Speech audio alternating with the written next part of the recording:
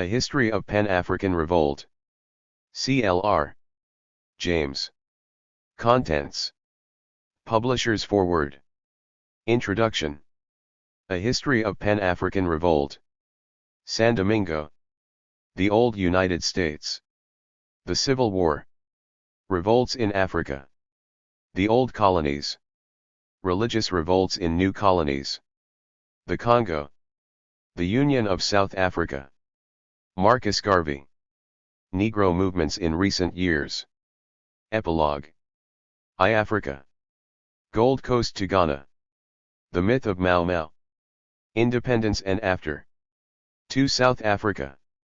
3. The United States. 4. The Caribbean. V. Always out of Africa. Publisher's Foreword. It is a real honor and pleasure for the Charles H. Kerr Publishing Company to bring out a new edition of this classic work by the great revolutionary historian, theorist, and activist CLR. James. Originally issued in England in 1938, and expanded in 1969, the book has heretofore circulated almost in underground fashion. Hopefully this new Charles H. Kerr edition will help bring it the wider attention it very much deserves. When Comrade James gave us permission to reissue 2 of his out-of-print works, it was his intention to write a new foreword for each.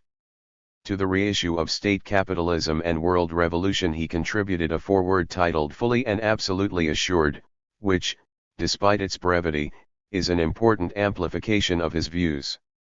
We sharply regret that our own financially driven delays in publication and C.L.'s 1989 death caused this edition to appear without such a foreword.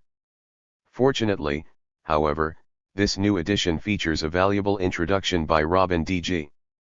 Kelly, Professor of History and Africana Studies at New York University. Author of Hammer and Hoe, Alabama Communists in the Great Depression and Race Rebels, Culture, Politics, and the Black Working Class, and co-author of Imagining Home, Class, Culture, and Nationalism in the African Diaspora, Kelly is a rare modern scholar whose breadth, clarity, and vision call James to mind.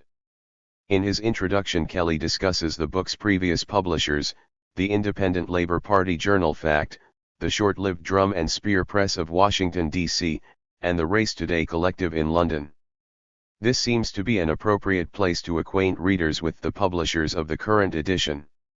Founded in Chicago in 1886, a few weeks prior to the police riot at Haymarket Square, the Charles H. Kerr Company in less than a decade developed into the principal publisher of radical books and pamphlets in the United States. By 1900, the Kerr Company had rallied to the banner of international working-class socialism. Through the first quarter of the 20th century, that struggling socialist publishing house in Chicago, as Jack London called it in the Iron Heel, was the largest publisher of revolutionary literature in the English-speaking world. Publication of the revolutionary classics was an early Kerr Company priority, and it has remained so ever since. In the years 1906 to 1909 Kerr brought out, for the first time in English, the 3 volumes of Karl Marx's Capital, and also published many other works by Marx and his co-thinker, Friedrich Engels. The Kerr Company's standard edition of the Communist Manifesto has been continuously in print, through countless editions, since 1902. Antonio Labriola, Paul Lafargue, Eugene V. Debs, James Connolly, Peter Kropotkin, Edward Bellamy, William Morris, Mother Jones, William D. Haywood, Sen Katayama, Louis B. Boudin, Mary E. Marcy, and Austin Lewis are only a few of the many important revolutionary writers whose works were made available by Charles H. Kerr. The Great Depression and the Cold War were an exceptionally difficult period for America's pioneer working-class publishing house, but somehow the fellow workers who kept it going managed to keep a good number of the socialist classics in print. When Fred Thompson and others helped get the cooperative back on its feet in the early 1970s, the board of directors resolved to do their best to reissue the out-of-print classics and, insofar as limited finances allow, to add new ones to the list. A note on the text. Apart from Americanizing the spelling, and making a few minor corrections, the text of this edition follows that of its predecessors. Only twice have we dared to change a word. Writing for readers in the British Isles, James once refers in passing to America's Parliament. To avoid confusion, we have substituted Congress. The second change appears in the epilogue. James's epilogue was dictated, not written, and in the course of transcription part of a sentence was omitted in the Drum and Spear Press edition, and was not corrected in the Race Today edition. Since no manuscript of this text exists, and the present location of the tape recording of it is unknown, we have taken the liberty of attempting to fill in the missing words to make the sentence comprehensible. Introduction. Should world events give these people a chance, they will destroy what has them by the throat as surely as the San Domingo blacks destroyed the French plantocracy. C.L.R. James 1. We are all indebted to the Charles H. Kerr Publishing Company for reissuing C.L.R. James's important but little-known book, A History of Pan-African Revolt. Originally published in 1938 under the title A History of Negro Revolt, this brief but highly suggestive global history of black resistance appeared the same year as James's magnum opus, The Black Jacobins, Toussaint L'Ouverture and the San Domingo Revolution, and thus lived in its shadow ever since. Although it was brought back into print with a new epilogue by James in 1969, and again in 1985, by small activist publishing outlets, A History of Pan-African Revolt as the later editions were titled has remained one of the best-kept secrets among a handful of Marxists and black militants. It never sold many copies, but everyone familiar with James's ideas or the resurgence of Pan-Africanism in the 1960s knew of its influence. The late Walter Rodney, the great historian and Guyanese revolutionary, once called it a mine of ideas advancing far ahead of its time too. Ahead of its time, indeed. 5 years before the publication of Herbert Aptheker's American Negro Slave Revolts and just 3 years after the appearance of W.E.B. Du Bois' Black Reconstruction in America, A History of Negro Revolt excoriated imperialism and placed black laborers at the center of world events when the leading historians of his day believed Africans were savages, colonialism was a civilizing mission, and slavery was a somewhat benevolent institution. James knew he was challenging established fictions. The only place where Negroes did not revolt, he wrote in 1939, is in the pages of capitalist historians. 3. He had set out to tell the story of the so-called inarticulate masses in motion, of black workers and peasants fighting their European masters, of an ambivalent black petite bourgeoisie whose stand vis-a-vis capitalism and colonial domination was never certain. By broadly defining black workers as all who labor or whom colonial powers hope to turn into cheap wage slaves or market-driven peasants, James casts his net widely and includes slave revolts, strikes, millenarian movements, and a vast array of anti-racist protests. As a study of Negro rebellions, A History of Negro Revolt completely revised African and diasporic history by focusing on the masses. Of course, there are leaders, but like Toussaint L'Ouverture in San Domingo, leaders are made by the masses and the times in which they live. James makes a point of describing how the masses defend their leaders by freeing them from jail cells, hiding them in huts and cellars, pummeling their detractors into silence. It is the masses, and only the masses, that can make the utopian speeches of a Simon Kimbangu, a John Chilumwe, a Marcus Garvey, or a Kwame Nkrumah a reality. A History of Negro Revolt, however, was not simply an outgrowth of James's vision and brilliance. It was a collective endeavor, a product of specific political campaigns, debates and intellectual exchange with some of the leading black radical thinkers of the 20th century. It is not just another history book, it is a historical document in its own right, a testament to the streams of radical thought that converged in London's cafes, libraries, and underheated flats where young Africans and West Indians gathered during the 1930s, the decade when fascism and a depressed economy threw into question the fate of humanity. 2. Cyril Lionel Robert James was barely in his 30s when he began circulating among London's black radicals. And given his background, living the life of a Marxist intellectual with Pan-Africanist leanings was hardly what he or his parents had in mind. The son of a school teacher born in the small village of Tunapuna, Trinidad, in 1901, James was raised solidly middle class, at least in terms of cultural capital if not actual money. He read Thackeray and Shakespeare with enthusiasm, and due to his mother's influence he became an inveterate reader of history, literature, and to a lesser degree politics. He refused to stay within the boundaries of bourgeois culture, however. He adored carnival, calypso, and jazz, despite his Puritan mom's warnings, and he deeply loved the game of cricket. After earning a school certificate from Queen's Royal College in 1918, he decided to stay in Trinidad and become a schoolmaster. In his spare time he wrote and lectured on many topics, including calypso and cricket, and soon developed a reputation throughout the island as a brilliant young scholar with intelligent things to say about Caribbean popular culture. He was drawn to nationalist politics when Captain Arthur Cipriani, the celebrated Trinidadian labor leader of French Creole heritage, asked him to write articles on cricket and assorted cultural and political issues for the Socialist, the organ of the Trinidad Workingmen's Association. James went on to write a pamphlet titled The Life of Captain Cipriani, an account of British government in the West Indies, which was published in Trinidad in 1932. While the pamphlet and his work with the Socialist represents an early stage in James's politicization, he was still a long way from the militant anti-imperialist he would eventually become. Never an activist for the TWA, James identified with the Labour Party and firmly believed in parliamentary politics. 4. But England changed all that. In 1932, James left his homeland to assist Sir Leary Constantine, the great West Indian cricketer turned lawyer, write a book on cricket and English society. 5 To make ends meet, James took a job as a cricket correspondent for the Manchester Guardian and settled down in Lancashire. It was in Lancashire that he began his rapid drift to the left.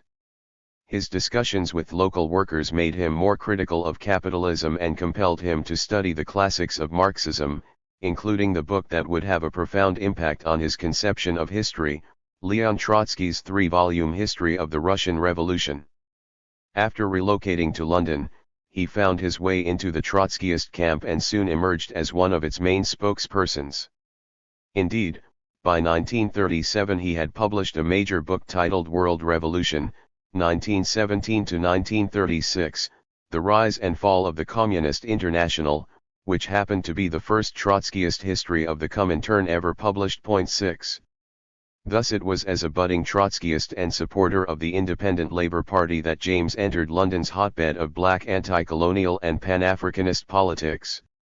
They came from different colonies and different ideological camps, but they all shared a patriotic love for the motherland and her wayward children. Some, like Egyptian Duse Mohammed Ali, veteran Pan-Africanist and founder of the African Times and Orient Review, were longtime residents of London. Others, such as Sierra Leonean radical Ita Wallace Johnson, Kenya's future President Jomo Kenyatta, and the Guyanese-born Tras Makanan were like James fairly recent newcomers. These young intellectuals did more than talk, they formed a variety of political organizations and associations in London and throughout Europe, including the West African Students' Association, the Ethiopian Progressive Association, and the League of Colored Peoples founded by Jamaican physician Harold Moody. 7. One of the most important men among these circles turned out to be James's childhood friend Malcolm Nurse. Now known as George Padmar, he had become a leading figure in the international communist movement. He left Trinidad for the United States as a young man and joined the Communist Party almost as soon as he stepped off the boat in New York Harbor. A militant organizer while at Howard University in Washington, D.C., Padmar rose quickly within the communist ranks and was eventually sent to study in the Soviet Union. So popular was he that the citizens of Moscow elected him to the city council. As a student at the University of the Toilers of the East, he could have run into any number of African leaders who, like him, had been drawn to the communist camp. Among the more prominent students were Ita Wallace Johnson, Jomo Kenyatta, and South African communists Moses Kotane, Edwin Maffutsanyana and Albert Enzela. 8. The impressive gathering of black radicals in Moscow not only contributed to the development of a left-wing Pan-Africanism but probably shaped Padmar's vision of a black international working-class movement that could unite Africa and the diaspora in a coordinated effort to overthrow colonialism, racism, and ultimately capitalism. Thus, when he became secretary of the International Trade Union Council of Negro Workers and editor of its journal, Negro Worker, Padmar saw no conflict between his work on behalf of African liberation and the struggle for socialism. In Padmar's view, the ITUCNW was much more than the black arm of the Red International of Labor Unions, it was the vanguard in the struggle for worldwide black liberation. Unfortunately, Padmar's hopes for the ITUCNW were dashed almost as soon as it got off the ground. By the time Padmar became James's political ally in 1935, he no longer believed that the Communist International could play a progressive role in the African liberation movement. With the transition to the Popular Front, the Comintern made fascism its main priority and put anti-colonial movements on the back burner. 9. In retrospect, perhaps Padmar should have seen it coming. But in 1930, he had good reason to believe in the Comintern's commitment, if not their sincerity, to the emancipation of Africans and people of African descent. As early as 1922, the Fourth Congress of the Comintern adopted a set of theses describing blacks as a nationality oppressed by worldwide imperialist exploitation. Because black workers' struggles were now thought to be inherently anti-imperialist, communists were obliged to view black nationalist and anti-colonial movements more sympathetically. Moreover, the theses recognized the success of the UNIA under Marcus Garvey, as well as the Pan-African Congresses led by W.E.B. Du Bois, and urged that immediate steps be taken by the Comintern to call a World Congress of African Leaders. 10 The Comintern did more than appropriate the familiar idioms of Pan-Africanism. During the late 1920s and early 1930s it actively supported anti-colonial movements. In 1926, for example, leading members of the German Communist Party founded the League Against Colonial Oppression to combat pro-colonial sentiments emerging in Germany. After a successful international conference in Brussels in 1927, it became clear to those in attendance that the League marked an important step toward coordinating various struggles for national liberation in the colonies and semi-colonies, and it served as an intermediary between the Communist International and the anti-colonial movement. The conferees, among them Jomo Kenyatta and Jawaharlal Nehru, passed a general resolution that proclaimed, "Africa for the Africans, and their full freedom and equality with other races and the right to govern Africa." 11. The Sixth World Congress of the Comintern in 1928 passed an even more explicit resolution asserting that African Americans in the U.S. South and Africans under white domination in South Africa constituted oppressed nations and thus possessed an inherent right of self-determination. For many black communists in Africa, the United States, and even the West Indies, the resolution on black self-determination indirectly confirmed what they had long believed: black people had their own unique revolutionary tradition. Black communists published dozens of articles documenting the autonomous traditions of radicalism among Africans and people of African descent. Aside from the purely Marxian analysis, wrote African-American communist Gilbert Lewis in the pages of The Negro Worker, the Negro's history is replete with many actual instances of uprising against his exploiters and oppressors. 12. In 1930, Padmar set out to document that history in an important book titled The Life and Struggles of Negro Toilers. In some ways it provided a model for James's A History of Negro Revolt and inspired other contemporary and historical studies on African workers. 13 Published in 1931 by the Red International of Labor Unions, this 126-page book was written primarily for workers in the Western capitalist countries who failed to comprehend why anti-colonial movements are integral to proletarian emancipation. Although he touches on slavery and pays attention to black resistance, life, and struggles is more descriptive than historical. His primary purpose is to indict imperialism by documenting the horrible conditions black workers throughout the world had to endure. In addition to eliciting sympathy for black workers, Padmar wanted to show that the profits generated from the exploitation of colonial labor allowed capitalists to bribe the reformist and social fascist trade union bureaucrats and thereby enable them to betray the struggles of workers. 14 In the end, however, the role of enlightened white workers, the progressives who had not been bought off, was to educate backward black workers of the futility of racial chauvinism and persuade them to cast their lot with the worldwide proletariat. It was a position James would find untenable. 3. As CLR, James drifted deeper into the world of Trotskyism, preparing for the Fourth International and cursing Stalinism's betrayal of Lenin's vision. Padmar drifted out of the communist movement altogether. In 1935 they ended up in the same place, thanks to Italy's invasion of Ethiopia. Indeed, virtually every self-respecting black activist, irrespective of their national origins or ideological bent, joined the Ethiopian defense campaigns. Literally dozens of support organizations were formed throughout the world to raise money for relief and medical aid, and black men from the Caribbean, the United States, and Africa volunteered to fight in Emperor Haile Selassie's army. Tras Makanan, a comrade of James and Padmar in the Ethiopian Solidarity Movement, recalls the impact the invasion had on the black world. Letters simply poured into our office from blacks on 3 continents asking where could they register. And the same was true of Africa. When the Italians entered Addis Ababa, it was reported that school children wept in the Gold Coast. 15. The overwhelming response to the invasion should not be surprising, for Ethiopia was not just any African country. Also known as Abyssinia, it held considerable historical, religious, and cultural significance for black people the world over.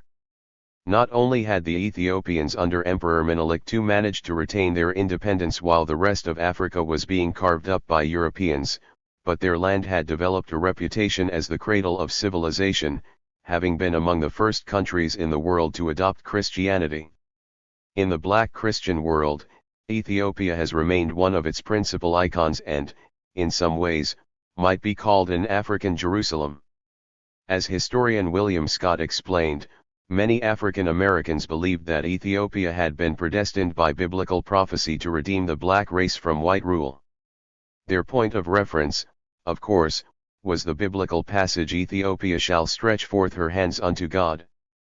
The Garvey movement, whose official anthem was entitled "Ethiopia, Thou Land of Our Fathers," made constant reference to this African nation in its songs, rituals, and symbols. 16. For the black left, however, sentimentality and racial pride clouded the issue at hand, imperialism. While race scholars praised Abyssinia for its ancient civilizations, its written language, its rulers' proud claim of direct lineage to Solomon and the Queen of Sheba, black leftists discussed a mountainous peasant region in the Horn of Africa ruled by a dying monarchy that did not believe in land reform. As one of the few regions on earth where slavery persisted well into the early 1930s, Ethiopia was hardly a land of milk and honey. Indeed, in the life and struggles of Negro toilers, Padmar characterized Abyssinia as a feudal oligarchy under a reactionary emperor and called for an internal revolution against the reactionary religious hierarchy and the feudal system. 17. But before the revolution could take place, they first needed to kick Mussolini's troops out of there. In August of 1935, James formed the International African Friends of Ethiopia. 18 with CLR as chairman. Its active members included Padmar, Jomo Kenyatta, ITA. Wallace Johnson, Amy Ashwood Garvey, Tras Makanan, and Albert Mary Shaw, who had attended the 1921 Pan-African Congress in London. James was the IAFE's most active propagandist, publishing several articles in the New Leader, weekly paper of the Independent Labour Party, and one very substantial piece in the Keys, the official organ of the League of Colored People. 19 These articles reveal James groping to reconcile two political worlds, Pan-Africanism and socialism. On the one hand, he took the position that the imperialist countries used the defense of Ethiopia as a pretext for war. Yet, as a black man who probably felt a tinge of pride in Ethiopia's legacy, and whose admiration for Africa ran much deeper than anti-imperialism, he felt obligated to defend the place of his ancestors. In his personal struggle to bring these two traditions together, he volunteered for service in the Ethiopian military. My reasons for this were simple. International socialists in Britain fight British imperialism because obviously it is more convenient to do so than fight, for instance, German imperialism. But Italian capitalism is the same enemy, only a little further removed. My hope was to get into the army. It would have given me an opportunity to make contact not only with the masses of the Abyssinians and other Africans, but in the ranks with them I would have had the best possible opportunity of putting across the international socialist case. I believed also that I could have been useful in helping to organize anti-fascist propaganda among the Italian troops. I did not intend to spend the rest of my life in Abyssinia, but, all things considered, I thought, and still think, that 2 or 3 years there, given the fact that I am a Negro and am especially interested in the African Revolution, was well worth the attempt. 20. James, like many others, never had a chance to go. Haile Selassie discouraged volunteers in hopes of securing support from Western democracies and the League of Nations, and as soon as Italy's occupation became an accomplished fact, he and the royal family fled to England. Soon after the Ethiopian crisis subsided, IAFE members regrouped and formed the International African Service Bureau with Padmar at the helm. James edited its monthly journal, International African Opinion, from July to October 1938, and fed vital information to political organizations and newspapers about the situation in Africa. The IASB set out to keep the issue of colonialism in the public mind, not an easy task given the specter of fascism and the inevitability of war in Europe. 21. Nevertheless, Ethiopia was the turning point in James's thinking and writing. The events surrounding the invasion and the failure of Western democracies to come to Ethiopia's defense pushed James beyond European Marxism toward a deeper understanding of the traditions of the Black resistance. In a review of George Padmar's book, How Britain Rules Africa, James lambasted his comrade for suggesting that enlightened sections of the ruling class could play a progressive role in the liberation of Africa from colonial domination. Africans must win their own freedom, he insisted. Nobody will win it for them. 22. James had come to the conclusion that the European working class movement could not win without the African masses, and that only the African masses, workers, peasants, and perhaps some far-sighted intellectuals fighting on their own terms could destroy imperialism. It was precisely this understanding that produced the Black Jacobins and A History of Negro Revolt, both published in 1938. These books were not written to appeal to white workers or a sympathetic liberal bourgeoisie. Rather, as Cedric Robinson so aptly put it, they were declarations of war. 4. A History of Negro Revolt first appeared in September of 1938, just 1 month before James sailed for the United States. Commissioned by Raymond Postgate, a comrade of his in the Independent Labor Party, the 97-page monograph was part of the fact series published by the party.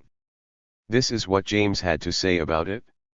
Such a book had never been done before. I gathered a lot of material in it, and really I'm astonished now at how much there was that I didn't know.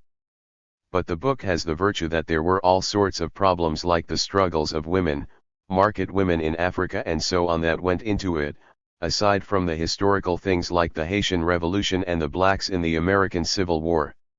The book has a peculiar history. Postgate's name got the book sold in bookstores all over the country. When they found out what was in it, some of them carefully hid it. There were places we went to where we found they had hidden it. They put it under a lot of other books, but when you asked for it they would say, "Yes, we have it." 23. The book was hidden for good reason. Like the Negro Worker, the ITUCNW organ which Padmar edited in the early 1930s, it was profoundly subversive. 24. It was a stinging indictment of colonialism, and James took no prisoners, not even his beloved France. Attacking France was not an easy thing to do, especially with fascism on the rise in Europe. The French not only let black colonials become deputies, governors, and cabinet ministers, but at the time James was writing. Prime Minister Leon Blum had become a sort of hero on the left. As the socialist head of the French Popular Front government, Blum actively sought to neutralize fascist attempts to overthrow the Spanish Republic. 25 In the long run, none of this mattered to James.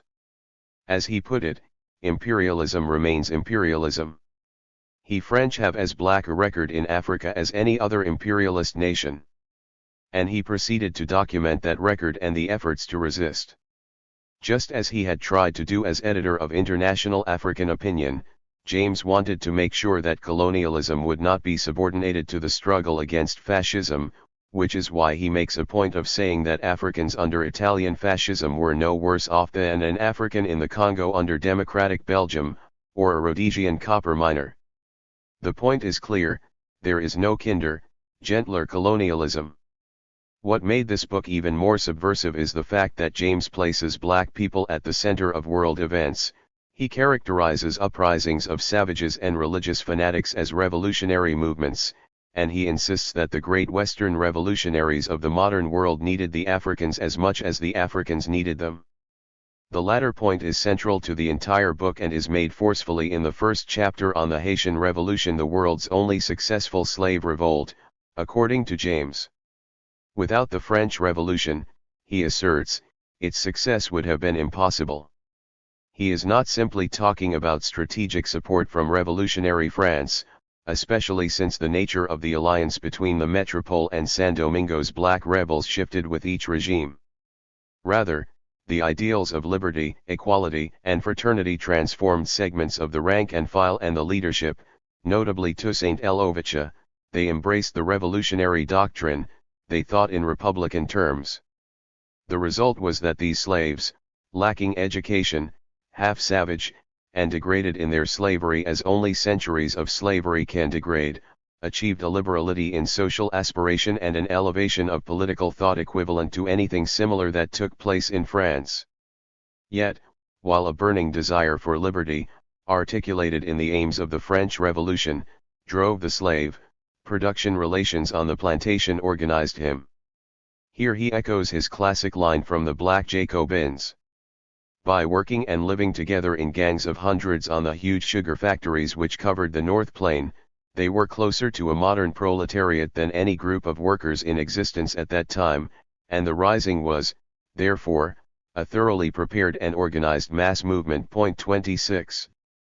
But no matter how proletarianized the slaves were, they could not do it alone. In his discussion of the United States, James shows how a rich history of slave uprisings resulted in little more than heroic martyrs and a more repressive atmosphere. Victory was possible, however, when the conditions resembled that of Haiti, during the Revolutionary era, when poor whites joined slaves, free blacks, and mulattoes under the banner of liberty. But because the United States was not a small Caribbean island, the slaves and free blacks were always outnumbered and dispersed. More significantly, slavery was much too important to capitalist development to abolish it on principle. Here we see possibly the beginnings of James's influence on young Eric Williams, a former student of his back in Trinidad. Anticipating Williams's classic study, Slavery and Capitalism, James writes, "Slavery made cotton king, cotton became the very life food of British industries, it built up New England factories." Furthermore, the growing impulse toward abolition was not that sudden change in the conscience of mankind so beloved of romantic and reactionary historians, but the climax of a gradual transformation of world economy. The U.S. Civil War was the moment of truth, the world event that gave these enslaved and half-starved black folk a chance. James's analysis of the slaves' actions during the conflict is taken straight from W.E.B. Du Bois' monumental Black Reconstruction in America, from his invocation of the general strike to his description of the slaves' hesitant responses toward the Union soldiers. Land was key. Indeed, it was the struggle for land that rendered this newly created peasantry a revolutionary force, for who understands better than the uprooted that land reform was a necessary first step toward emancipation. It was so in France in 1789 and in Russia in 1917, James argues. Peasants today are politically alert as never before. It was yet another challenge to Western Marxism, a tradition that had consistently distrusted the peasantry and invested all of its faith in the proletariat. Insisting that the peasantry, in this case ex-slaves, could be a revolutionary force in and of itself was not entirely new. Indian communist M.N. Roy had made a similar point in his 1920 debate with Lenin over the national colonial question. Point 27. What is unique is James's claim that revolutionary mass movements take forms that are often cultural and religious rather than explicitly political. He forces the reader to re-examine these seemingly odd movements with new eyes, to take the beliefs and superstitions of Africans and African descendants seriously. Perhaps he came to this conclusion independently, for his first and only novel, Minty Alley, and his 1936 play about Toussaint L'Ouverture, demonstrate an amazing sensitivity to the power of religion and culture as major social and political forces in black life. Point 28. Or perhaps he was moved, as many people were, when he reached page 124 of Dubois' Black Reconstruction and found his brilliant defense of the power of the divine. Foolish talk, all of this, you say, of course, and that is because no American now believes in his religion. Its facts are mere symbolism, its revelation vague generalities, its ethics a matter of carefully balanced gain. But to most of the 4 million black folk emancipated by Civil War, God was real. They knew him. They had met him personally in many a wild orgy of religious frenzy, or in the black stillness of the night. 29. Whatever the source, A History of Negro Revolt reveals James's incredible faith in the masses and the supernatural forces that moved them. The Watchtower movement, for example, a millenarian movement that believed all Western governments were evil and had to be replaced by a more just order, is described here as one of the most powerful revolutionary forces in Africa during the 1930s. Whereas most Marxist interpreters thought such notions absurd and tended to dismiss religion as a diversion from the real struggle, James insisted that the ideas behind the Watchtower movement represent political realities and express political aspirations far more closely than programs and policies of parties with millions of members, numerous journals, and half a century of history behind them. He also discusses religious uprisings in Eastern and Central Africa, most notably those led by John Chilomwe in Nyasaland and Simon Kimbangu's cult in the Belgian Congo. If Marxists thought these black Christian radicals were insignificant or less important than, say, striking miners, the colonial state certainly did not. Even the smallest challenge from these sects was met with immense repression and violence. At the very least, James anticipated a later generation of historians who viewed these religious-based movements as the source for some of the most violent anti-colonial contests of the 20th century. Point 30. James's biggest leap of faith is his discussion of Garveyism.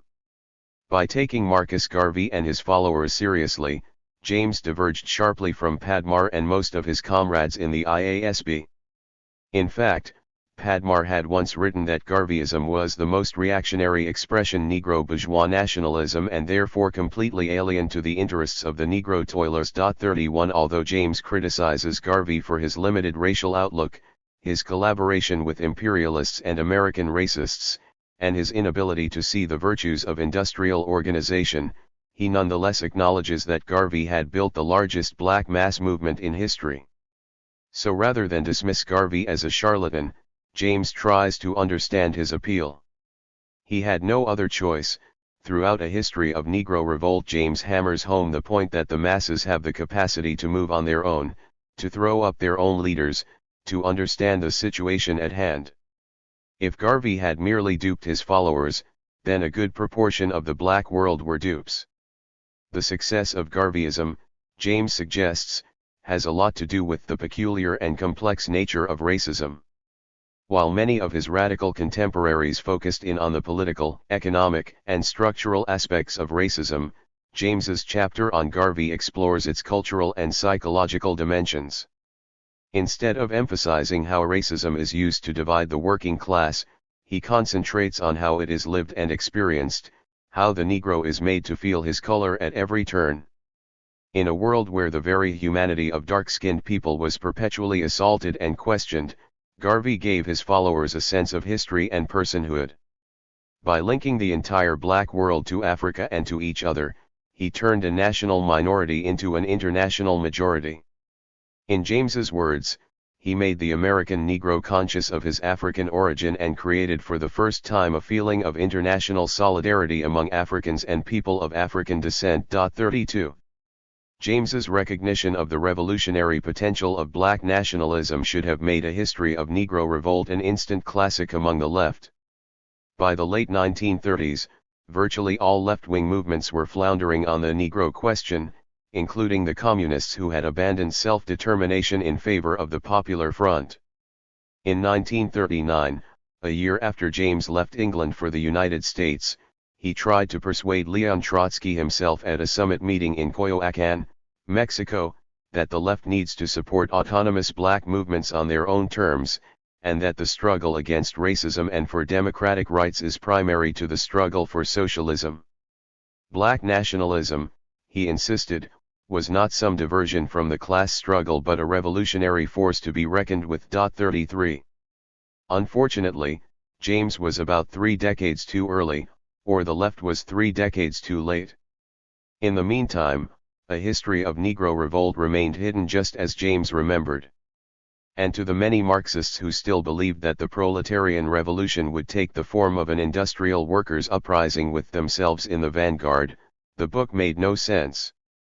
It was not until a new generation of Afro-coiffed young militants discovered this little book that its full import would be recognized. V.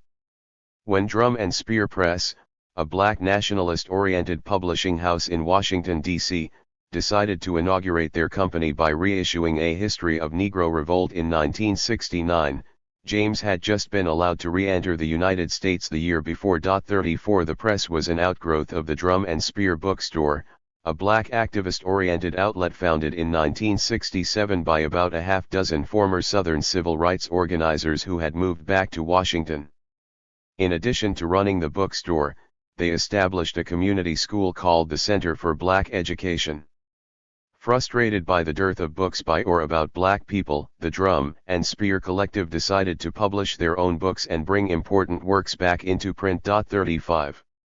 By this time, members of the collective had grown fairly close to CLR, who had moved to Washington a year after Drum and Spear Bookstore was founded. They had come to know James through Federal City College, some of them having been fellow faculty members there. His 16th Street apartment soon became a kind of meeting ground for these young activists/intellectuals to discuss black liberation, community organizing, history, sociology, politics, and a whole host of issues. Indeed, James not only participated in discussions leading to the founding of Drum and Spear Press, but it was he who volunteered A History of Negro Revolt as its first title. The Drum and Spear Collective was happy to oblige, for they clearly respected James as an elder mentor for their generation. In the introduction to the new edition, Marvin Holloway of the Center for Black Education characterized James as a living revolutionary who had seen and experienced struggles that most young militants only read about. At a time when black people throughout the world are clamoring for self-knowledge, the 68-year-old CLR has become a great source of wisdom and counsel to youth in the resistance movement. And what better time to be a source of wisdom and counsel? The year he returned to the United States, Martin Luther King, Jr., had been assassinated, the ghettos were in flames, the Black Panther Party was making front-page news, militant college students were demonstrating for black studies departments, and Republican Richard Nixon was elected president on the promise of crushing the wave of dissent that threatened to destroy American civilization. James himself had just concluded a lecture tour in East and West Africa, so he was returning with first-hand knowledge of the situation in the newly independent African states. Along with the new title, A History of Pan-African Revolt, James added a 43-page epilogue titled The History of Pan-African Revolt, a summary 1939-1969, which briefly explores decolonization in Africa, the civil rights movement in the United States, and recent conflicts in the Caribbean. The epilogue is important, for it reflects James's intellectual and political development since the book first appeared 3 decades earlier as a fact monograph of the British Independent Labour Party. He does not simply attach more episodes of Black rebellion to the story, he adds substantively to the conceptual framework he had developed in the first edition. First, the epilogue gives us an even stronger defense of Black nationalism than the earlier chapters had. Of course, by the 1960s Black nationalism itself had become more forceful and radical, adopting a rhetoric and style far more militant than anything Marcus Garvey had imagined. Some Black nationalists in the United States talked of armed struggle, expressed solidarity with other anti-colonial movements, learned African languages, and, most importantly, identified with the ghetto poor. But James's growing appreciation for the revolutionary potential of Black nationalism can be traced back much further, at least to the Second World War. As a member of the Socialist Workers' Party and regular contributor to its newspaper, The Militant, James was deeply impressed with the rise of Black self-organization and activism during the war. 36 African American trade union membership rose from 150,000 in 1935 to 1.2 million by 1945, civil rights organizations recruited tens of thousands of new members, and mainstream Black leaders insisted on a double victory against racism at home and fascism abroad. 37 The Double V campaign, embodied powerfully in A. Philip Randolph's threatened March on Washington in 1943, partly articulated the sense of hope and anger that a lot of Black people shared. As Black journalist Roy Otley observed during the early years of the war, one could not walk the streets of Harlem and not notice a profound change. Listen to the way Negroes are talking these days. Black men have become noisy, aggressive, and sometimes defiant. 38. By the war's end, James was convinced of the necessity of Black nationalism as an essential element of the Black freedom struggle. As early as 1945, he believed that the Negro is nationalist to his heart and is perfectly right to be so. His racism, his nationalism, are a necessary means of giving him strength, self-respect, and organization in order to fight for integration into American society. 2 years later, in an important document titled The Revolutionary Answer to the Negro Problem in the U.S.A., he echoed these sentiments and pushed even further.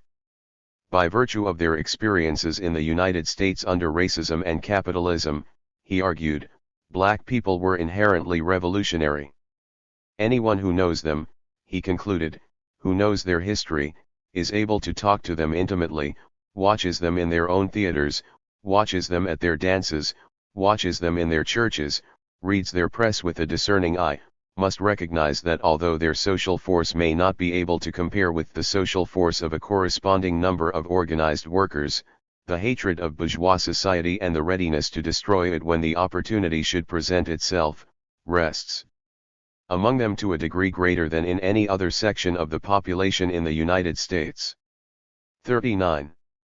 Thus the rise of Black power did not surprise James at all. What surprised his old left-wing supporters, however, was how little he spoke about the proletariat during this period.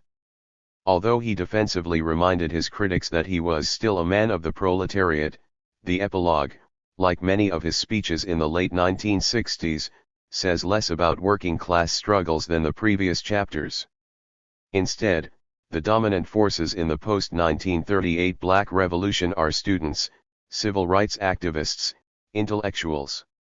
This shift in emphasis is a product of the time and the context.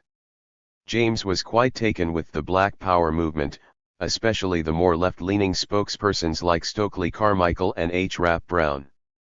In a 1967 speech, for example, he dismissed charges that Carmichael was a racialist and suggested that his vision was much closer to socialism than the white left realized. Citing Lenin to prove his point, he argued vehemently that the Black Power movement constitutes a challenge to capital and therefore should be backed by the left. Moreover, he reminded his audience of the importance of supporting Black self-organization, irrespective of contradictions the movement might exhibit. Who are we to say yes, you are entitled to say this but not to say that, you are entitled to do this but not to do that? If we know the realities of Negro oppression in the USA, then we should guide ourselves by a West Indian expression which I recommend to you, what he do, he well do. Let me repeat that, What the American Negroes do is, as far as we are concerned, well done. They will take their chances, they will risk their liberty, they will risk their lives if need be. The decisions are theirs. 40. Where black power counted most, however, was in Africa. Clearly the linchpin of the Pan-African Revolt was the continent itself, and the struggle that had the greatest impact on James took place in the Gold Coast, the British West African colony that became modern Ghana in 1957. The Gold Coast Revolution and its esteemed leader, Kwame Nkrumah, is the centerpiece of the epilogue. He believed, as did many of his peers, that Ghana would be the beacon lighting the way toward the emancipation of Black Africa. 41. James had met Nkrumah years before while he was a student at Lincoln University, a historically black institution in Pennsylvania. With Padmar practically training Nkrumah to lead the independence struggle in his homeland, James had a tremendous amount of confidence in this young man. But it was his visit to Ghana in 1957 that really opened his eyes to the political importance of this small West African country. So moved by the events he witnessed in Accra, James quickly postponed plans for a pamphlet on Hungary and immediately set out to write a small book on Ghana. The level of militancy and self-organization he observed challenged earlier theories of revolution, including some of the ideas put forth in his own Black Jacobins. Now he questioned the extent to which revolutions in Western Europe and African revolutions were interdependent. While James worried that Ghana, like other newly independent nations, had the potential of being overtaken by bureaucratic corruption, he was nonetheless convinced that something different was happening under Nkrumah, true grassroots democracy. By making Ghana the center of a continent-wide African liberation movement, James surmised, Nkrumah would keep the revolution permanent. And by moving immediately to socialism through state intervention and initiating new social relations from below, Ghana could make the revolutionary transition that neither the USSR nor Eastern Europe was capable of making. 42. By the mid-1960s, however, his enthusiasm for Nkrumah and Ghana had diminished. He admitted that the new society he had hoped for was not built, and that Nkrumah allowed bureaucratic corruption to take over. Ghana's failure provided James with two critical lessons for constructing post-colonial society, both of which carried over into a history of Pan-African revolt. First, a revolutionary society cannot be created unless the colonial state is completely dismantled. Second, the new generation of African leaders needs to create and sustain democratic institutions throughout the country. Even if those institutions are critical of the government, a new society cannot be built without them. These 2 points bear the obvious imprint of Frantz Fanon, whose book The Wretched of the Earth James had read before writing the epilogue. While James understood the importance of dismantling the colonial state in theory, he knew in practice that the African leaders of the newly independent nations tended to be Western-educated civil servants who were products of the colonial state and thus had a personal stake in maintaining it. 43. What was needed to rid Africa of its bureaucratic petite bourgeoisie was uncompromising revolt, permanent revolution from below. The political and cultural resources for such a revolution, he argues, can be found in traditional African society. Once again, James displays his enormous faith in the forms of organization and culture created by the masses themselves.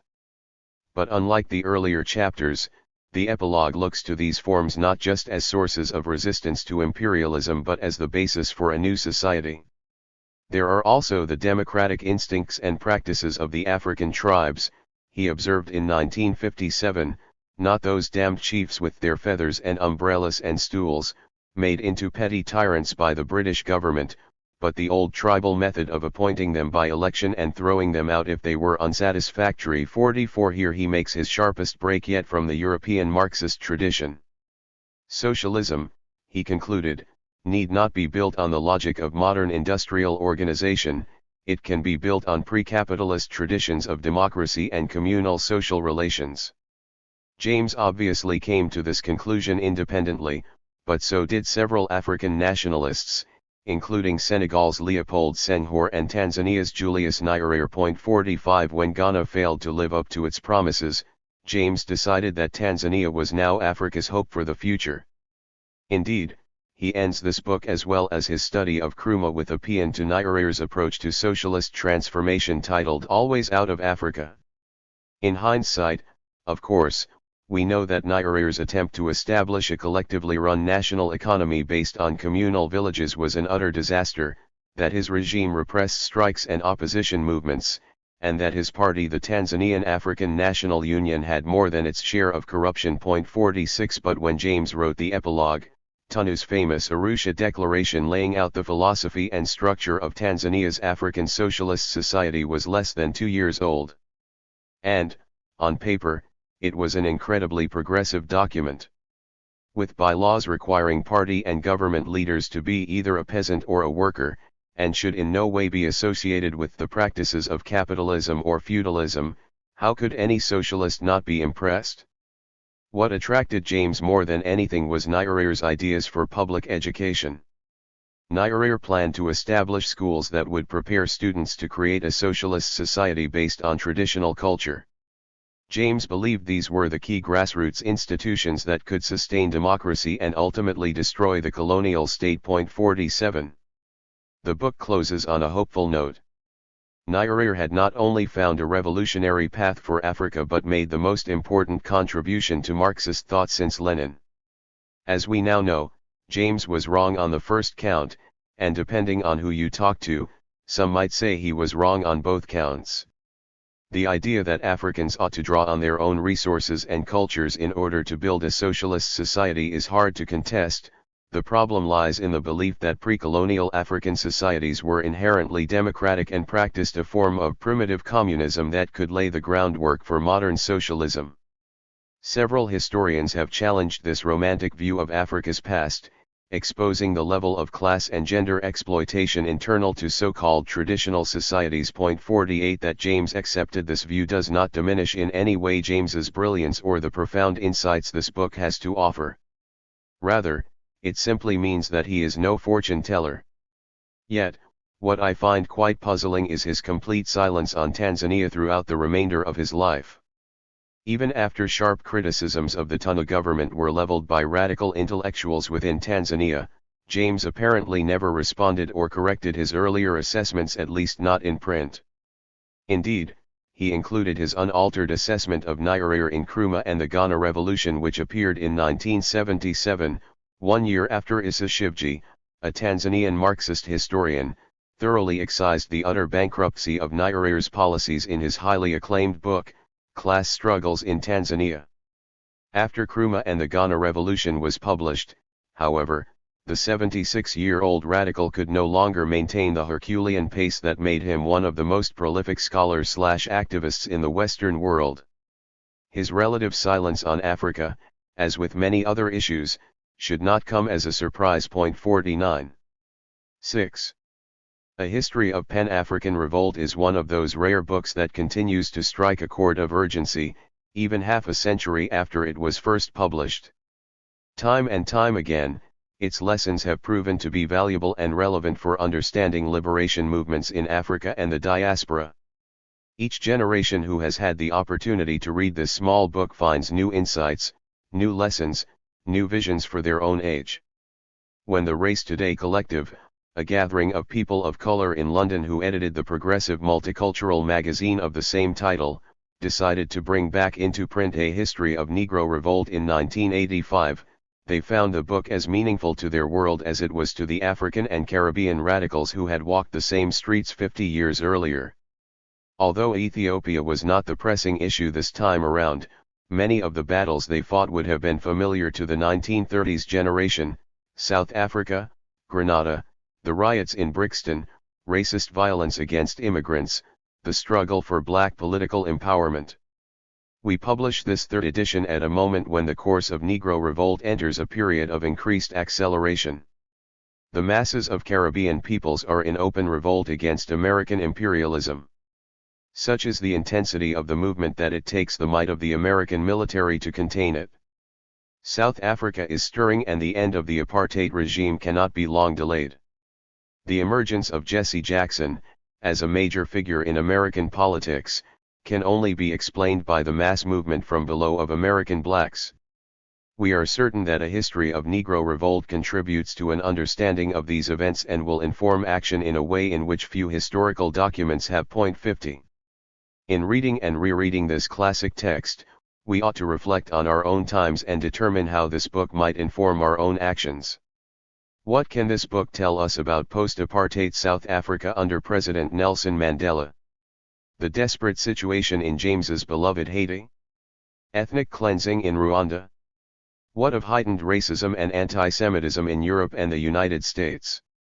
The incredibly high rates of unemployment and violence in Western capitalist cities and the left's virtual abandonment of America's black ghettos. No piece of literature can substitute for a crystal ball, and only religious fundamentalists believe that a book can provide comprehensive answers to all questions. But if nothing else, a history of Pan-African revolt leaves us with two incontrovertible facts. First, as long as black people are denied freedom, humanity, and a decent standard of living, they will continue to revolt. Second, unless these revolts involve the ordinary masses and take place on their own terms, they have no hope of succeeding. As James once said of the revolution in Ghana, their struggles may appear sometimes pathetic, sometimes vastly comic, ranging from the sublime to the ridiculous, but always vibrant with the life that only a mass of ordinary people can give. 51 And if world events are on their side, they just might win. Robin D.G. Kelly, Haitian Independence Day, 1994. 1. A History of Pan-African Revolt, 103. I am deeply grateful to Franklin Rosemont and David Roediger for inviting me to write a new introduction for a history of Pan-African Revolt, to Scott McLeamy for sharing some of his research with me, to James Early for taking time out of his busy schedule to track down members of the original Drum and Spear Collective, to Charlie Cobb for providing valuable information about how Drum and Spear brought this book back into print in 1969, and to Paul Burrell, Robert Hill, and Cedric Robinson for their mentorship over the years, particularly with respect to James's life and thought. To Walter Rodney, The African Revolution in CLR. James, His Life and Work, ed. Paul Burrell, Special Issue of Urgent Tasks 12, 5. 3. James, Revolution and the Negro, reprinted in CLR. James and Revolutionary Marxism, Selected Writings of CLR. James, 1939–1949, eds. Scott McLeamy and Paul LeBlanc, 77. The essay is essentially a synopsis of a history of Negro revolt written under the name J.R. Johnson for the New International. 4. On James's early life, see Paul Burrell, CLR.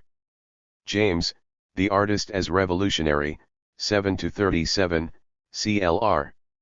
James, Beyond a Boundary, 4–46, Robert A. Hill, in England, 1932–1938, in CLR.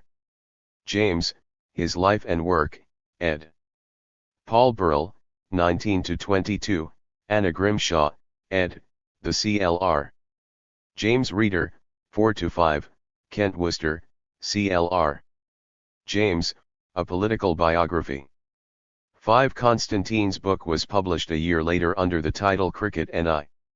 6. Cedric J. Robinson, Black Marxism, The Making of the Black Radical Tradition, 375, Burrell, CLR.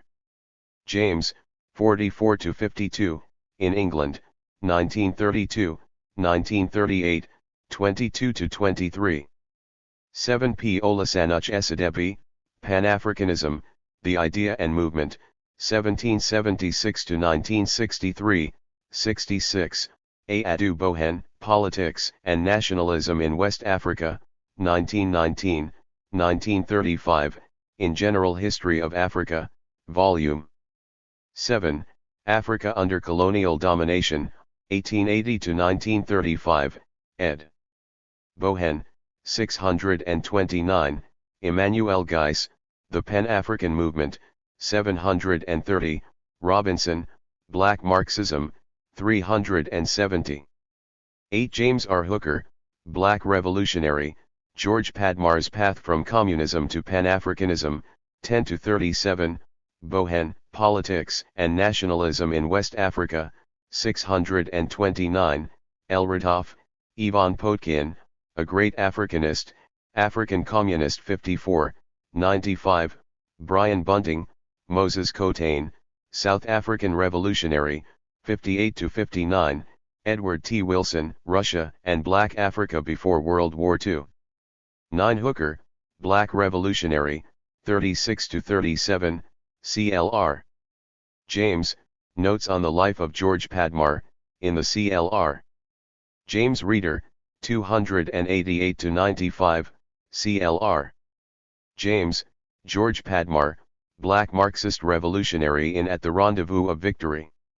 10 Theodore Draper, American Communism and Soviet Russia, 320-21, 327-28, Robinson, Black Marxism, 304, Roger E. Canet, The Comintern and the Negro Question, Communist Policy in the United States and Africa, 1921, 1941, Survey 19, Number 4, 89-90, Harry Haywood, Black Bolshevik, Autobiography of an Afro-American Communist, 225, Claude McKay, A Long Way from Home, 177-80, Billings, Report on the Negro Question, International Press Correspondence 3, Number 2, 14-16. The full text of the Theses on the Negro, 8-10. The Fourth Congress was significant, but one might go back to the debates between V.I. Lenin and Indian Communist M.N. Roy over the anti-colonial movement and the right of oppressed minorities to self-determination. V.I. Lenin, The Socialist Revolution and the Right of Nations to Self-Determination, in Lenin on the National and Colonial Questions, 3 articles, 5, Theses on the National and Colonial Question adopted by the Second Congress of the Comintern in the Communist International, 1919-1943, Documents, Volume I, ed. Jane DeGrasse, 142. For Lenin's views on Roy's supplementary theses, see the report of the Commission on the National and Colonial Questions, July 26, 1920, in Lenin on the National and Colonial Questions, 30-37, Draper, American Communism and Soviet Russia, 321. 11 Willy Munzenberg, Pour une conférence coloniale, Correspondance Internationale 6, Number 9, 1011, Willy Munzenberg, La Première Conférence Mondiale contre la Politique Coloniale Impérialiste, Correspondance Internationale 7, Number 17, 232, Robin D.G. Kelly, The Third International and the Struggle for National Liberation in South Africa, 1921, 1928, Yafahamu 15, No 1-2, 110-11, Edward T. Wilson, Russia and Black Africa, 151, South African Worker, April 1, June 24, 1927, Les Décisions du Congrès, Résolution commune sur la question nègre, La Voix des Nègres 1, Number 3, 3. 12 Mark Nazon, Communists in Harlem during the Depression, 18, Gilbert Lewis, Revolutionary Negro Tradition, Negro Worker, March 15, 1930, 8. Cyril Briggs published a whole series of essays on this score, such as Negro Revolutionary Hero Toussaint L'Ouverture, Communist 8, Number 5, 250-54, The Negro Press as a Class Weapon, Communist 8, Number 8, 453-60, and May 1 and the Revolutionary Traditions of Negro Masses, Daily Worker, April 28, 1930. 13 The most obvious example is Albert Enzela, II. Potkin, and A.Z. Zusmanovich, Forced Labor in Colonial Africa, ed. Robin Cohen. It was originally published in Russian as Рабочие движения и принудительное труд в негритянской Африке, which roughly translates as the working class movement and forced labor in Negro Africa. As historian Robin Cohen notes, in its scope, ambition, and subject matter, Padmar's book clearly provided a strong inspiration for Enzela, Potkin, and Zusmanovich, though Padmar's subsequent disgrace and expulsion has meant that there are no direct citations from his text by the three authors, who only show by occasional allusion that they are familiar with his work. 14. George Padmar, The Life and Struggles of Negro Toilers, 6. 15. William R. Scott, Black Nationalism and the Italo-Ethiopian Conflict, 1934, 1936, Journal of Negro History 63, No. 2, 121, 128-29, Nazon, Communists in Harlem, 138-40, Bernard Makos Zwi Megubane, The Ties That Bind, African American Consciousness of Africa, 166-67, Cedric J. Robinson, The African Diaspora and the Italo-Ethiopian Crisis, Race and Class 27, No. 2, 51-65, Robert Weisbord, Ebony Kinship, Africa, Africans and the Afro-American, 94-100, SKB.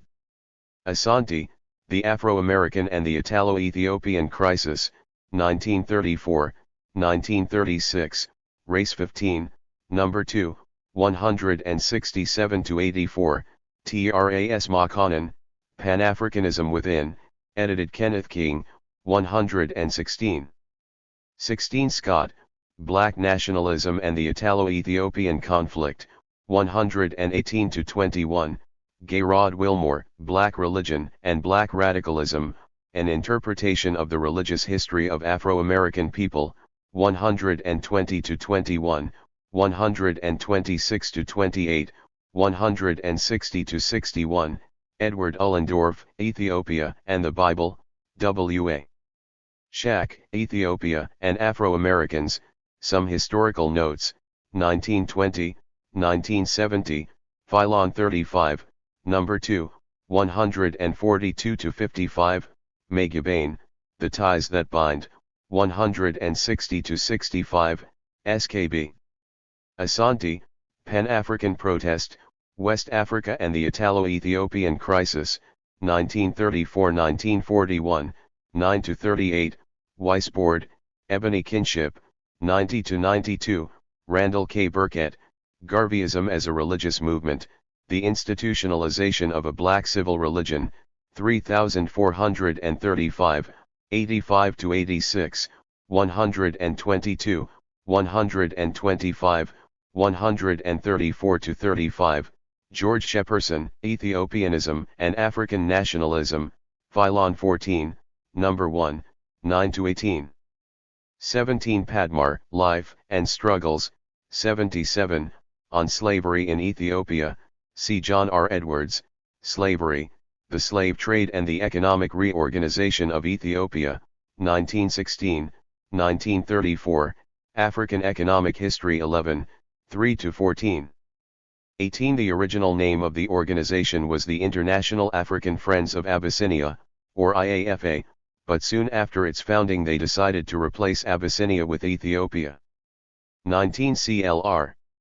James, Notes on the Life of George Padmar, 292, Burrell, CLR. James, 55-56, Esadebi, Pan-Africanism, 115. The essay James published in the Keys, Abyssinia and the Imperialists, was reprinted in the CLR. James Reader, 63-66. 20. Robinson, Black Marxism, 382. 21. C. Esadebi, Pan-Africanism, 123-25, Burrell, CLR. James, 55-56, J. Iadili Langley, Pan-Africanism and Nationalism in West Africa 1900-1945, A Study in Ideology and Social Classes, 338. 22. Quoted in Robinson, Black Marxism, 383, For the Whole Review, CCLR. James, Civilizing the Blacks, Why Britain Needs to Maintain Her African Possessions, New Leader, May 29, 1936. 23. CLR. James, The Future in the Present, Selected writings, 70. 24. The Negro worker was also hidden, indeed, in Africa it was distributed in disguise. According to Robin Cohen, some of the issues appeared in a cover bearing a cross and the title, The Missionary's Voice, The Path of the Cross, organ of the African Methodist Episcopate of the London Missionary Society. The second page carried the inscription Hearken ye that are oppressed and afflicted by manifold tribulations, while the puzzled reader had to wait for the third page to read the more familiar slogan Proletarians of all countries, unite. Cohen, Introduction to Forced Labor in Colonial Africa, 14. 25. Pierre Brouet and Émile Temim, The Revolution and the Civil War in Spain, trans. Tony White, 321-65, David Carleton, Eden, Bloom, and the Origins of Non-Intervention, Journal of Contemporary History 6, 40-55, MD. Gallagher, Leon Bloom and the Spanish Civil War, Journal of Contemporary History 6, 56-64. 26. Where he ends this first chapter is significant. He does not take San Domingo into nationhood or deal with Toussaint's imprisonment under Napoleon. All we know is that the revolution in France retreated and the old slave owners regained influence and harassed the exhausted blacks. By emphasizing the interdependency of Haiti and France, James missed an opportunity to illustrate a more important lesson, the need for complete and total independence from the colonizing country. Why this point is so clear in the Black Jacobins and missing from the first chapter of A History of Negro Revolt is a mystery. Perhaps the greatest mystery, however, is James's absolute silence on Haiti after 1800. The absence of modern Haiti is all the more surprising given the obvious influence Padmar's life and struggles had on the writing of this monograph. Padmar, for example, includes a fairly detailed discussion of Haitian opposition to American imperialism in 1929, of striking dockworkers shouting down with American imperialism while peasants marched from the countryside to the city. A movement of workers and peasants together, confronting a well-armed contingent of American Marines, would have worked wonderfully in A History of Negro Revolt.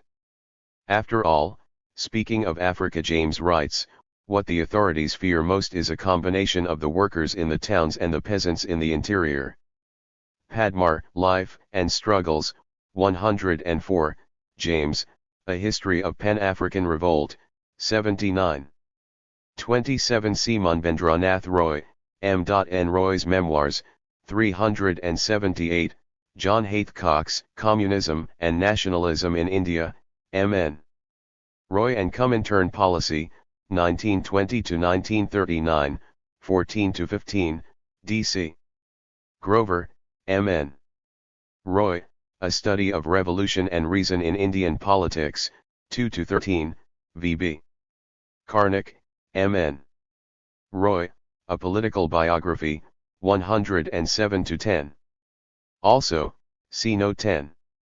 28 drafts of Minty Alley were written years before the book was actually published, and Toussaint L'Ouverture was produced in London in March of 1936.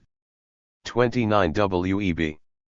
Du Bois, Black Reconstruction in America, an essay toward a history of the part which black folk played in the attempt to reconstruct democracy in America, 1860-1880, 124. 30. C. For example, Michael Adas, Prophets of Rebellion, Millenarian Protest Movements Against the European Colonial Order, Karen Fields, Revival and Rebellion in Colonial Africa, Robin D.G. Kelly, The Religious Odyssey of African Radicals, Notes on the Communist Party of South Africa, 1921, 1934, Radical History Review 51, 5-24, Vittorio Lanternari, The Religions of the Oppressed, A Study of Modem Messianic Cults, George Shepperson and Thomas Price, Independent African, John Chilumwe and the Origins, Settings, and Significance of the Nyasaland Native Rising of 1915. 31. Padmar, Life and Struggles, 126. 32. Paul Burrell makes this point in CLR. James, The Artistas Revolutionary, 57. 33. 4 transcripts of the debate between James and Trotsky, See Leon Trotsky on Black Nationalism and Self-Determination. 34 Haskell House Publishers in New York also published a history of Negro Revolt in its original form in 1969, apparently without James's consent or his knowledge. 35 Author phone interview with Charlie Cobb, August 31, 1994. Beyond James's book, the only other title they published was a children's book written and illustrated by Jennifer Lawson titled Children of Africa. By about 1973 the store and the press literally faded out of existence, in part due to the effect the riots had on black businesses on 14th St, and in part due to the usual difficulties that arise with activist-oriented enterprises. Their business decisions were driven by political motives rather than profit motives. 36 Some of James's articles for The Militant are reprinted in CLR. James, et.al., Fighting Racism in World War II. James's understanding of the impact of World War II on African Americans is also made abundantly clear in his recently published 1950 manuscript, American Civilization, eds. Anna Grimshaw and Keith Hart, 200-11. 37 Manning Marable, Race, Reform, and Rebellion, The Second Reconstruction in Black America, 1945-1982, 13-14, Herbert Garfinkel, When Negroes March, The March on Washington Movement and the Organizational Politics of the FEPC. 38 Roy Otley, New World A Comin', Inside Black America, 306. On Black Militancy During the War, see Richard Dalfiam, The Forgotten Years of the Negro Revolution, Journal of American History 55, 90-106, Herbert Garfinkel, When Negroes March, Peter J. Kellogg, Civil Rights Consciousness in the 1940s, The Historian 42, 18-41, Harvard Sitkoff, A New Deal for Blacks, The Emergence of Civil Rights as a National Issue, 298-325, Robert Korstad and Nelson Lichtenstein, Opportunities Found and Lost, Labor, Radicals, and the Early Civil Rights Movement. Journal of American History 75, 786-811, Herbert Shapiro, White Violence and Black Response, From Reconstruction to Montgomery, 3018. 39 Letter to Constance Webb in the CLR. James Reader, 146, The Revolutionary Answer to the Negro Problem in the U.S.A, in the CLR. James Reader, 188-89, Paul Burrell, Marxism in the U.S.A in CLR. James, His Life and Work, 32, also see Burrell, CLR. James, The Artist as Revolutionary, 70-73. 40 Black Power, in the CLR. James Reader, 369. 41 During the 1950s, both Padmar and Richard Wright had written books on Ghana, and James would follow with his own in 1977. George Padmar, The Gold Coast Revolution, The Struggle of an African People from Slavery to Freedom, Richard Wright, Black Power, A Record of Reactions in the Land of Pathos, CLR. James, Nkrumah, and the Ghana Revolution. 42 Letter of March 20, 1957, in Grimshaw, ed. The CLR. James Reader, 269-70, see also, James, Nkrumah, 50-158 Passim, Manning Marable, The Fall of Kwame Nkrumah, in Burrell, ed., CLR. James, His Life and Work, 39-47. James was so taken by Ghana, that in his March 20, 1957, letter he actually suggested that young blacks from the West emigrate there. Recall that in these very pages he calls Garvey's emigration scheme pitiable rubbish. 43 The Rise and Fall of Nkrumah, in the CLR. James Reader, 35461, CLR. James, Kwame Nkrumah of Ghana in At the Rendezvous of Victory, 180. 44 Letter of March 20, 1957, in the CLR. James Reader, 270. 45 C. Leopold Senghor, Nation et voix africaine du socialisme, Julius K. Nyerere, Freedom and Socialism, Julius K. Nyerere, African Socialism, Ujamaa in Practice, in Pan-Africanism, eds. Robert Chrisman and Nathan Hare, 107-13. That James was enthusiastic about Nyerere and had nothing to say about Senghor is telling. While Senghor engaged the great philosophers Hegel, Marx, Engels, and Lenin and developed a very sophisticated argument for the synthesis of modern socialism and traditional culture, he had not done much in the way of implementation. Talk and no action never impressed James. Perhaps he was thinking of Senghor, among others, when he dismissed most efforts at building African socialism as bureaucratic balderdash. 46 Three excellent critiques of Ujamaa and Nyerere's romantic notion of African communalism are Issa Shivji, Class Struggles in Tanzania, A.M. Babu, African Socialism or Socialist Africa, Arnold Timu and Bonaventure Swai, Historians and Africanist History, a Critique. 47 In addition to the epilogue, C. Burrell, C.L.R. James, The Artist as Revolutionary, 140-41. 48 A similar critique of James is made by South African Trotskyist Barak Herson, who is also a historian of the South African left. See his Communalism and Socialism in Africa, The Misdirection of C.L.R. James, Searchlight South Africa 4, 64-73. 49 Nevertheless, the fact that James says nothing about Portugal's African colonies in the epilogue and only occasionally discussed them in the 1970s and 1980s was somewhat surprising. The anti-colonial movements there not only took up arms against the Portuguese and adopted Marxism-Leninism in some form or another, but they created liberated zones where revolutionaries and villagers attempted to build socialist-oriented communities in the midst of war. See, for example, Basil Davidson, In the Eye of the Storm, Angola's People, Thomas Henriksen, People's War in Angola, Mozambique and Guinea-Bissau, The Journal of Modern African Studies 14, No. 3, 377-99, Amilcar Cabral, Revolution in Guinea, Jack McCulloch, In the Twilight of Revolution, The Political Theory of Amilcar Cabral. 50 A History of Negro Revolt, 5. Why the Race Today Collective chose to revert back to the term Negro is unclear. 51 C.L.R. James, Colonialism and National Liberation in Africa, The Gold Coast Revolution, in National Liberation, Revolution in the Third World, eds. Norman Miller and Roderick Aya, 136. A History of Pan-African Revolt. 1. San Domingo. The history of the Negro in his relation to European civilization falls into two divisions, the Negro in Africa and the Negro in America and the West Indies. Up to the 80s of the last century, only 1/10 of Africa was in the hands of Europeans.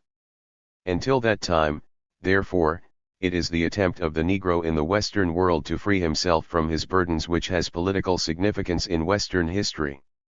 In the last quarter of the 19th century, European civilization turned again to Africa, this time not for slaves to work the plantations of America but for actual control of territory and population.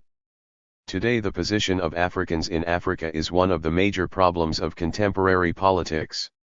An attempt is made here to give some account and analysis of Negro revolts through the centuries, in the days of slavery, in Africa during the last half-century, and in America and the West Indies today. It is impossible in this space to deal with the slave trade and slavery.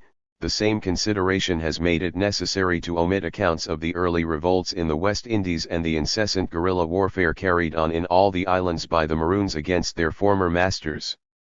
Negroes have continually revolted, and once in Dutch Guiana the revolting slaves held almost the entire colony for months. But in the 18th century the greatest colony in the West Indies was French San Domingo, and there took place the most famous of all Negro revolts. It forms a useful starting point. 1789 is a landmark in the history of Negro revolt in the West Indies. The only successful Negro revolt, the only successful slave revolt in history, had its roots in the French Revolution, and without the French Revolution its success would have been impossible. During the 18th century French San Domingo developed a fabulous prosperity and by 1789 was taking 40,000 slaves a year. In 1789 the total foreign trade of Britain was £27 million, of which the colonial trade accounted for only £5 million. The total foreign trade of France was £17 million, of which San Domingo alone was responsible for 11 millions. Sad irony of human history, comments Jors, the fortunes created at Bordeaux, at Nantes, by the slave trade gave to the bourgeoisie that pride which needed liberty and contributed to human emancipation. But the colonial system of the 18th century ordained that whatever manufactured goods the colonists needed could be bought only in France. They could sell their produce only to France. The goods were to be transported only in French ships. Colonial planters and the home government were thus in bitter and constant conflict, the very conflict which had resulted in the American War of Independence. The American colonists gained their freedom in 1783, and in less than 5 years the British attitude to the slave trade changed. Previous to 1783 they had been the most successful practitioners of the slave trade in the world. But now not only was America gone, but it was British ships which were supplying a large proportion of the 40,000 slaves a year which were the basis of San Domingo's prosperity. The trade of San Domingo almost doubled between 1783 and 1789.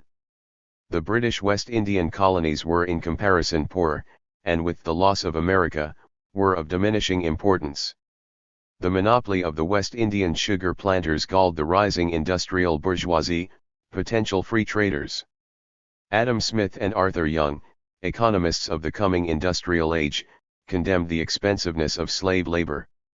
India offered the example of a country where the laborer cost only a penny a day, did not have to be bought, and did not brand his master as a slave owner.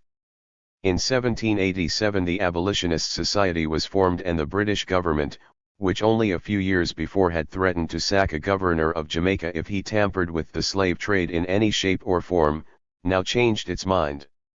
If the slave trade was brought to a sudden close, San Domingo would be ruined. The British islands would lose nothing, for they had as many slaves as they seemed likely to need.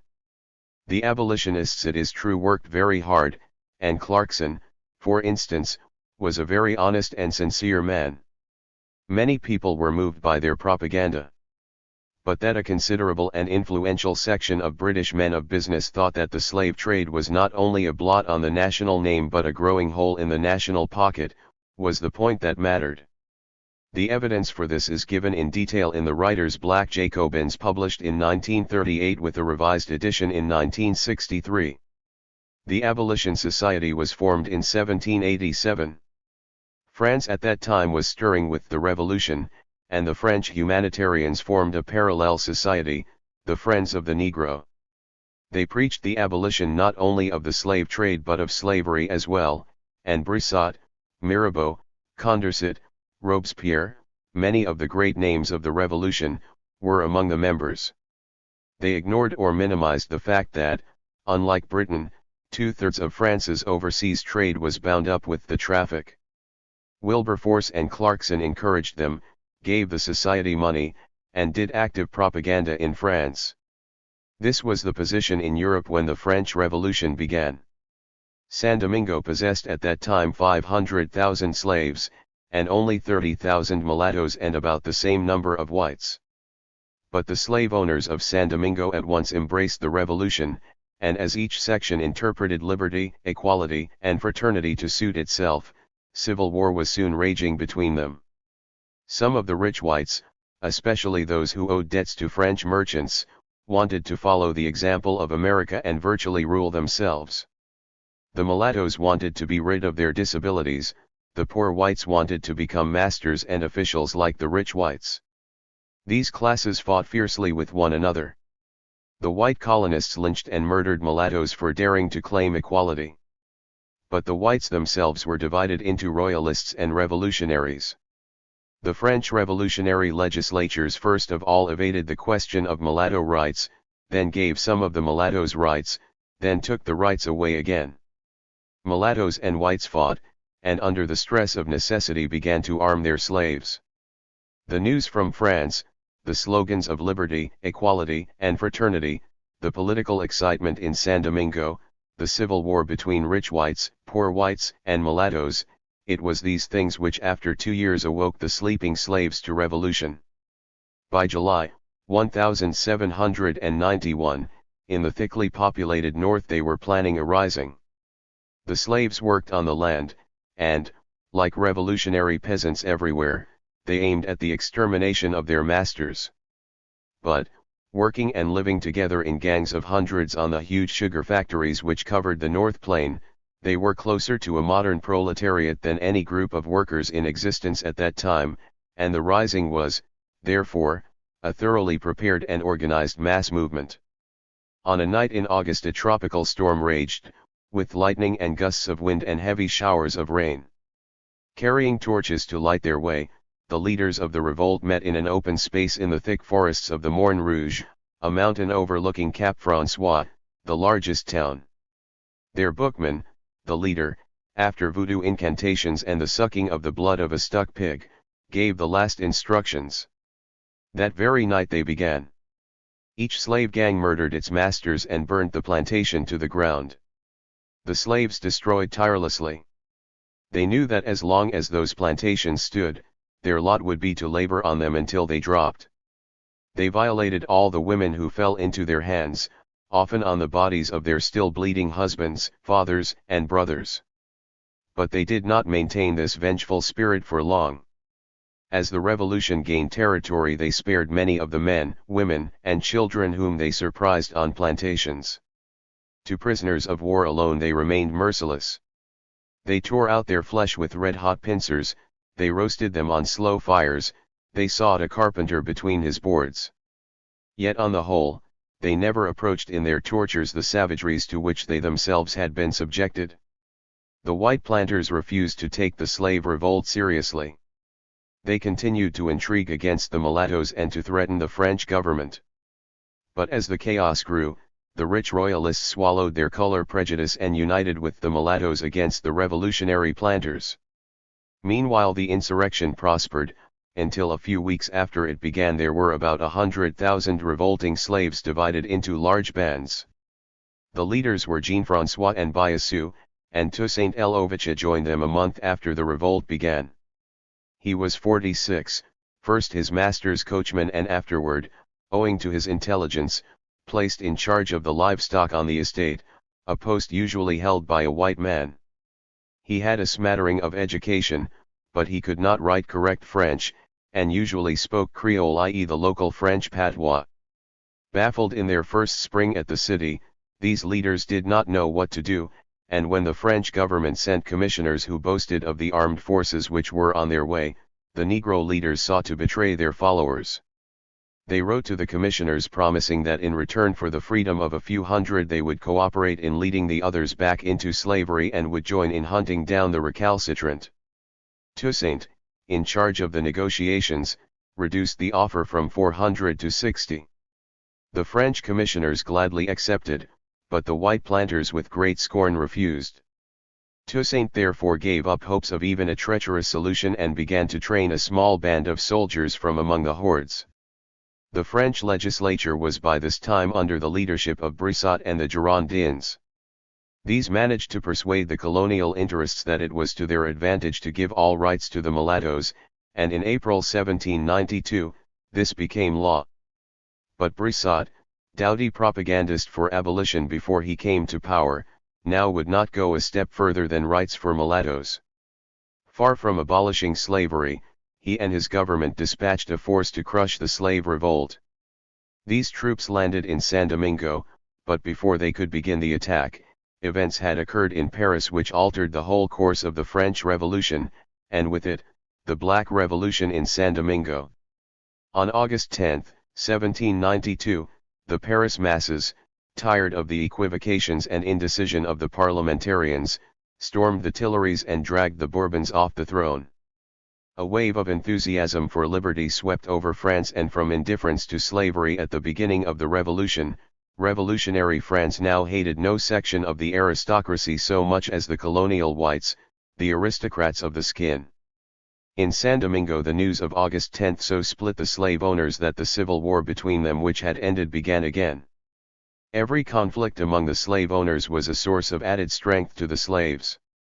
By February 1793 war had broken out between revolutionary France and England and Spain. The Spaniards in Spanish San Domingo from the start had helped the slaves against the French. Now they offered them a formal alliance and the slaves trooped over to join Spain. Whether France was a republic or reactionary monarchy, made no difference to the colonial slave if each was prepared to keep him in slavery. Toussaint L'Ouverture went with the others, but he secretly offered to the French the services of his trained band if they would abolish slavery. They refused. He made a similar offer to the Spanish commander who likewise refused. Toussaint decided to stay where he was and watch developments. Sonthonax, the French commissioner, at his wits' end, threatened by Britain and Spain and increasingly deserted by the French blacks, abolished slavery as his last chance of gaining some support.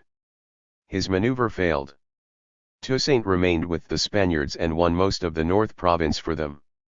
For the planters, abolition was the last straw and they offered the colony to Pitt, who dispatched an expedition from Europe to capture the French colonies in the West Indies.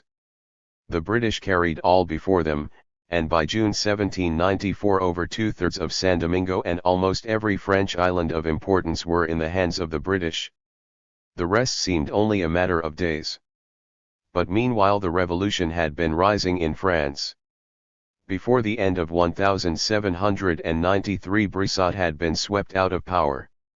Robespierre and the Mountain ruled and led the revolution against its enemies at home and abroad. By this time all revolutionary France had embraced the cause of the slaves, many refusing even to touch coffee as being drenched with the blood of their own humankind. On February 4, 1794, the convention abolished slavery without a debate. "The English are beaten," shouted Danton.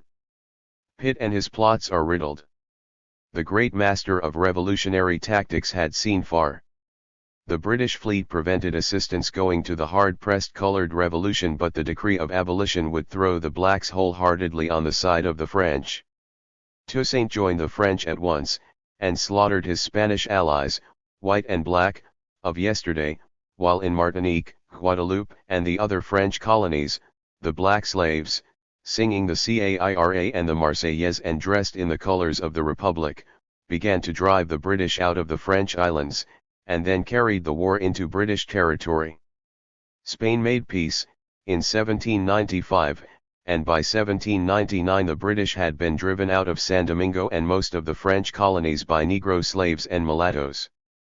Fortescue, the Tory historian of the British Army, gives a vivid account of this colossal disaster.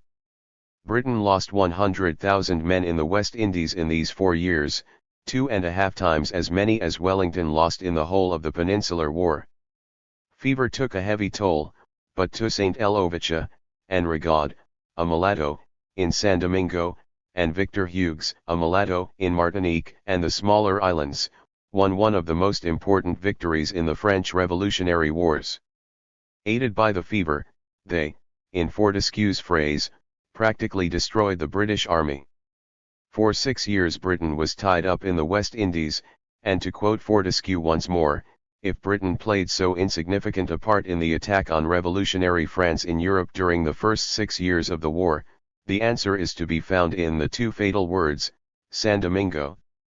The part played by the blacks in the success of the Great French Revolution has never received adequate recognition. The revolution in Europe will neglect colored workers at its peril. With the British driven out, L'Ouverture occupied a powerful position. He was commander-in-chief, appointed by the French government, of a French army, with white officers under him. But as soon as the British were driven out, the French started to intrigue against him. They engineered a quarrel between himself and Rigaud, the mulatto, whence was fought a bitter civil war. Toussaint was victorious, then brought Spanish San Domingo under his control. He established a strong government over the whole island, drew up a constitution which made him first consul for life, and gave San Domingo dominion status, concentrating all the power in his own hands. He governed. In 18 months he had restored a colony, devastated by years of civil war, to 2/3 of its former prosperity. He was a despot, confining his laborers to the plantations and brooking no interference with his will under harsh penalties. But he protected the laborers from the injustice of their former owners. He saw that they were paid their wages. He established free trade and religious toleration, abolished racial discrimination, tried to lay the foundations of an educational system, sent young mulattoes and Negroes to France to be educated so as to return and be able to govern. He treated the whites with exceptional consideration and courtesy, so much so that the black laborers began to lose confidence in him. Too confident of his influence over the blacks, he sacrificed his popularity to please the French. But the political situation in France had changed for the worse. The revolution had stabilized itself under Bonaparte. And Bonaparte sought to restore slavery. He sent an expedition under his brother-in-law Leclerc which finally amounted to nearly 60,000 men.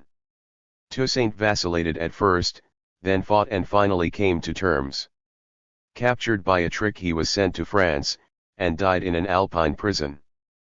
But as soon as Bonaparte's plans for the restoration of slavery and all the discrimination of the old regime became known, the population, which had been partially deceived by Leclerc's false proclamations, revolted. Dessalines, one of Toussaint's lieutenants, had by this time seen what Toussaint never saw, that only independence could guarantee freedom. The mulattoes, who had previously supported Bonaparte, joined the blacks, and together they fought a desperate war of independence. To win they had almost to destroy the island. France, from casualties in battle and fever, suffered the loss of over 50,000 men.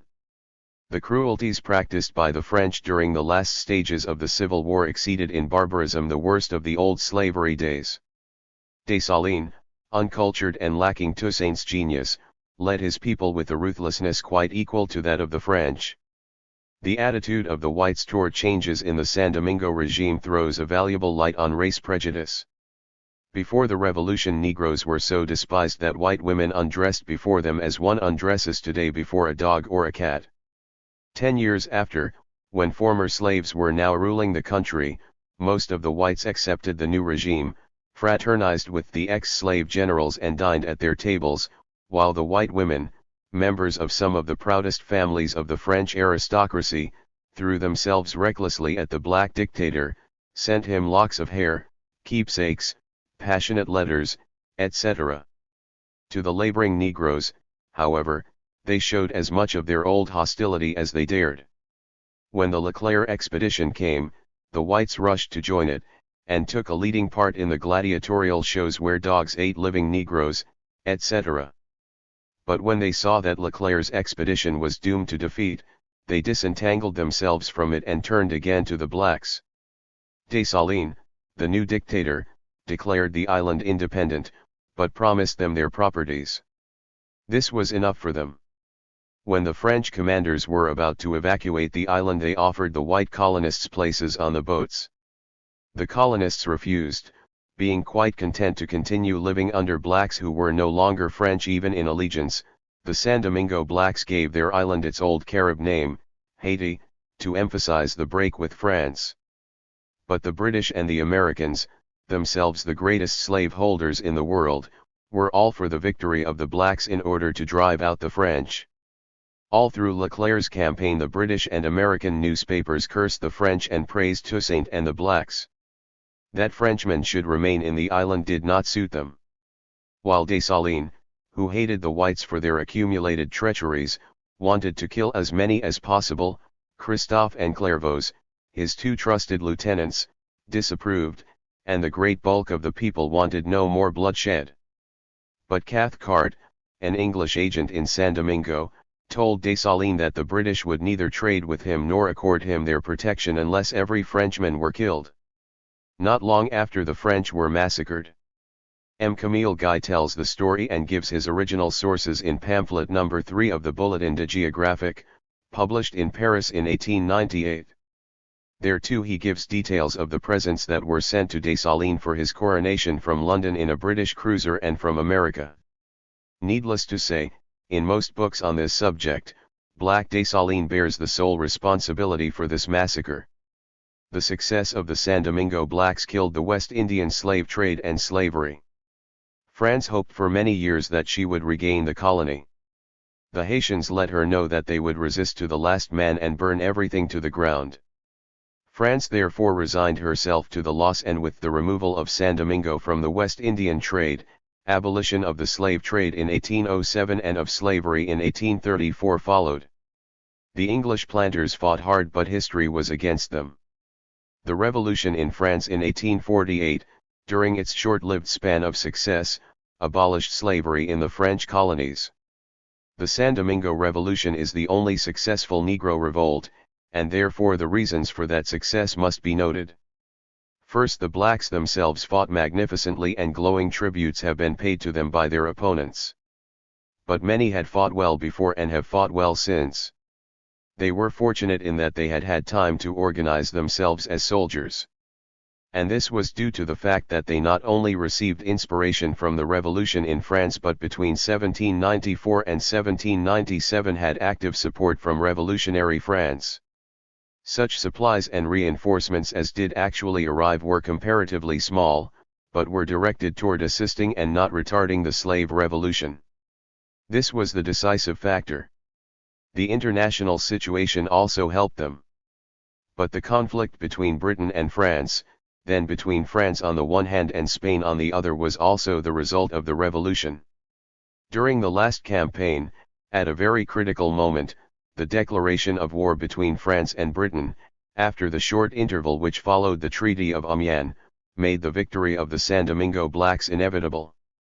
But the blacks maneuvered with great skill. The Spaniards, and in the later stages after their defeat, the British, both offered terms to the blacks with the secret intention of turning upon them afterward and restoring slavery. Maitland, the British general, says so very clearly in his letter to the Foreign Secretary, Dundas, dated December 26, 1798, and preserved in the Public Record Office. But Toussaint never compromised himself with the British. While taking from them as much assistance as was convenient, he refused any entangling alliances. He thus made the most skillful use of imperialist contradictions when revolutionary France, crushed, was no longer able to assist him. There remains to be noted a certain aspect of the struggle which, though derivative, is yet of extreme importance. During the revolutionary period the blacks fought under the slogans of liberty and equality. They embraced the revolutionary doctrine, they thought in republican terms. The result was that these slaves, lacking education, half savage, and degraded in their slavery as only centuries of slavery can degrade, achieved a liberality in social aspiration and an elevation of political thought equivalent to anything similar that took place in France. Hundreds of Toussaint's letters, proclamations, etc., are preserved, some in the National Archives in France, others in San Domingo. Papers of contemporary blacks and mulattoes also exist. Christophe and Dessalines, who shared the leadership with Toussaint, were quite illiterate, slaves sprung from the ranks. But they and their fellow officers not only acted but spoke and dictated like highly trained modern revolutionaries. Some examples should be given. All the blacks did not join the French. Some remained with the Spanish rulers of Spanish San Domingo. The leader of these, full of racial pride, rejected the overtures of the French and told Lavaux, the French commander, that he would only believe in his pretended equality when he saw Monsieur Lavaux and gentlemen of his quality giving their daughters in marriage to Negroes. But the blacks who were Republican had the utmost scorn for the blacks who were Royalist. Witness the following proclamation in reply to overtures made on behalf of the Spanish authorities by the blacks who supported Royalism. We are Republicans and, in consequence, free by natural right.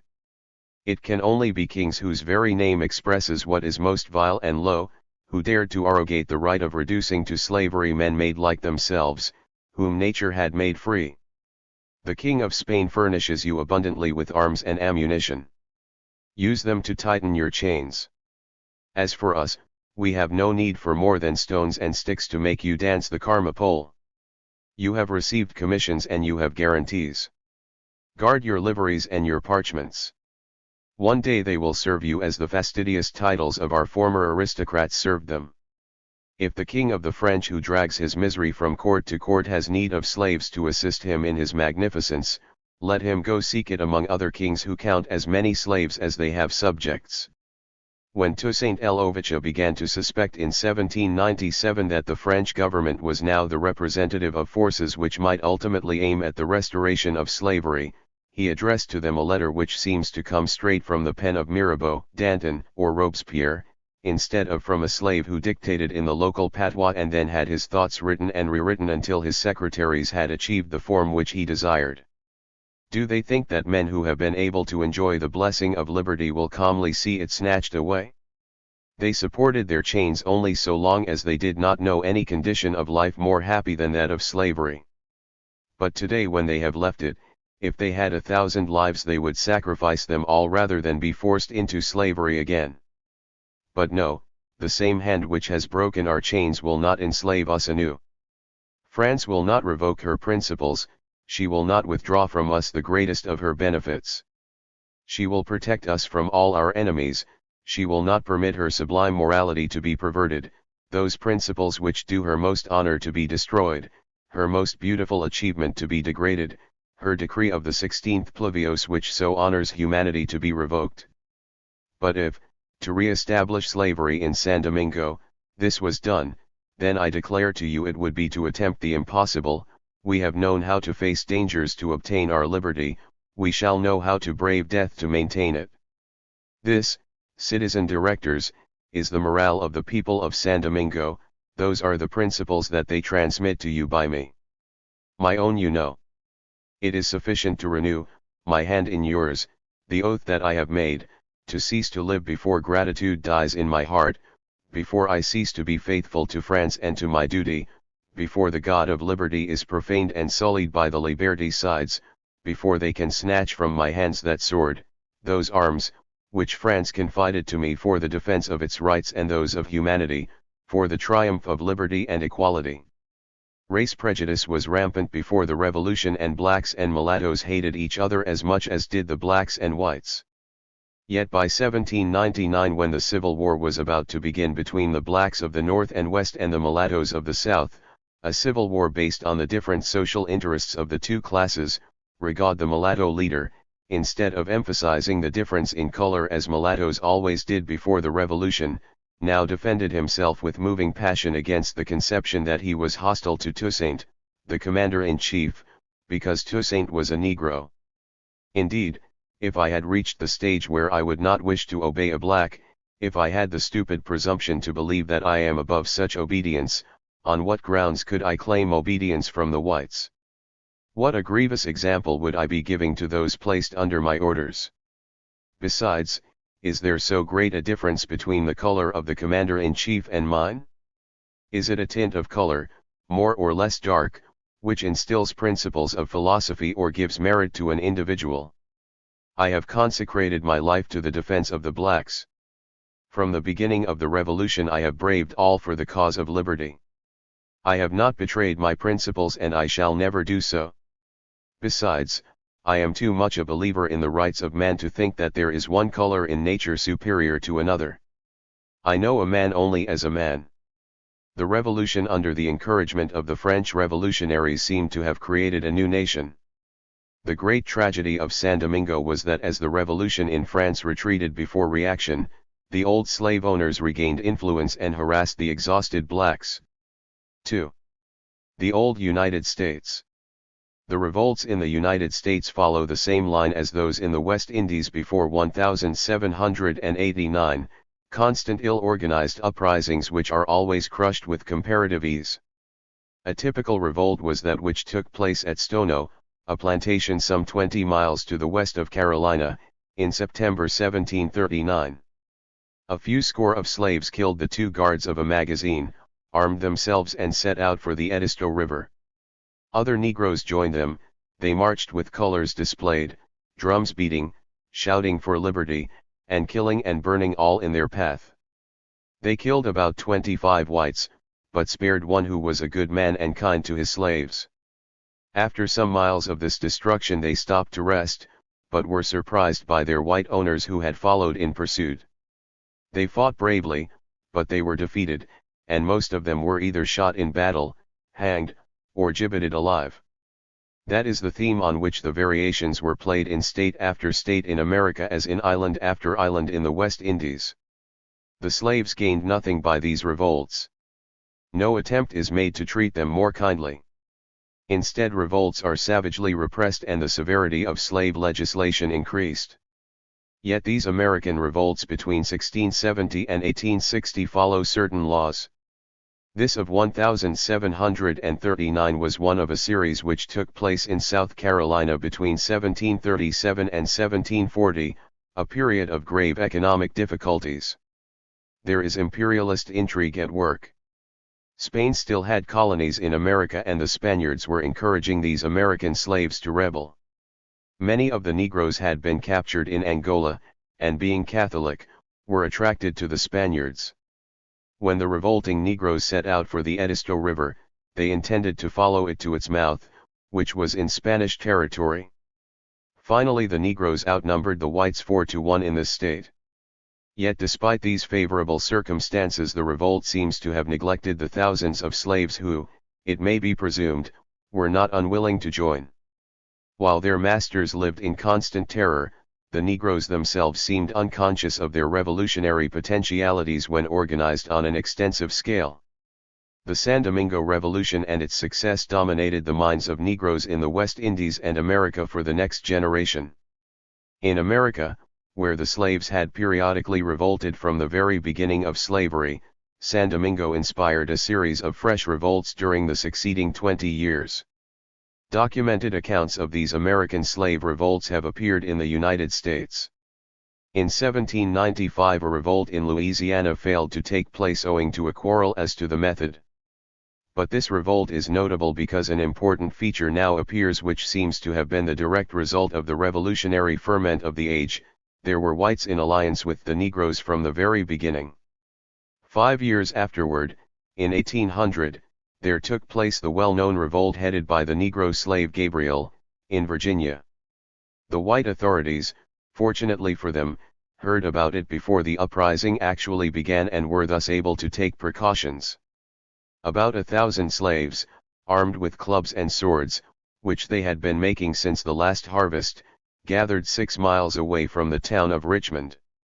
But a tremendous storm flooded the rivers, lowered down bridges and made it impossible to conduct military operations. The revolt ended as always in failure and bloody suppression. Yet Gabriel and his followers were slave revolutionaries above the average. They intended to spare Frenchmen because the Frenchmen were associated in their minds with liberty, equality, and fraternity.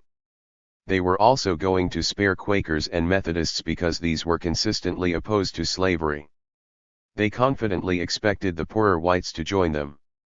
After the foredoomed defeat, Gabriel was captured, tried, and executed. It is not known how many Negroes were concerned, but the numbers suggested varied between 2,000 and 10,000. Despite the accidents which overtook this revolt at its beginning, it is impossible to see what other result but defeat awaited it. It had no support among powerful revolutionary elements in the country. It had no support abroad.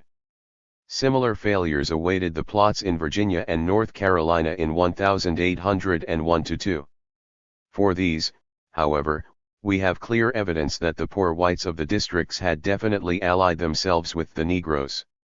This is the recruiting speech of one of the revolting Negroes: "I have taken it on myself to let the country be at liberty, this lies upon my mind for a long time. Mind, men, I have told you a great deal. I have joined with both black and white, which is the common men or poor white people. Mulattoes will join with me to help free the country, although they are free already. I have got 8 or 10 white men to lead me in the fight on the magazine. They will be before me and hand out guns, powder, pistols, shot, and other things that will answer the purpose. Black men, I mean to lose my life in this if they will take it." There were risings in 1811 and again in 1816. But even as late as 1822 in Virginia, 1 Denmark VC, a free Negro, attempted to lead a revolt which was partially inspired by San Domingo. VC based his attempt on his readings of the Bible, but he also had the San Domingo Revolution in mind, for he wrote to the rulers of Haiti, telling them of his plans and asking for aid. Despite his religious outlook, or because of it, all who opposed the rising were to be killed. The numbers involved were said to have been between 6,000 and 9,000, and some of his supporters came from as far away as 80 miles. The insurrection was betrayed, probably by that mischievous type, the house slave, who was kindly treated by his master and wore his cast-off clothes. The last important American revolt was Nat Turner's, born out of the anti-slavery agitation which was to end in the abolition of slavery in the British colonies. Mexico abolished slavery in 1829, and in this period, right through the West Indies and Spanish America, there was slave revolt after slave revolt. Turner's revolt was not very wide in scope. An intelligent and gifted man, he took his inspiration from the Bible.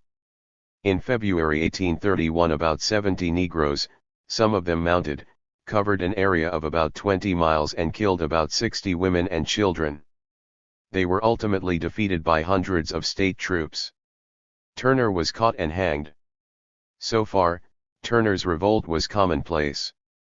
But this revolt had an effect out of all proportion to its size. Though there are reports of slave conspiracies and of plots all over the southern states for the next 30 years, nothing on a large scale seems to have been attempted.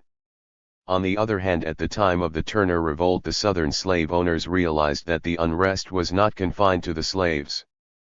Henceforward, the fear of unity between the blacks and the poor whites drove the South to treat with great severity any opposition to slavery in the South from whatever source it came. A rigid censorship was instituted. In the years before the American Civil War, the turmoil among the slaves was widespread all over the South. Their chance came, however, not from the poor whites of the South but from the economic and political necessities of the northern whites. 3. The Civil War. Before we consider the course of emancipation in America, let us see what the Negroes were to be emancipated from. In 1860, little more than 75 years ago, Negro slavery was still widespread in the southern states of America. We know what slavery was like during the 18th century. It had not changed much in the last half of the 19th. Here is a case that reads as if it came straight from San Domingo, Barbados, or British Guiana in 1749. The Negro was tied to a tree and whipped with switches. When Souther became fatigued with the labor of whipping, he called upon a Negro man of his and made him cob Sam with a single. He also made a Negro woman of his help to cob him. And, after cobbing and whipping, he applied fire to the body of his slave, about his back, belly, and private parts. He then caused him to be washed down with hot water in which pods of red pepper had been steeped. The Negro was also tied to a log, and to the bedpost, with ropes, which choked him, and he was kicked and stamped upon by Souther. This sort of punishment was continued and repeated until the Negro died under its affliction. The records of the time tell the same tale of burnings, mutilations, etc., as in the West Indies 150 years before. Every slave owner did not spend every hour of the day beating and torturing his slaves. But few of his neighbors cared if he did, and if he tortured them, it was done so infrequently that it occasioned no surprise in those who saw it. In this respect 1860 was not very different from 1660. Gladstone and the London Times both supported the slave owners against the North in the American Civil War. In this very period, Governor Eyre of Jamaica, without the slightest justification, authorized a murderous persecution of Negroes who had revolted under great provocation and had behaved with great moderation. Maroons were called in, who dashed out the brains of children and ripped open pregnant women, while the more civilized Provost Marshal Ramsey shot victims with his own band and flogged victims until their flesh bespattered the ground. Nearly 500 Negroes were killed and thousands of Negroes were whipped, sometimes with a cat in the strings of which piano wire was interwoven. As many as 200 lashes each were administered. Britain was divided, Carlyle leading the defense of Eyre, who was retired on pension. Coming as it did just at the time of the American Civil War, this incident is related here, so that the cruelty of Americans to their slaves might be seen in reasonable perspective. Obviously the conscience of mankind or growing enlightenment was not going to abolish Negro slavery in America. These forces in the heart of man had not abolished slavery for 250 years. Why should they suddenly be potent in 1850? First of all, as we have seen, the Negro was no docile animal. He revolted continuously. By 1850 he had changed his tactics. For over a generation before the outbreak of the Civil War, the bolder slaves of the South sought freedom by flight to the North, whose economic structure had no need of slavery. In the South, the mountaineers of North Carolina, Kentucky, and Tennessee had no need of slaves. They formed anti-slavery societies, and Christian and liberal revolutionaries assisted fugitive slaves to escape. These and some bold Negroes organized the famous Underground Railway to assist escaping slaves. By various special routes slaves were conducted from the South to the northern states, where they were free. Thousands of blacks gained their freedom in this way. Bravest and most famous of these underground guides was the Negro, Harriet Tubman. Born a slave, she escaped, but rifle in hand she devoted her life to assisting others to actual freedom by means of the underground. The Southern owners offered a reward of $40,000 for her capture, but she used to penetrate into the very heart of the South in order to achieve her aims. Not only slaves but free Negroes took part in all this agitation and organization. When John Brown made his famous raid there were Negroes with him, some of whom lost their lives in the fighting, and others at the hands of Southern law. The agitation of the abolitionists, the sensational escapes by the Underground Railway, the ferment among the Negroes, all helped to focus public attention on slavery. But long before the Civil War the great issues at stake were becoming clear.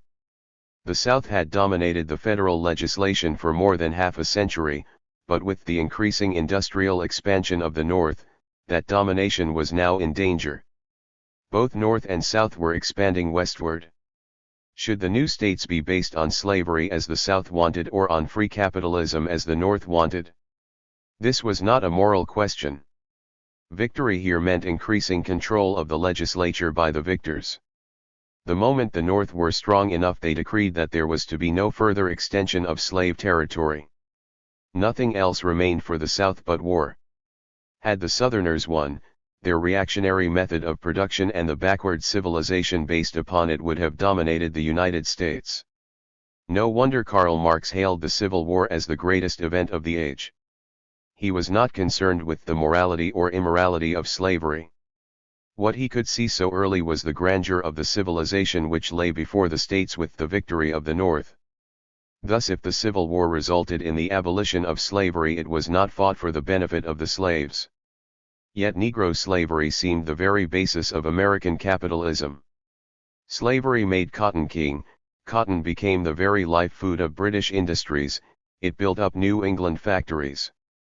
This accounts for not merely the support given to the South by conservatives but even by certain British liberals. The protagonists had no illusions. Lincoln once told a Massachusetts audience cheerfully, "I have heard you have abolitionists here. We have a few in Illinois, and we shot one the other day."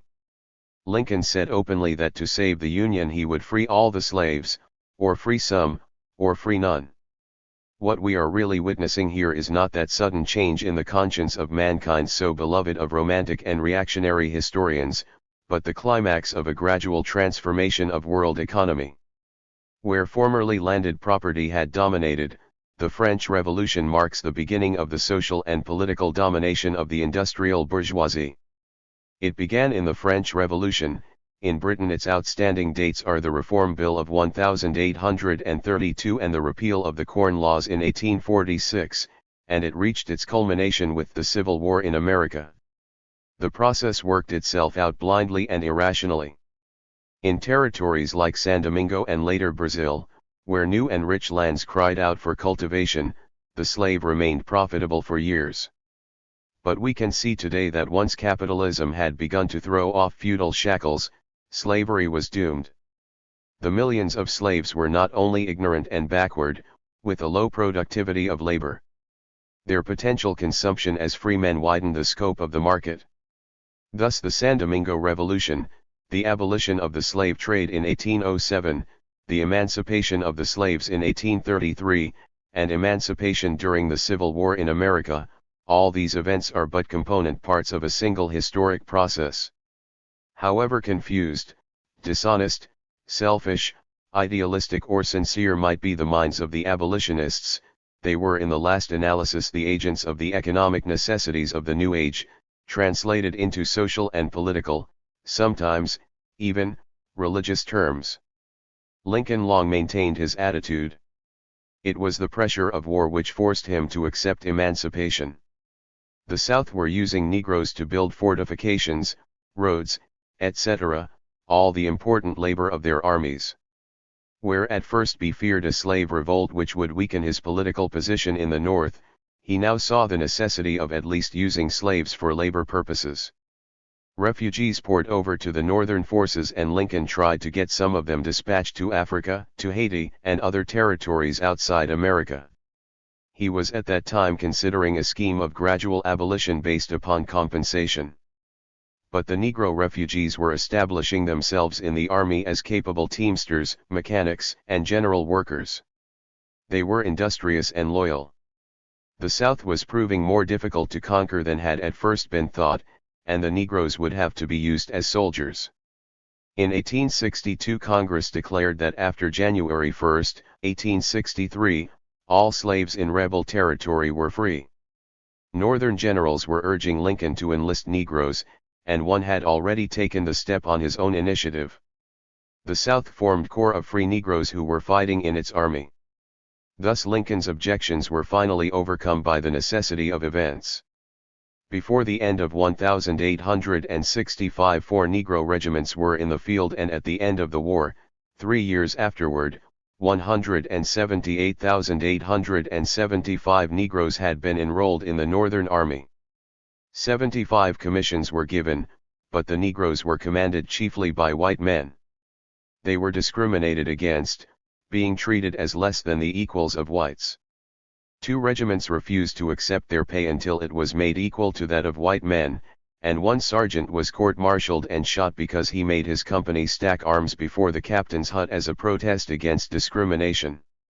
White troops often used them for fatigue duty. This unfair treatment affected the morale of the blacks, who were often sullen and insubordinate. But of their military quality there was never any question. They defeated some of the crack Southern troops, men who had formerly owned them. Surgeon Seth Rogers said of his soldiers that braver men never lived, and Colonel T.W. Higginson declared that it would have been madness to attempt with the bravest white troops what he successfully accomplished with the black. The white troops were not fighting for freedom. Brave as were these blacks, there was nothing naive about them. They met death coolly, bravely, nor rashly did they expose themselves, but all were steady and obedient to orders. Lincoln himself admitted that but for the assistance given by the Negroes, the North might have lost. He spoke more wisely than he knew. Negro scholarship in America has conducted investigations, which tend to show that not only the Negro soldiers but the Negroes left behind in the South played a decisive part in the outcome. In the first years of the war the Southern blacks took the side of their masters.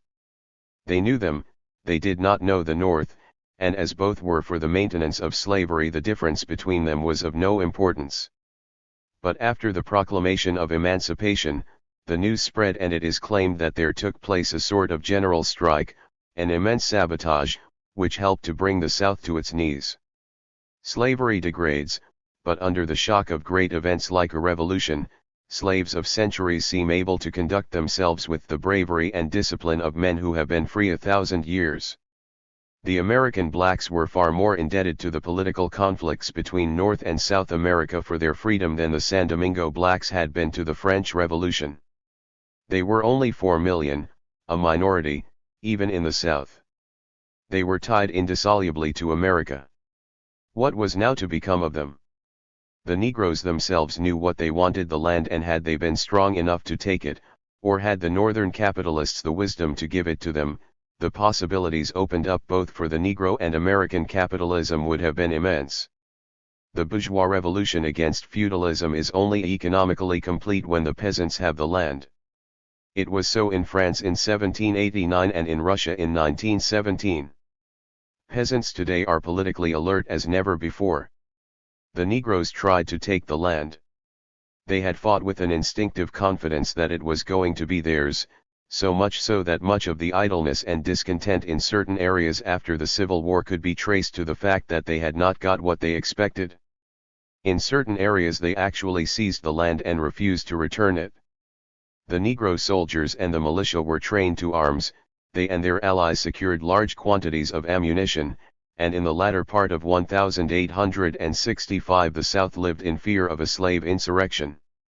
The proposal was actually made to oppose the return of confiscated property and substitute instead a scheme for dividing the estates of the leading rebels into 40-acre plots for each freed man. The rest would be sold to pay off the national debt and $50 would be given to each homestead as a start. Revolutionary as these proposals were, yet 9/10 of the population of the South would have been untouched. But Congress, though busy expropriating the farmers of the West and even the South for the benefit of the railroad and mining companies, would not touch Southern property for the benefit of the Negroes. It would have meant the creation of a body of peasant proprietors for whom cooperative and similar schemes would have been comparatively easy. It would have resulted in a great extension of the internal market, and the Negro question would never have been the problem that it is today in America. This revolution could easily have been accomplished in the early days after the Civil War. The Southerners were too cowed to resist, the sporadic efforts of the Negroes only needed coordination. Why was the opportunity missed? First, because the peasants in a revolution have to seize the land. Only the Jacobins, as late as 1793, ratified the seizure in France. The Kerensky government in Russia could go no further than an elaborate land law, and the peasants had to wait for the Bolsheviks to encourage and legalize the seizure. Only a revolution in which the poor were the driving force would have held out its hand to the blacks and made common cause of its own objectives and land for the blacks. There was no such revolution in America. What the dominant American bourgeoisie did, however, is as revealing of the true nature of American race prejudice as the behavior of the San Domingo whites during the Black Revolution. The war had divided the northern bourgeoisie into the small men on the one hand and on the other, the bankers, the magnates of iron and steel and the railways, linking themselves into great corporations. Monopoly capitalism was on its way. But it was as yet small. In a new country its control of propaganda, organs of publicity, etc., was not sufficient to ensure its control of elections. The small capitalists would outnumber the big capitalists and gain control of the government. Writing in the American Mercury of April 1938, a Southerner has shown that the huge patriarchal estates of the South are a tenacious legend with no foundation in fact. Most of the Southern slave owners were farmers on a not very large scale. There was also a small capitalist class growing in the South. A combination between these and their brethren in the North would be fatal to the monopolists. By illegally excluding representatives of the Southern states from the legislature, the big bourgeoisie passed legislation to ensure their predominance and enfranchised the Negroes in order to use these votes against their white rivals in the South. They then dispatched special agents, the carpetbaggers, to pose as the friends of the Negro and to manipulate the Negro vote in their favor. Thus the North did not allow race prejudice against the Negro to impede its wishes, accepted the fact that he was needed to help hold the South in control, and cooperated politically with him. The Southern states were offered the choice of military government or universal manhood suffrage without regard to color, race or previous condition of servitude. They were thus trapped either way. Some of the states accepted the Negro voter, others refused, among them Virginia, Georgia and Texas. Between 1868 and 1872 certain states were governed by whites and blacks, many of the blacks being newly emancipated slaves. The idea that the Negroes dominated is wholly false. Only 23 Negroes served in Congress from 1868 to 1895.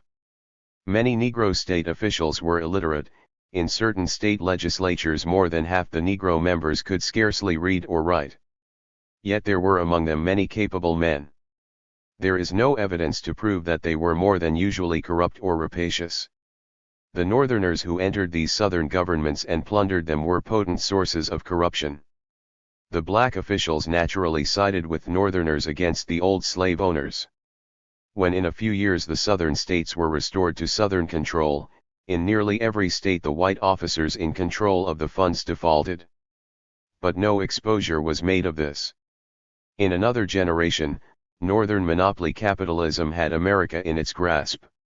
It left the Negro to his fate, and the South turned on him.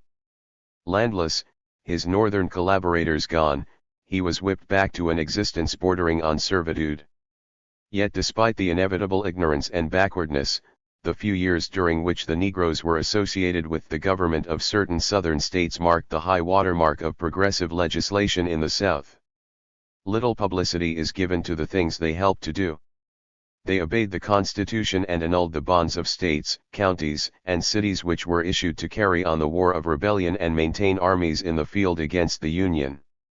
They instituted a public school system in the realm where public schools had been unknown. They opened the ballot box and jury box to thousands of white men who had been debarred from them by lack of earthly possessions. They introduced home rule in the South. They abolished the whipping post, the branding iron, the stocks, and other barbarous forms of punishment which, up to that time, prevailed. They reduced capital felonies from about 20 to 2 or 3. In an age of extravagance, they were extravagant in the sums appropriated for public works. In all that time no man's right of person was invaded under the forms of law. Every Democrat's life, home, fireside, and business were safe. No man obstructed any white man's way to the ballot box, interfered with his freedom or boycotted him on account of his political faith. It was the policy of a people poor and backward seeking to establish a community where all, black and white, could live in amity and freedom. It deserves to be remembered. 4. Revolts in Africa. For 4 centuries the African in Africa had had to suffer from the raids of the slave dealers and the dislocation of African civilization that had been caused thereby. America continued with the slave trade until the end of the Civil War, but whereas in 1789 San Domingo alone was taking 40,000 slaves a year, between 1808 and 1860, the southern states of North America took only 200,000. Other nations of Europe and the Arabs on the East Coast continued the trade.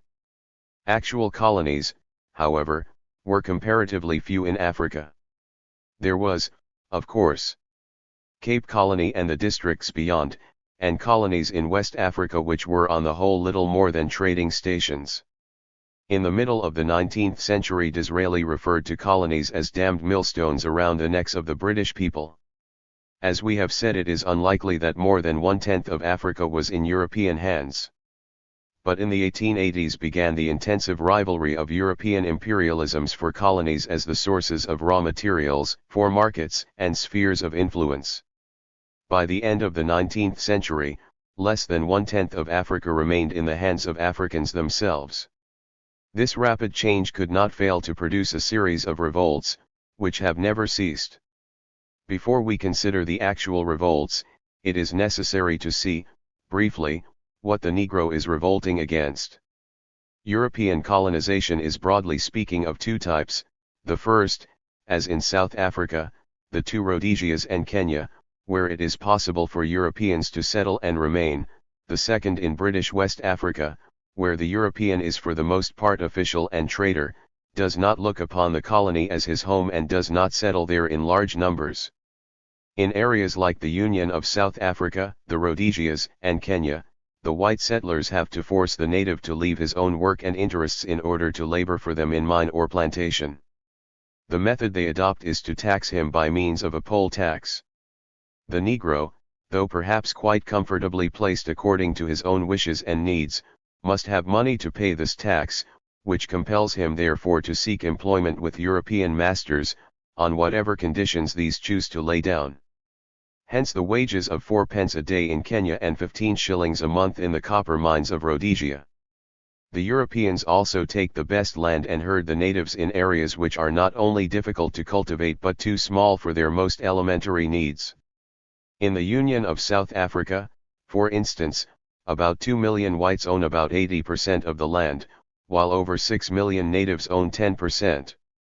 The rest is crown land, that is to say, at the disposal of the white government. Obviously, the state of affairs can only be maintained by a social and political regime based on terror.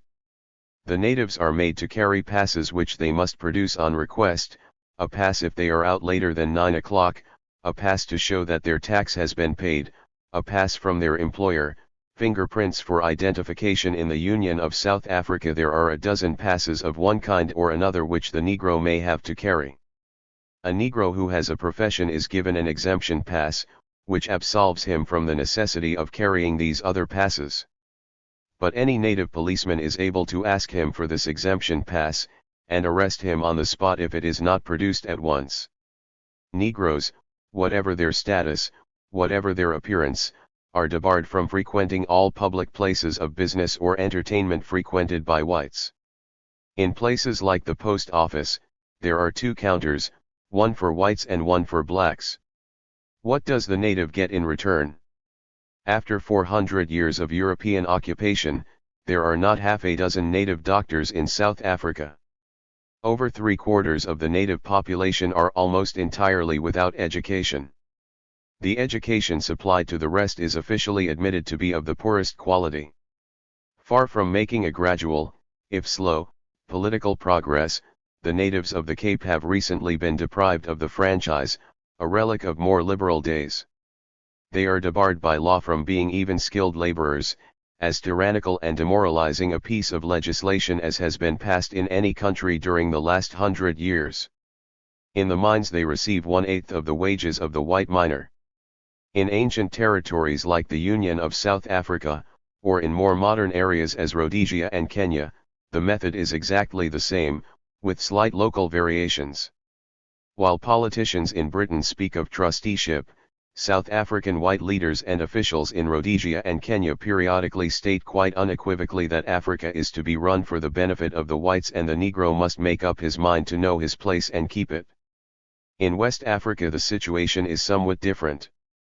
There, over large areas, the Negroes were guaranteed their land by law, at a time when it seemed unlikely that Europeans would ever need it. European capital, of course, dominates.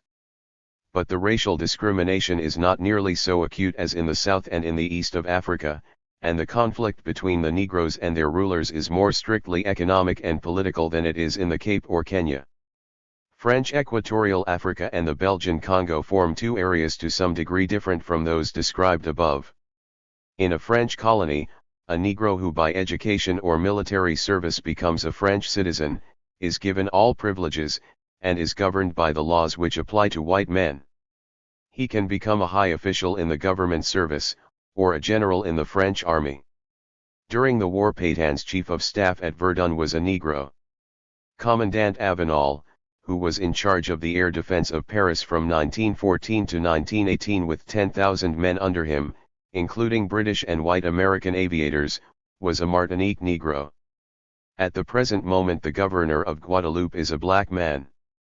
These men, it is true, are from the old West Indian colonies. But there are Africans in the service, and it is admitted that promotion is open to them on practically the same terms as whites. There have been Africans, deputies in the chamber, who have become cabinet ministers. After the war the French issued a serious warning to Americans in Paris who tried to introduce American race prejudice, and it is noteworthy that these Americans who cannot tolerate the sight of a Negro in an American restaurant, learned in Paris to admit him and his white girlfriends into an American bar. Bryant told them that he would close down the bar if they didn't. This is a valuable feature of French civilization and disposes of many illusions, carefully cultivated in America and Britain, about Negro incapacity and racial incompatibility. But imperialism remains imperialism. During the last 20 years the population of French Congo has declined by more than 6 millions, and the French have as black a record in Africa as any other imperialist nation. In the Belgian Congo the Negro has certain privileges, For example, he is allowed to occupy important posts on the railways, which is forbidden to him in South Africa. Thus Negroes run trains to the border of the Belgian colonies where South African whites take them over. Yet the Belgian attitude is less liberal than the French. No African who has spent more than 6 months abroad is allowed to return to the Congo, and the severity of the forced labor regulations is such that when the company which owns the sugar plantations of Moabek built a railway, almost the entire male population of the district was worked to death. This is in no way exceptional. French and Belgians have an evil reputation in the Congo for cold-blooded cruelty. As in the days of slavery in the West Indian colonies, the European colonizing nations claim superiority to each other. But an African in Eritrea is no worse off under Italian fascism than an African in the Congo under democratic Belgium, or a Rhodesian copper miner. The old colonies. Let us begin with revolts in one of the oldest colonies on the west coast, Sierra Leone. The Negroes in the actual colony are some of the most advanced in education and should be grouped with those of the West Indies rather than with those in Central or Eastern Africa. Freetown, the capital, for instance, was until recent years a municipality. The hinterland is, however, a protectorate where the less developed Africans are governed by the method of indirect rule. At the end of the last century there were 2 Negro communities, one with its own press, barristers at law, doctors and other intelligentsia, and on the other hand the natives in the interior, the New Africa and the Old. These 2 communities were divided. Those with generations of British education had an outlook similar to that of the majority of Negroes in the West Indies. They regarded the African tribes as barbarous and uncivilized. The African tribes looked upon these Europeanized blacks as black white men. In 1898 a revolt burst in the protectorate. The natives resented the paying of the poll tax and the Mendi, a famous fighting tribe, had a special grievance of their own. They objected to corporal punishment.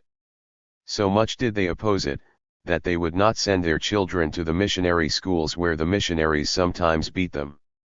The tribes completely wiped out some battalions of West Indian blacks who were sent against them, and it is claimed by Negroes who were in Sierra Leone at the time that certain white battalions were also completely destroyed.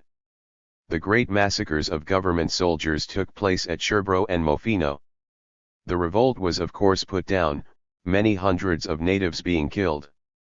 The insurgents killed not only white and black soldiers and every missionary they could put their hands on, but also certain of the Europeanized blacks as well. They looked upon all of these as members of one exploiting, arrogant group. The war, however, has marked the beginning of a change.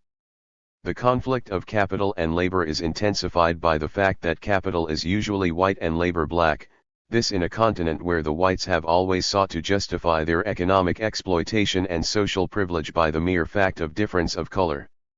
The class conflict, bitter enough in countries where the population is homogeneous in color, has an added bitterness in Africa, which has been strengthened by the growth of nationalism among the post-war intelligentsia.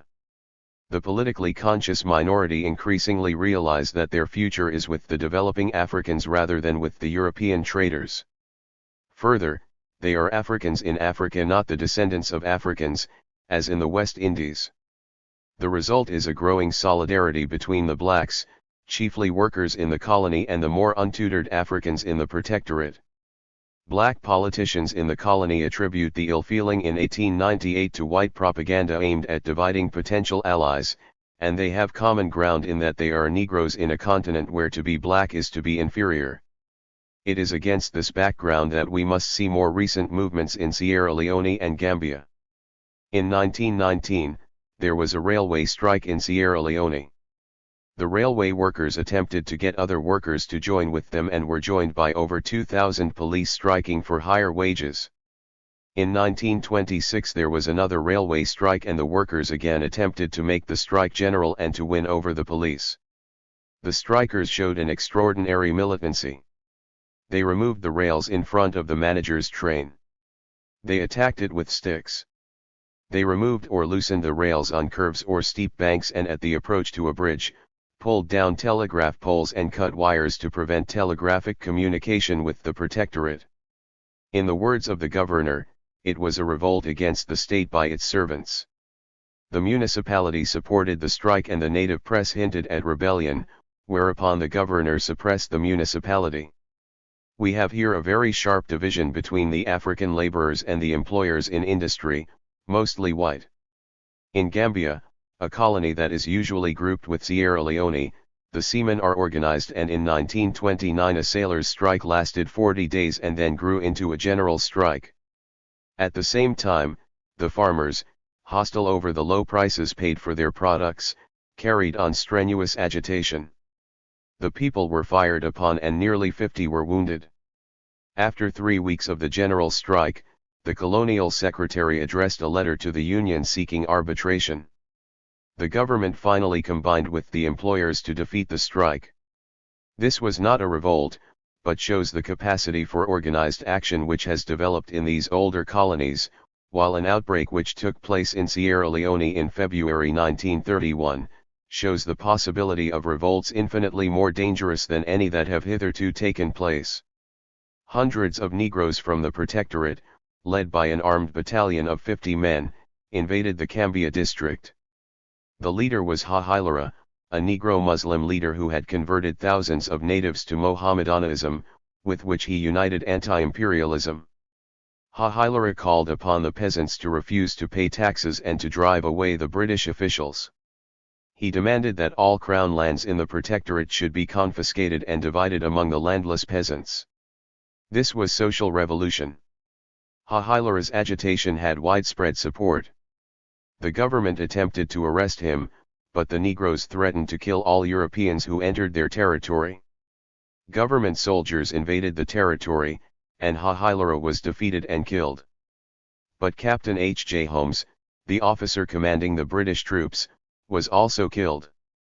Hundreds of native huts were burned to the ground and the rising was suppressed. Yet perhaps the most significant feature of the revolt was the attitude of the Negro press in the colony, which emphasized the grievances of the insurgents in the Protectorate. Sympathy among the intellectuals of Sierra Leone for the natives was widespread, and the Sierra Leone workers were solid with the tribesmen. Should there be at any time a movement of the organized and educated blacks in the colony with a widespread peasant revolt in the Protectorate, it would be difficult to prevent the Negroes of Sierra Leone and Gambia from gaining possession of the colony, though whether they would be able to keep it would depend upon events in other and wider spheres. In Nigeria, a colony similar in social structure to Sierra Leone and the Gambia crisis which began in 1929 produced the extraordinary women's revolt in which over 50 women were killed and over 50 wounded. The fall of prices for agrarian commodities placed the finances of the colony in difficulties, and the government attempted to recuperate its falling revenues by an increase in direct taxation. Indirect rule works for the most part through chiefs, many of whom are merely instruments of the British government. The chiefs were instructed to impose a tax upon the women, whereupon the slumbering discontent broke out. Thousands of women organized protest demonstrations against the government and its chiefs, and at Aba, the capital of the eastern province, the women who sold in the market, faced with the possibility of a tax which would destroy their small profits, organized a revolt. The writer is informed by Africans from Nigeria that the actual happenings in Aba have been suppressed in all official reports. The women seized public buildings and held them for days. The servants refused to cook for their white masters and mistresses, and some of them made the attempt to bring the European women by force into the markets to give them some experience of what work was like. These saved themselves only by precipitate flight, some of them with only the clothes they had on their backs. A detachment of soldiers suppressed the revolt, shooting at the black women as they tried to escape across the river. Martial law was proclaimed, and the governor called a meeting of the African editors in Lagos and threatened them with imprisonment if they published news of what was happening at Aba. That is why written evidence is confined to the official reports. A local committee of investigation was appointed and issued a report which was approved by the Legislative Council. Mr. Drummond Shields, the Labour Under-Secretary of State for the Colonies, in answer to a question in the House of Commons, replied that the Colonial Office was satisfied that the officials on the spot acted in the best interest of the country. But the publication of the report was the signal for a widespread agitation throughout the colony. Mass meetings denounced it. The workers threatened to refuse to pay taxes, demanded a new commission, and redress of their economic and political grievances.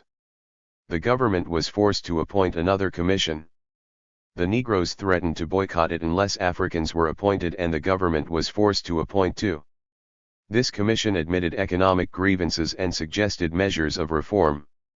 The governor, however, imposed a fine of £850 on the town of Aba. Such was the resentment aroused that the political officers appealed to the governor to withdraw the fine, and again the governor had to capitulate. The strength and vigor of the movement were a shock to the Europeans. Sir Frank Baddeley, the colonial secretary of Nigeria, found that the revolt was the work of the agents of Moscow. The Times correspondent, however, gave a more sober estimate. The trouble was of a nature and extent unprecedented in Nigeria. In a country where the women throughout the centuries have remained in subjection to the men, this was eventually a women's movement, organized, developed and carried out by the women, without either the help or commission of their menfolk, though probably with their tacit sympathy. Religious revolts in new colonies. The risings in Sierra Leone and Gambia are of a dual type. While the Negroes in the protectorates, when driven to action, think in terms of social revolution, those in the towns, like the majority of workers in Europe or America, aim at redress of immediate grievances, violent though their methods may be. Trade unions, the municipalities, the African press, have all given the movement its organized force, but of necessity make it more conservative. In Eastern and Central Africa, more primitive territories, we have had during the last 30 years a series of risings of an entirely different type. In the years before the war, the tribes simply threw themselves at the government troops and suffered the inevitable defeat. Such risings could not go on. They were too obviously suicidal.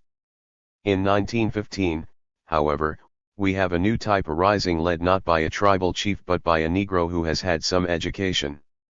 Such education as the African is given is nearly always religious, so that the leader often translated the insurrection into religious terms.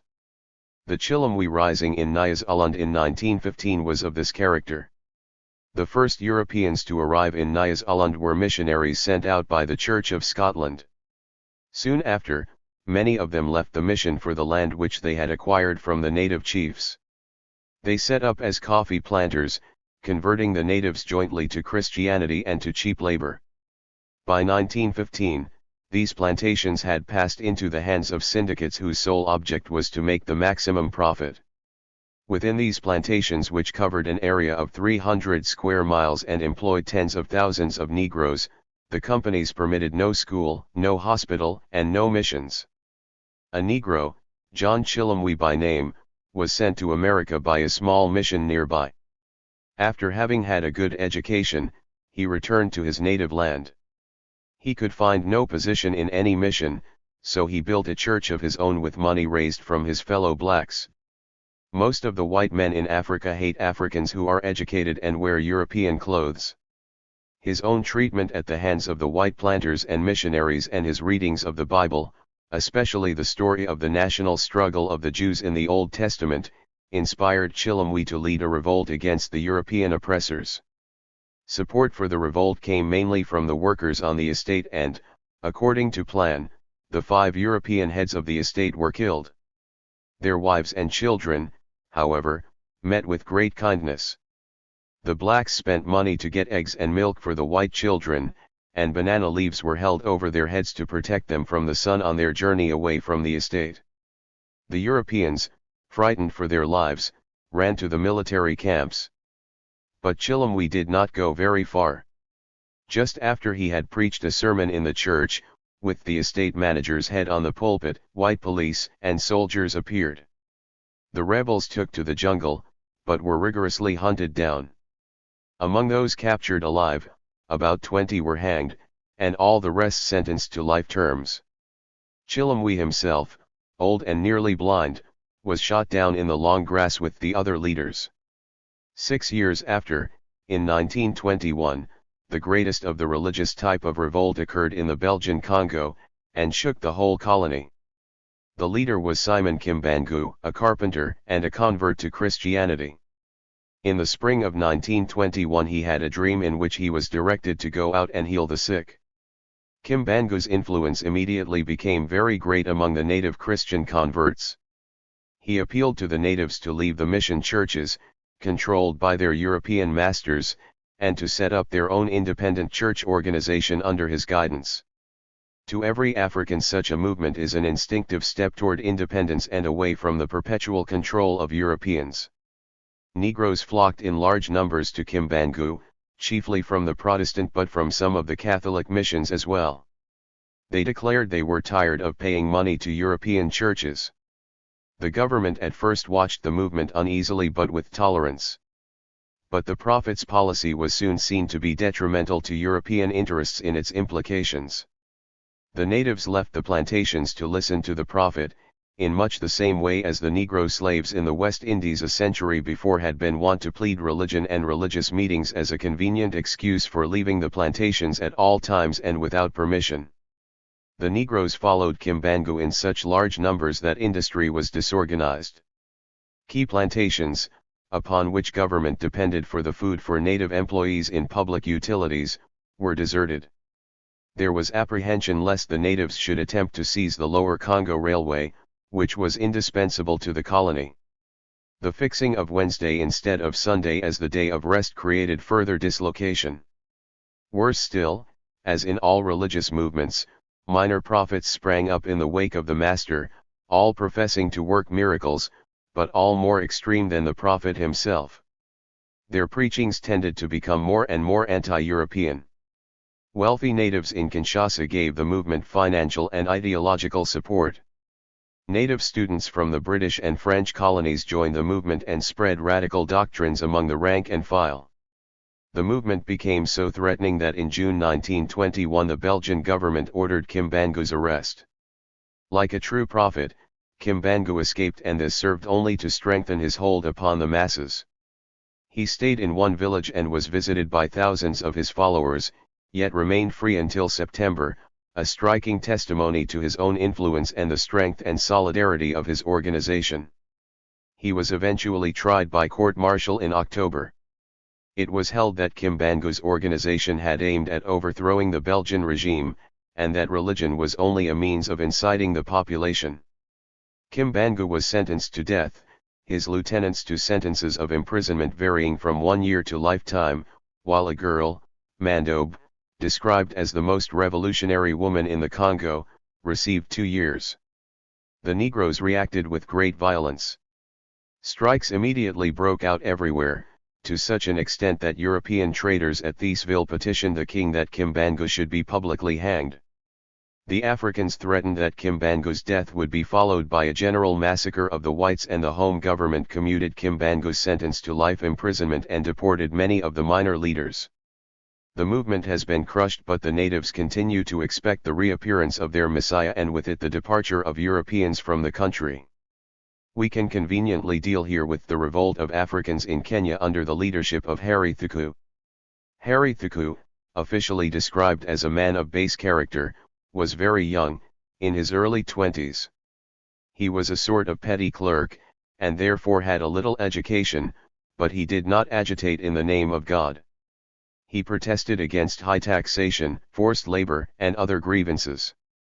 His propaganda touched even the smallest village, and the state of an African colony is usually such that any strong leadership wins immediate support. The Thuku movement spread with great rapidity.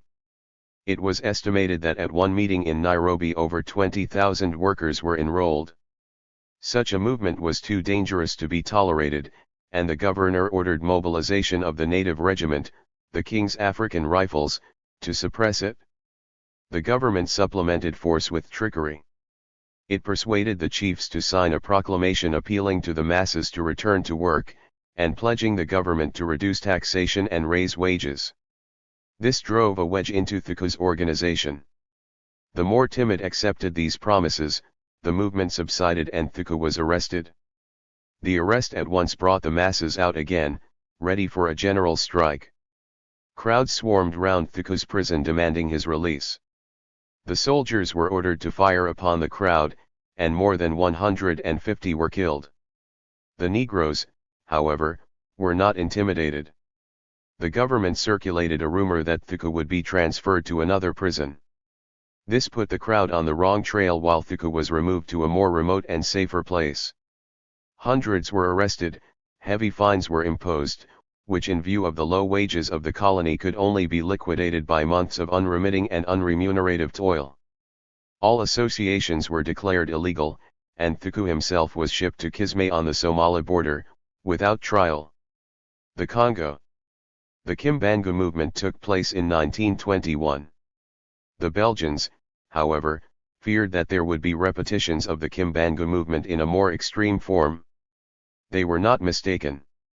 Indeed, conditions in the Congo seemed to produce an especially bitter and conscious type of revolt without any religious trimmings. The difficulty here is to get accounts written in any detail. The British send out their punitive expeditions against revolting tribes and do not necessarily mention them in the annual colonial reports. But if the revolt awakens public interest, a commission will investigate and make a report. This report will frequently clash violently with the accounts of participants, eyewitnesses, correspondents of newspapers, native and European, and persons living in the colony at the time. The French and Belgians, however, publish little of this kind, and it is only indirectly that one can gain official confirmation of the vast revolts that have shaken the Belgian Congo since the days of Kimbangu. Thus, in the summer of 1932, M. van der Velde, at one time Prime Minister of Belgium, spoke of the outrages in Belgian colonial administration and the revolts of the natives. In the course of his speech he said that lest he might make a mistake he had departed from his usual custom and was reading a part of his speech from notes. He told in detail the course of one revolt. 3 agents, sent to recruit workers in a Negro village, found only the women. The men, warned of their coming, had fled. The agents made the women kill cattle to feed them, then raped some of them. Some days after, one of the Negroes, as is the custom in the Congo, demanded compensation. He was refused and lost his temper. He threw himself upon the white and bit him in the breast. This savage behavior gained him a severe flogging from his masters, who had him whipped until he bled, then handed in an indictment against him. An investigation began, but the natives fell on the official and cut him to pieces. Followed the inevitable punitive expedition to restore law and order and the damaged prestige of the whites. The officer in command found that the natives had fled into the bush.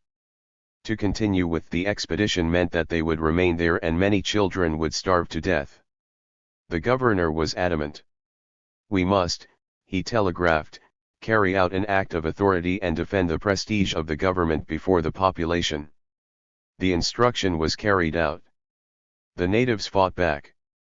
They had only lances and other primitive weapons, but they fought for weeks. They died, says M. van der Velde, in hundreds. But Lucutate, a native worker from Elizabethville, writing in the Negro Worker of July 1932, states that they died in thousands. Whole tribes, not knowing the effects of modern weapons, attacked the soldiers almost empty-handed. They starved in the forests. Some died under the whip, others were shot without trial in front of the women and children so as to warn them that blacks must never make rebellion against their white masters. M. van der Velde's account tallies very closely with that written by the Congo native. The files of the Negro Worker give many accounts of these revolts, and The Life and Struggles of Negro Toilers, by George Padmar, contains a great deal of coordinated information which is not easily obtainable elsewhere.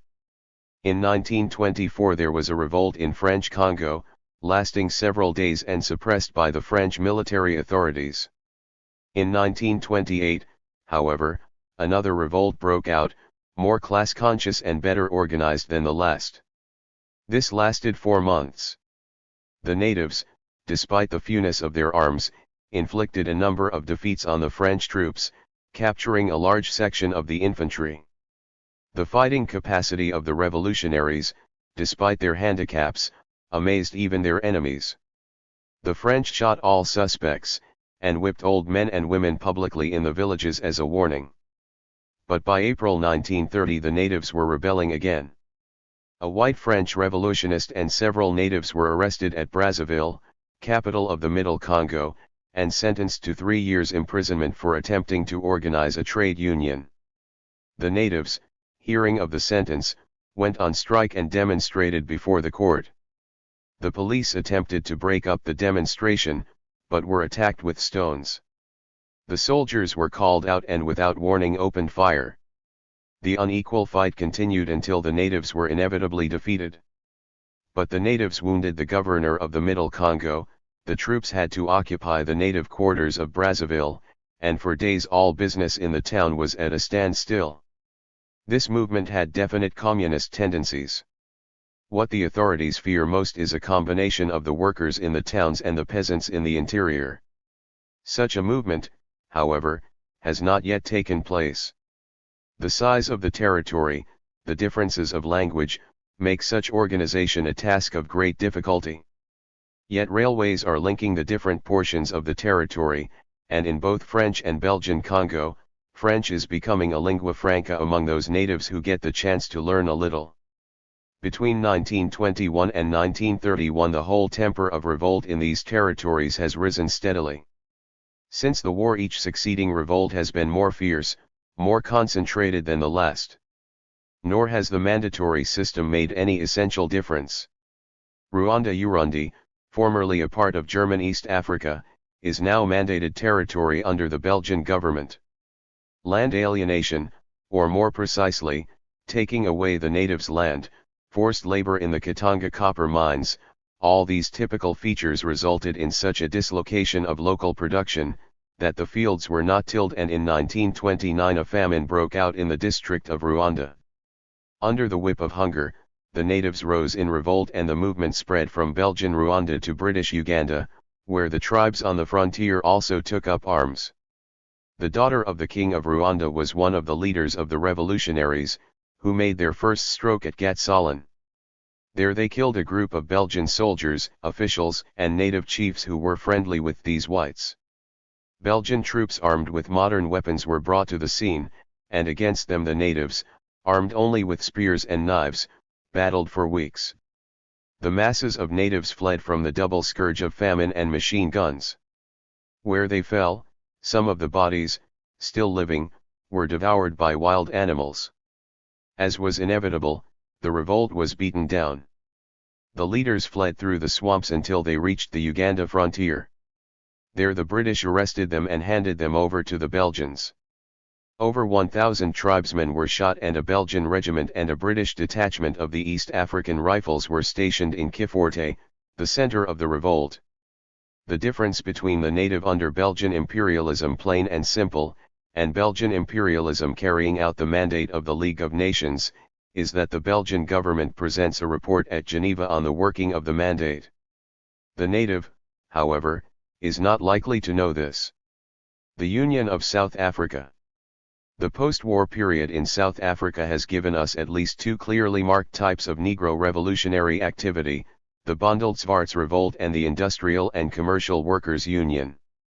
The Bondelswarts Revolt belongs in spirit to the early tribal revolts, that of the tribes beating their heads against a wall. The Bondelswarts are a tribe of Hottentots inhabiting the extreme southern portion of southwest Africa. They have actually never been fully conquered by Europeans, and their history is full of struggles against the Germans. After their last rebellion against the German government, the leaders of the tribe, Jacobus Christian and Abraham Morris, were compelled to leave the territory and reside in the Cape Province. When the Germans were defeated during the war, Jacobus Christian asked the new authorities for permission to enter. He was refused. But in 1919, disregarding the government's order, he returned to his native country. In April 1922, Abraham Morris, the other exiled leader, also returned home with a group of followers. On entering the territory he handed over his gun to the police, as required by the law. But the magistrate was not satisfied with that, and considering him a dangerous character, sent the police to arrest him and 5 of his followers. Morris resisted the arrest, and the people threatened to use violence on his behalf. When called upon to assist the police, all headmen refused, and the people working on the neighboring farms abandoned their work and began to assemble at Habe, the headquarters of Jacobus Christian. On May 12, Major Van Coller with a police force was sent to effect the arrest of the 5 criminals. He sent a message to Jacobus Christian to come and see him at Driehoek, but, seeing the trap, Christian refused. The discontent of the people suddenly crystallized around their leader's arrest. Patrols of armed Hottentots forcibly collected arms from isolated European farmers, and at one farm, as the administration later stated, European women were forced to prepare and pour out coffee for the Hottentots. On May 16, Jacobus Christian sent a statement to the administrator stating that the 5 men would immediately report to the magistrate on condition that he received an assurance, in writing, from the administrator, that no further steps would be taken against his people. This the administrator refused to do, and both sides prepared for an armed struggle. Habe, the headquarters of the Bondelsvaarts, was placed under martial law by Jacobus Christian. Armed pickets guarded all the roads and passers-by were subjected to the scrutiny of these guards. When Major Van Coller, being unable to make Christian come to Driehoek, was compelled to go to see him at Habe, he, a major of the Southwest African Police, was stopped by armed pickets who allowed him to go to see the leader only after close examination.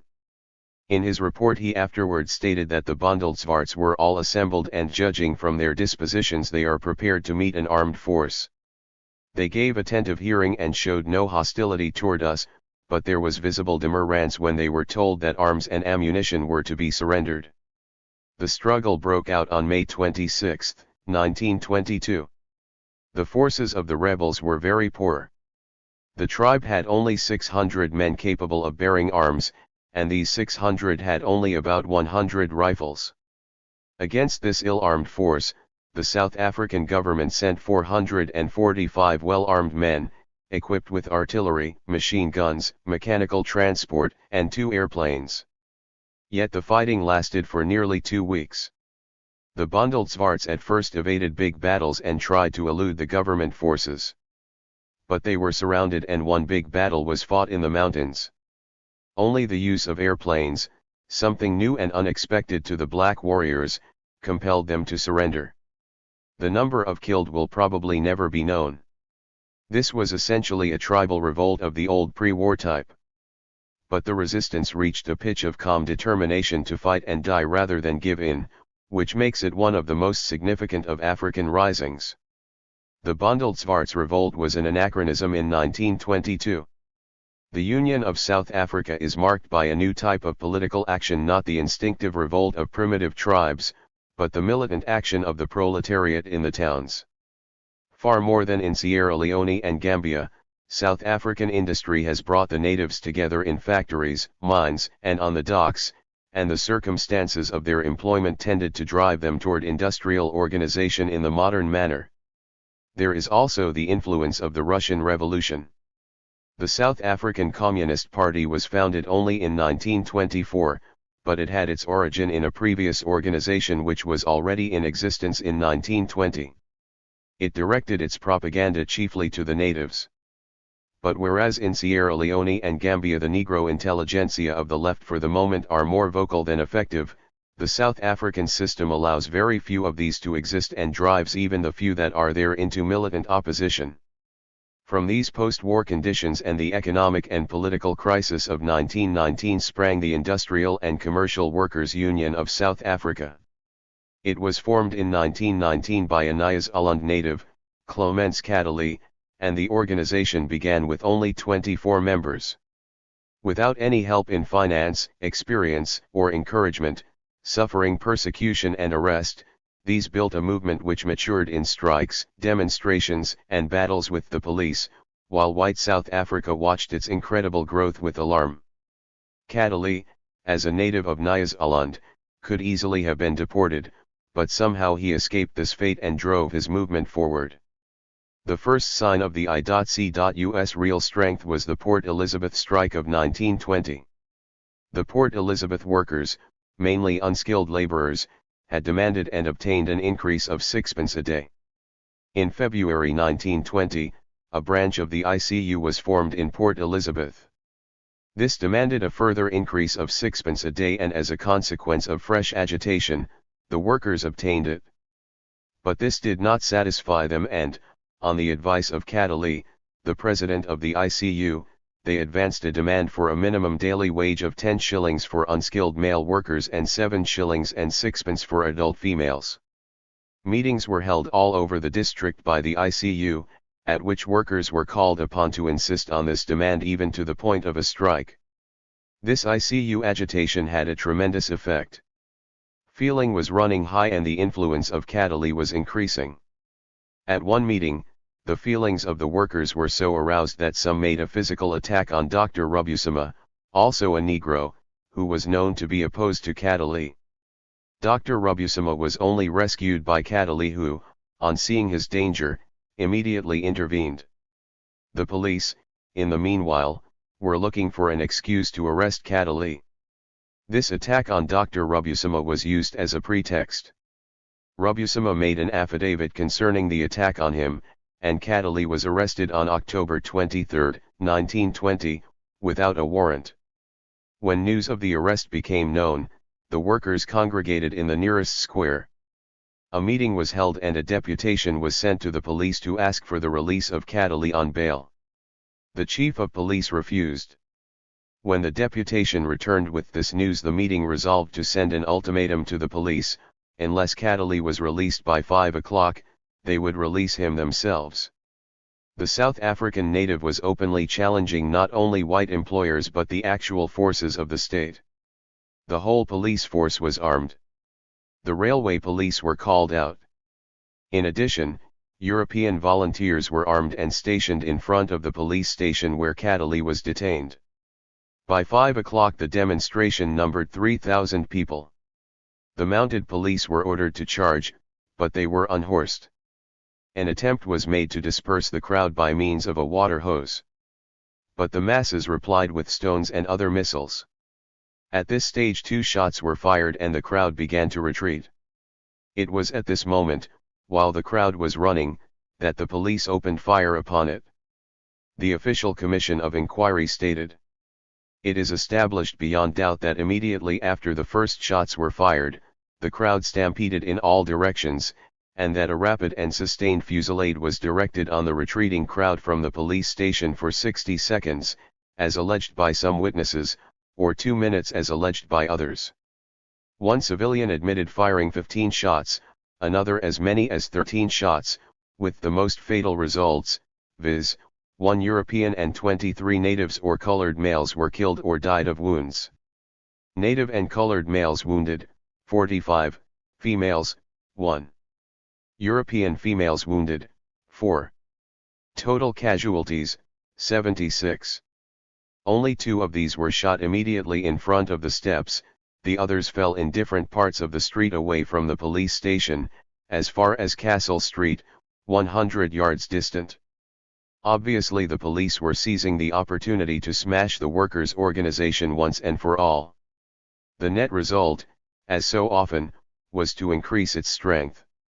So powerful a force did the ICU become among the Bantu and colored people that Hertzog, a future Prime Minister of South Africa, thought it profitable to seek the support of the ICU in the Cape Province. He sent a very cordial letter to Cataly, enclosing a donation to the ICU, saying that he was sorry that he could not do more. Of course, immediately Hertzog gained power, he persecuted the ICU even more fiercely. But the movement continued to grow, and in 1926 it reached its peak. In that year it had a membership of 100,000. Teachers were leaving the profession to become agents of the ICU. In remote villages of South Africa one could find a representative. Many who had not joined rallied to it in time of difficulty. It will be difficult to overestimate what Cataly and his partner, Champion, achieved between 1919 and 1926. Cataly was an orator, tall, with a splendid voice, and at his meetings he used to arouse the Bantu workers to great heights of enthusiasm. At the conclusion of the speech his hearers were usually silent for some seconds before they were able to begin the applause. Champion was the very opposite of Cadeli in everything. More backward in outlook than Cadeli, who was aware of the working class movement as an international force, he saw very little beyond Zululand, or Natal, and he was more organizer than orator. The real parallel to this movement is the mass uprising in San Domingo. There is the same instinctive capacity for organization, the same throwing up of gifted leaders from among the masses. But whereas there was a French Revolution in 1794 rooting out the old order in France, needing the Black Revolution, and sending out encouragement, organizers, and arms, there was nothing like that in Britain. Seen in that historical perspective, the Cadeli movement can be understood for the profoundly important thing it was. After 1926 the movement began to decline. It could not maintain itself for long at that pitch without great and concrete successes. It was bound to stabilize itself at a less intense level. Cadeli lacked the education and the knowledge to organize it on a stable basis, the hardest of all tasks for a man of his origin. There was misappropriation of the funds. He saw the necessity for international affiliation. But though the constitution of the organization condemned capitalism, he would not affiliate to the Third International. The white South African workers refused his offer of unity, for these, petty bourgeois in outlook owing to their high wages and the social degradation of the Negro, are among the bitterest enemies of the native workers. Cadeli came to Europe, affiliated the ICU to the International Federation of Trade Unions and sought the help of left-wing labor members. He took back a white man, Bullinger, to assist him. But the decline of the ICU continued. The organization split. Today the two sections are but a shadow of the early ICU, and Cadeli keeps a cafe, in Port Elizabeth, where formerly the workers had been shot down while demonstrating for his release. 5. Marcus Garvey. During the very period, 1919 to 1926, that the natives in South Africa were organizing themselves, a similar movement was taking place among the Negroes in America. A large population, more literacy, the greater wealth of the Negro and greater facilities for publicity and communication, made this movement the biggest Negro organization yet known. It is known as the Garvey movement. To understand the Garvey movement one must have some idea of the status of the Negro even in modern America. The period of Reconstruction did not last long and the Southern whites soon re-established their old domination on the new basis of Negro freedom. In many areas they prevented the Negro from voting, either by inventing fantastic qualifications such as those which find a Negro graduate of Harvard or Yale unable to exercise the franchise through lack of education, or quite simply by parading armed men before the polling booth and warning the Negro what would happen to him if he attempted to come near. In states such as Texas, the Negro is made to feel his color at every turn. He cannot ride in the Pullman cars, he must sit at the back of the street cars. In certain areas he can own only a Ford car, the white always has the right of way in the street. The Negro must make up his mind that his black skin makes him a servant and he must remain so. Periodically, some years at the rate of more than one a week, a Negro is lynched by a howling mob of white citizens. In the more liberal North there is race prejudice, though it is not nearly so acute. Both in North and South, certain Negroes have emerged as businessmen, professional men, artists, writers, musicians. Some of them do astonishingly well and the circle of Negro intelligentsia is daily increasing. Yet the prevailing attitude to the Negro is one of strong and sometimes ferocious prejudice. Before the Negro can struggle intelligently against this, in order that the layman may appreciate the efforts which have been made and the possibilities of success, it is necessary to inquire more closely as to the origin of this powerful prejudice which inevitably awakens kindred feelings in the Negroes. There is no question here as in Africa of alien civilizations. The American Negro, in language, tradition, and culture is an American. He was in America almost from the beginning and he has helped to make the country what it is. Hostility to him on the part of the whites is not a question of physiological repugnance. The numerous half-breeds, the unceasing miscegenation in America as well as in so strong a fortress of race prejudice as South Africa, prove this. That the color bar exists only in daylight is a proverb common in Africa as well as in America. A Southern white woman will be nursed by a Negro wet nurse, and will pass her childhood days with Negro servants. As she grows up she will be taught to ride by a black groom. Black servants will cook her food and wait on her at table. A young Southern woman, it is common knowledge, often has far more confidence in her old black nurse than in her own relations. A black chauffeur will drive her into town. She enters a restaurant, sees a Negro sitting 40 feet away having a meal, and shrieks that he must be put out. Obviously she feels no physical repugnance. This is a social and political question. The Negro must be kept in his place. This is the main reason for the Southern persecution of the Negro. As worker, as tenant farmer, as sharecropper, he is at the mercy of his employer and he must be terrorized into acceptance of whatever conditions of life are offered to him. What are the reasons usually offered for the attitude of the Southern whites toward Negroes? Sex is the one most usually urged. The Negro cannot subdue his passion for white women. Yet of 130 Negro revolts that took place between 1670 and 1865 in America, there is not a single case recorded of a white woman being raped by the revolting slaves. In the West Indies, since the abolition of slavery, there has not been one single case of rape or sexual assault by a Negro against a white woman. While the thousands of cases of Negroes lynched in America during the last half-century, charges of rape have been made in only 20% of cases. With what justification some of these charges have been made, the Scottsboro case has within recent years given a glaring example. It is not strange that this is so. Sir Harry Johnston, after his vast experience of Africa, shows on what grounds similar agitation has been raised against African Negroes. There is, I am convinced, a deliberate tendency in the Southern states to exaggerate the desire of the Negro for a sexual union with white women and the crimes he may commit under this impulse.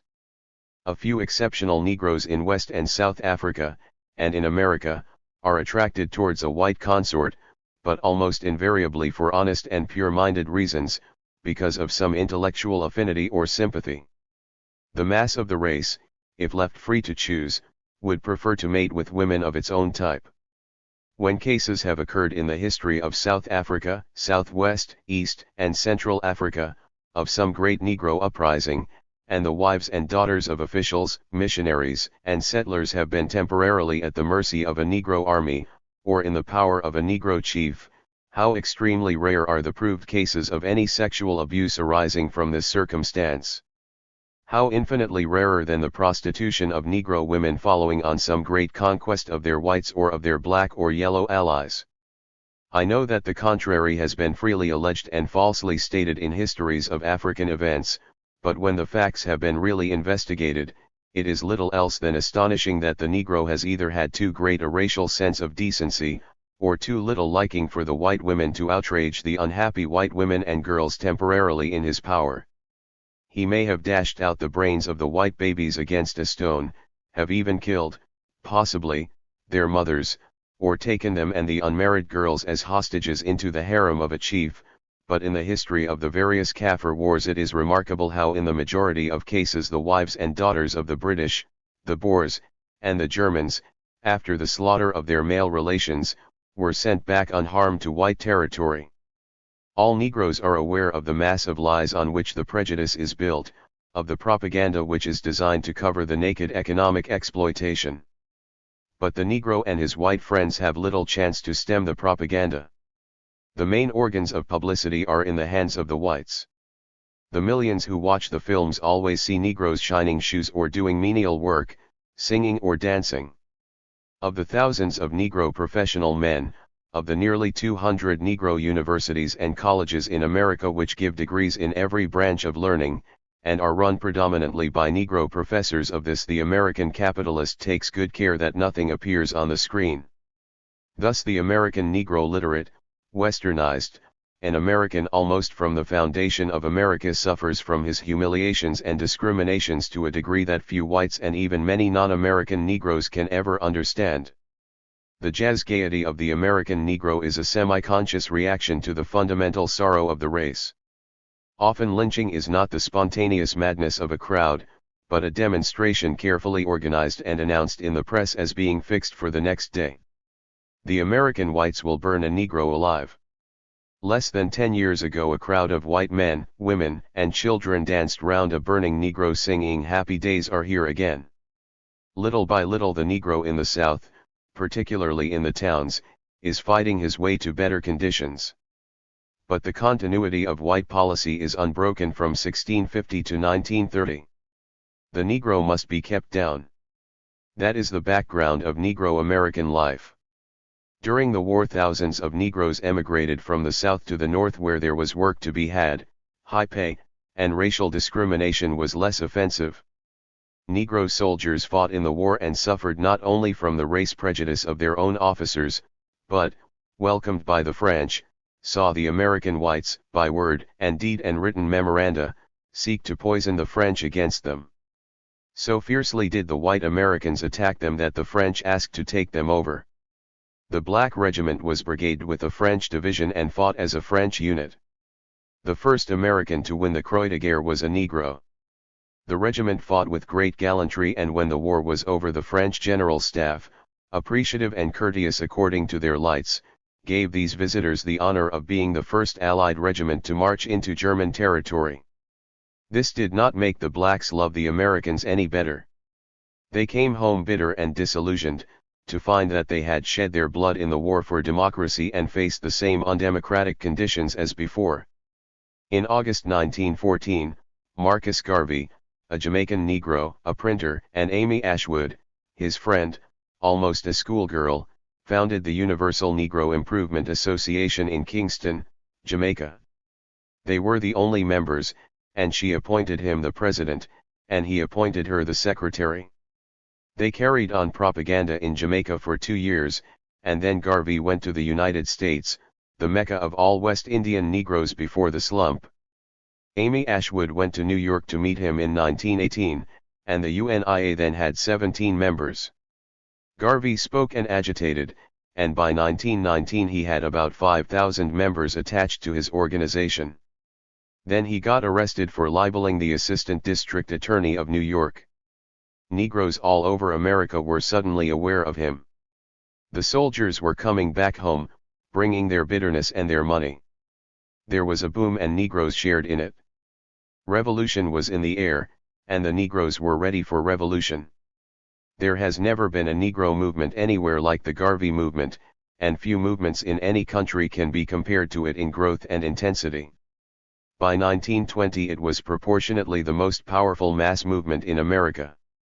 Supporters of Garvey have claimed that the UNIA membership in 1920 reached 3 million, and Garvey himself claimed in 1924 6 million. The latter figure is certainly exaggerated, for that would have meant at least half of the total Negro population of America at that time. That 9/10 of the Negroes in America were listening to him is probable, and as far as can be gathered, from very insufficient data, he may well have had 2 million members already in 1920. Money and members poured in from every state in America, from all over the West Indies, from Panama. Negroes sold their dearest possessions to send money to Garvey. His name rolled through Africa. The king of Swaziland told a friend some years after that he knew the names of only 2 black men in the Western world, Jack Johnson and Marcus Garvey. What was Garvey's program? Back to Africa. The Negroes must have Africa back for themselves. They would go and settle there and live in Africa as free and happy as Europeans lived in Europe and white Americans in America. How were they to get Africa back? They would ask the imperialists for it, and if the imperialists did not give it, they would take it back. That was in essence all that Garvey had to say. True, he attacked lynching, he formulated militant demands, equal rights for Negroes, democratic liberties, etc. But the program was essentially, back to Africa. It was pitiable rubbish, but the Negroes wanted a leader and they took the first that was offered them. Furthermore, desperate men often hear, not the actual words of an orator but their own thoughts. Daniel O'Connell preached the repeal of the Union, but the large majority of Irish peasants thought in terms of the expulsion of the British and the seizure of the land. And Garvey was a man of exceptional gifts. He was an orator, at his best a very great orator indeed, opportunist to the bone, skillful in tuning his words to his audience. But his words were always militant, and the Negroes listened, paid their money and waited. All the things that Hitler was to do so well later Garvey was doing in 1920 and 1921. He organized stormtroopers, who marched, uniformed, in his parades, and kept order and gave color to his meetings. He understood what was then supposed to be the psychology of the Negro with his childlike mentality.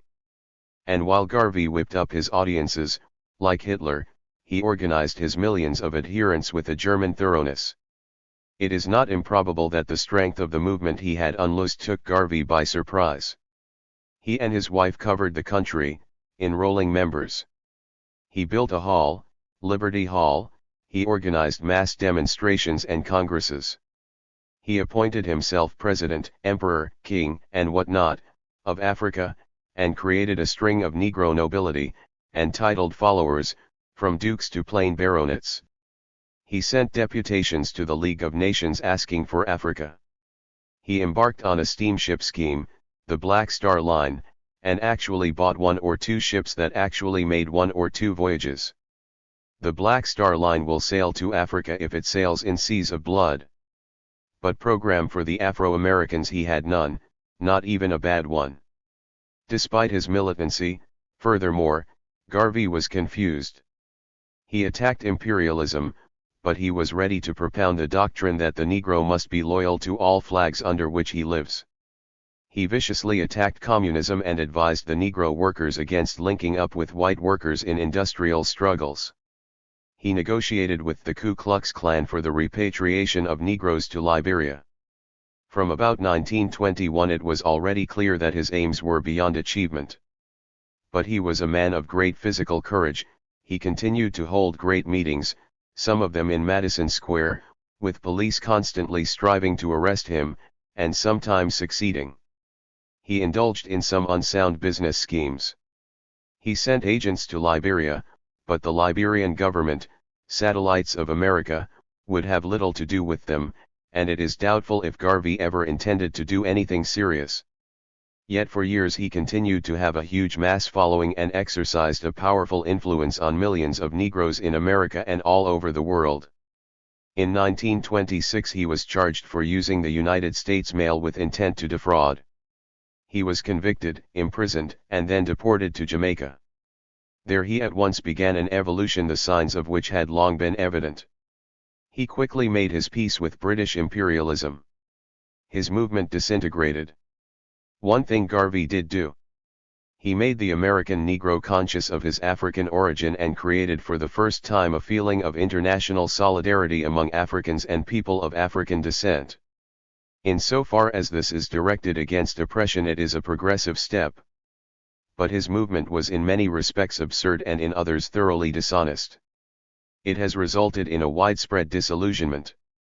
Unlike Cataly, he was petit bourgeois in origin and never thought in terms of industrial organization.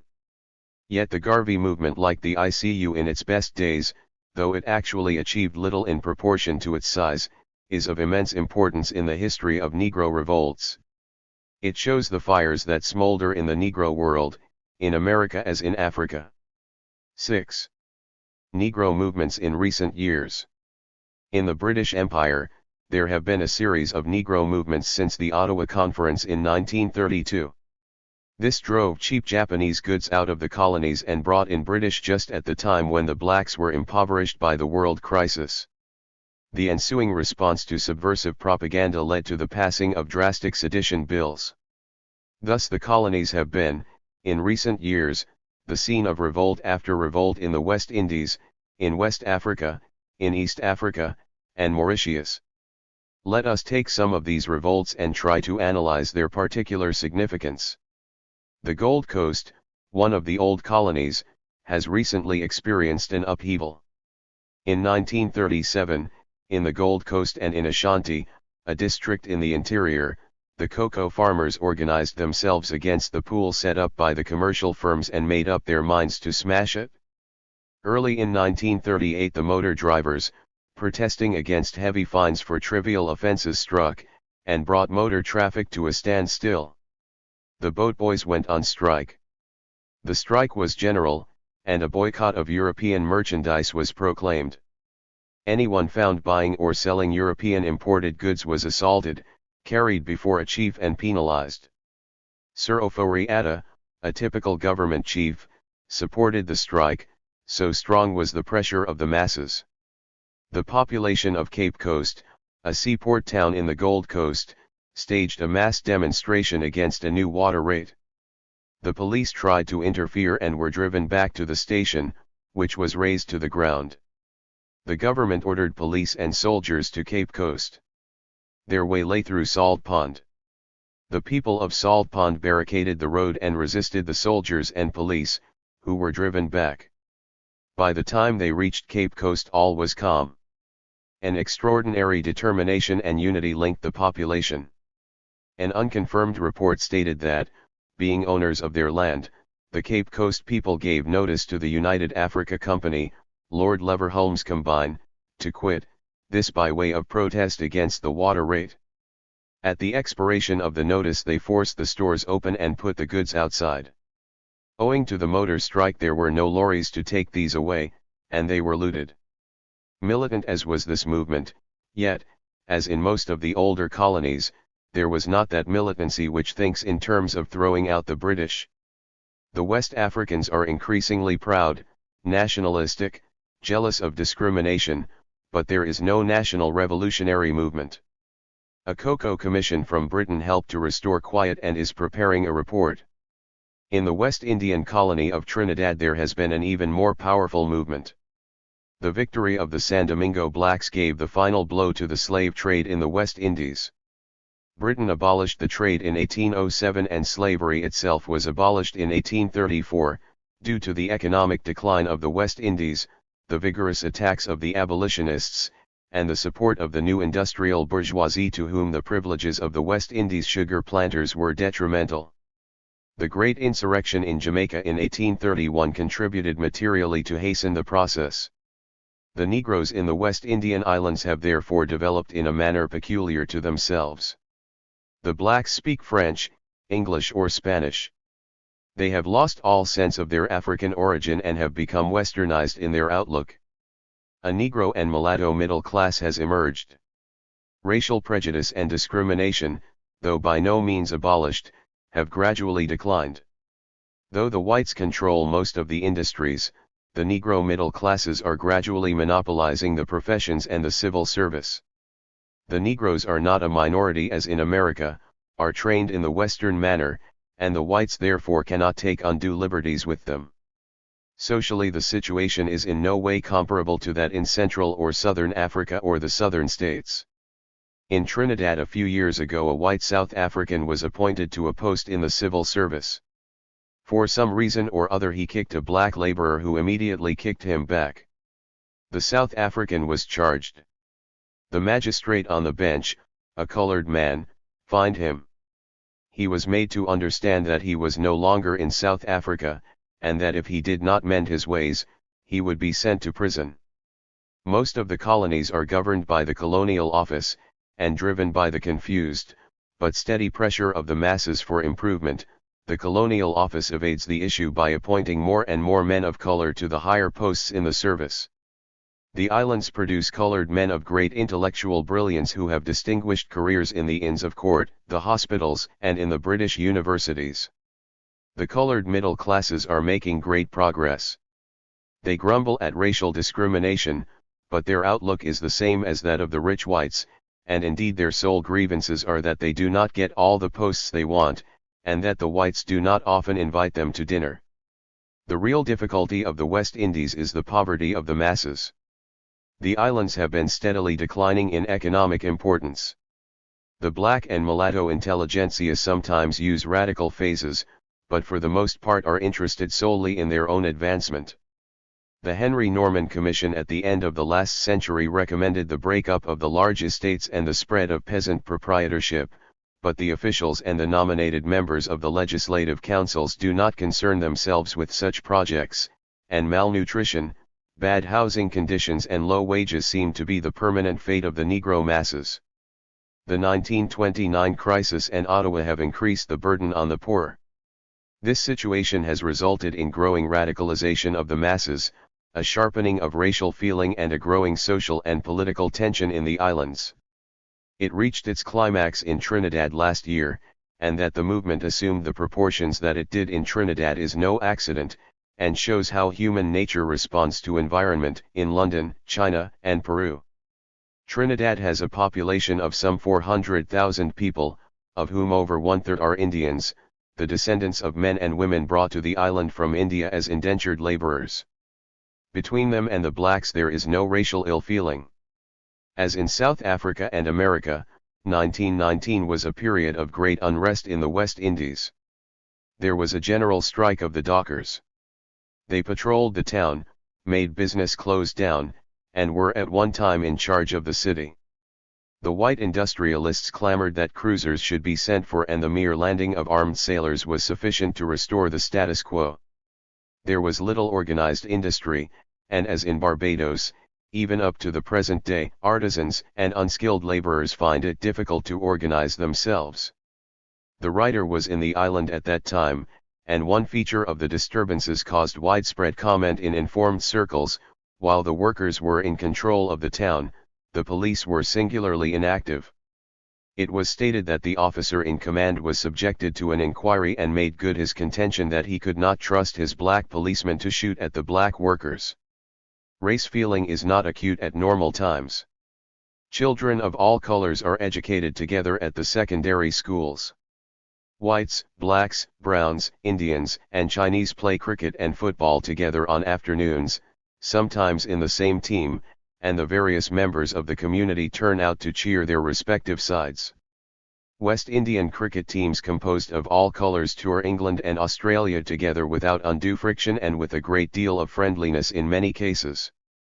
But the division of rich and poor is also the division of white and black, and in moments of tension can become very acute.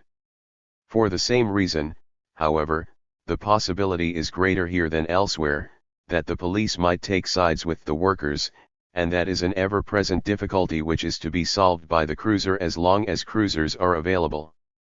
Between 1919 and 1937 Trinidad, like the other West Indian islands, has lived an increasingly active political life. Self-government is one of the questions of the day, and the Legislative Council now has elected members. What has created the new Trinidad, however, has been the development of the oil industry, which now employs nearly 10,000 men concentrated in the southern part of the island. Large-scale industry has had the inevitable result of developing a high sense of labor solidarity and growing political consciousness. The slump threw the population into great poverty, and the inadequacy of the social services intensified the resultant suffering. The Ethiopian question sharpened the sense of racial solidarity and racial oppression.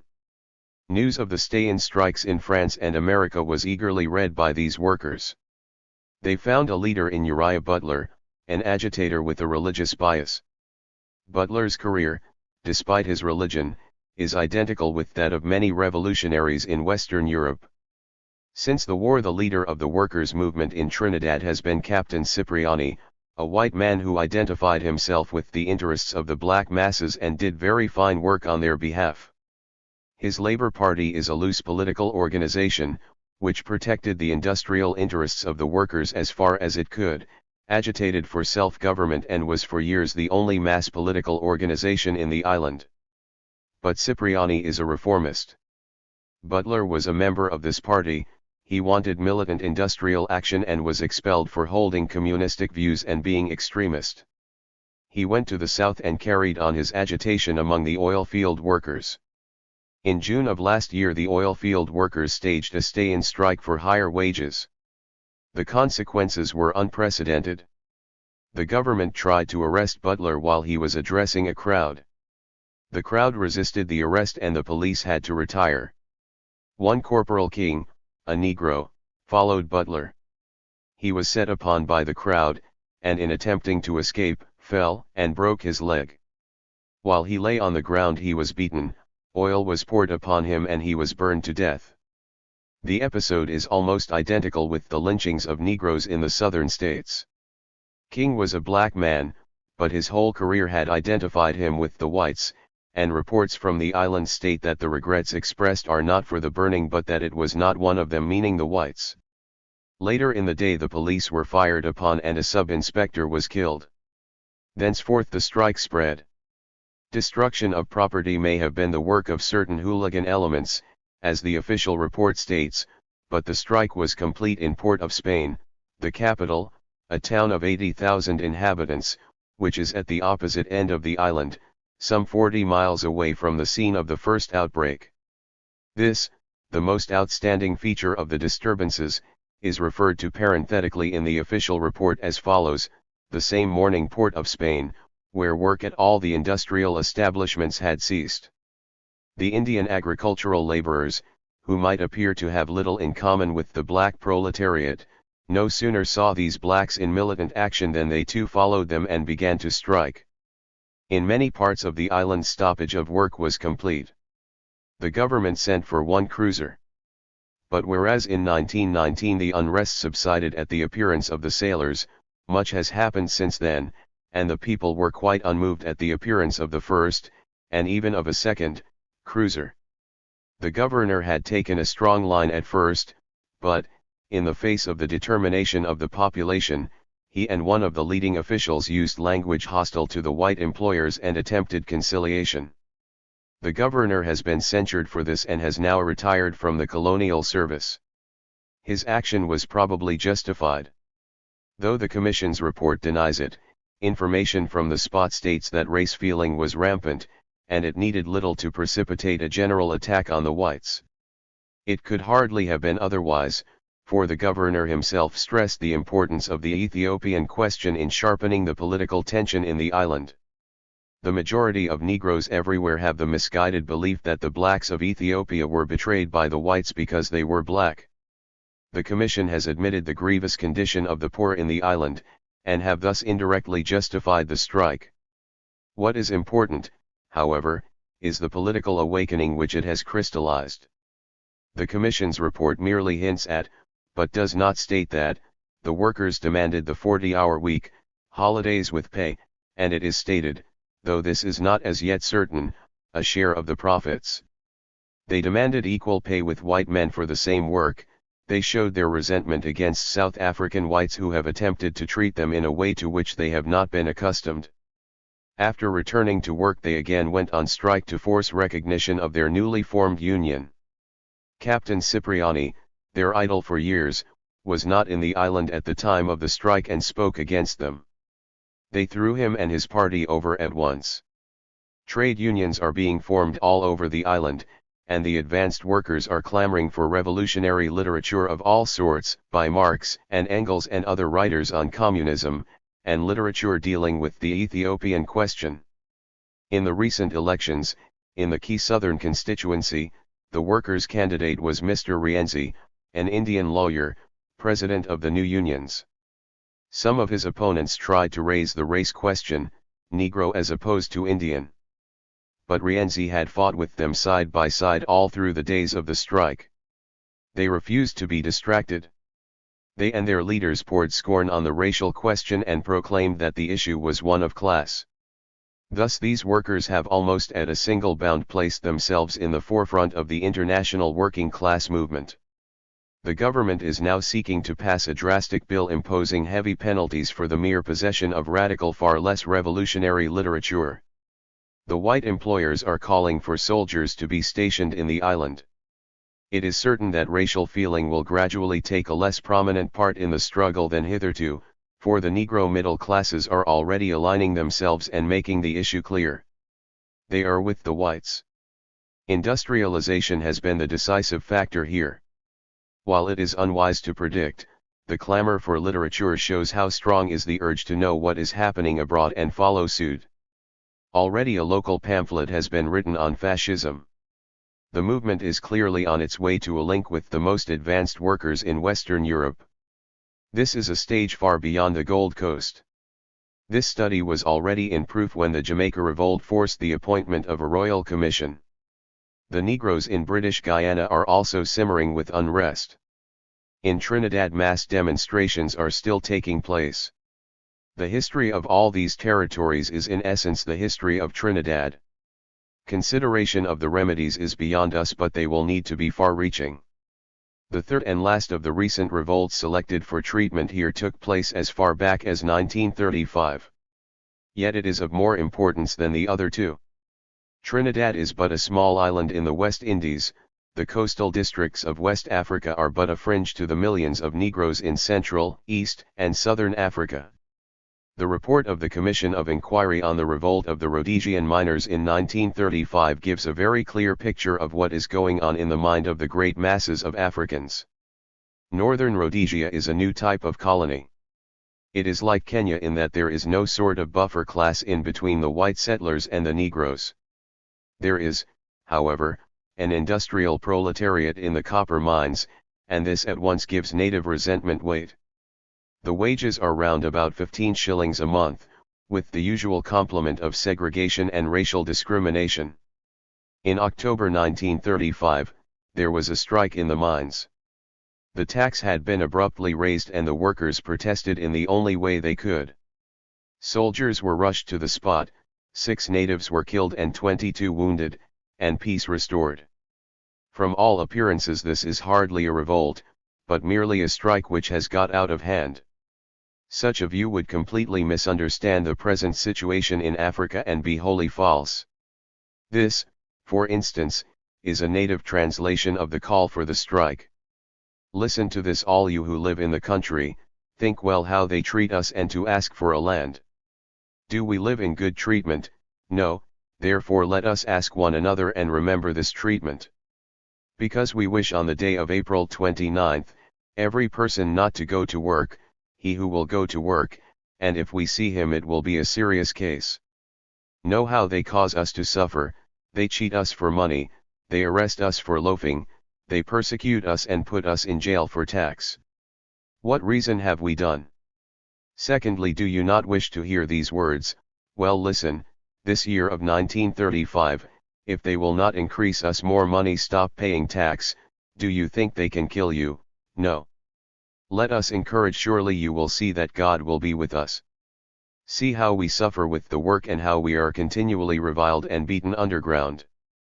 Many brothers of us die for 22 seconds. 60, is this money that we should lose our lives for? He who cannot read should tell his companion that on the April 29th not to go to work. These words do not come from here, they come from the wisers who are far away and unable to encourage us. That all. Hear well, if it is right let us do so. We are all of the Nkana. Africans, men and women. I am glad. G. Love we. It is clear that this is no mere appeal to strike but a summons to relentless struggle with mortal enemies. Should world events give these people a chance, they will destroy what has them by the throat as surely as the San Domingo blacks destroyed the French plantocracy. This note of having endured to the limit and being ready to resist to the death occurs in another notice found by accident which states, nobody must go to work on the May 1st. All tribes and people. We shall die. They will kill us on Friday. P.W. The summons to strike makes a reference to the wisers far away, probably those who are more intelligent than we and are guiding us. The official investigation shows that the Watchtower movement has some influence among the Rhodesian natives. Watchtower is a secret society originating in America. It issues political tracts and pamphlets. It has headquarters in Cape Town and its representatives hold meetings in Rhodesia and for that matter all over South Africa. The Watchtower bases its teaching on the second coming of Christ. Having on previous occasions foretold the exact date, it does not do so any longer, but it confidently expects Christ and thinks that when he comes the government of the world will be delivered into his hands. This is not very different from the doctrine of the missionaries. But Watchtower goes on to declare that all the governments which are ruling the world, especially Great Britain and the United States of America, are organizations of Satan, and that all churches, especially the Protestant and Roman Catholic churches, are emissaries of Satan. Religion thus becomes a weapon in the class struggle. All the Watchtower books and pamphlets preach a transparent doctrine. The devil's organization is made up principally of those that rule and that are called the official part of the nation. Governments are the beast, particularly the seventh world power, which is Great Britain. The League of Nations is against God and his anointed, but who is primarily responsible for the League of Nations compact? The devil is its father, the British Empire its mother. Catholicism is an abomination in the sight of the Lord, but the Protestants are even more abominable than Catholics. Organized Christianity is full of filthiness, full of hypocrisy, abomination, fornication, and filthiness. Under the present form of government the people suffer much injustice and are greatly oppressed. Their taxes are high, while the products of their labor are low in price. The facts are that a great change from an extremely selfish government to one that is wholly unselfish and righteous is just at hand. The illustrations preach corresponding sentiments with a greater vigor. One feature for instance displays four people quarreling over a prone body. One is a fat gross European in a dress suit with top hat and hunting crop. The second is a similar figure in a frock coat and with a bag of money. The third is a European Apache with a drawn dagger in his hand. The fourth is a fat bishop with a mitre. Behind is the devil spurring them on. This is supposed to represent universal war. It is difficult to say exactly the true influence of the Watchtower. The writer has been informed by Negro sailors that its influence is widely spread throughout Africa, and that it is the most powerful revolutionary force in Africa today. The gentle Jesus, meek and mild, of the missionaries cannot compete with the Watchtower God. The commission which inquired into Rhodesian disturbances recognized its importance and devoted many pages to it. Such are the ideas moving in the minds of these African copper miners. They are absurd only on the surface.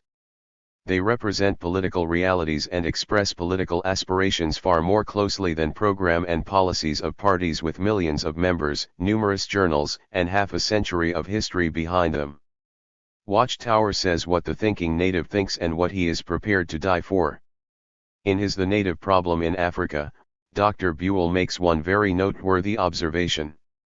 The extreme credulity with which natives, under the spell of a leader claiming divine or mystical power, will throw away their material interests and recklessly sacrifice their lives is one of the most amazing features of Africa today. The African native is, however, not likely to express this type of fanaticism in a deliberate attack upon European authority. But he has already demonstrated an extraordinary power of passive resistance which will make the problem of control more difficult than if the native population attempted to massacre the Europeans in cold blood. This apparent fanaticism is the best indication to the true feeling of many millions of Africans.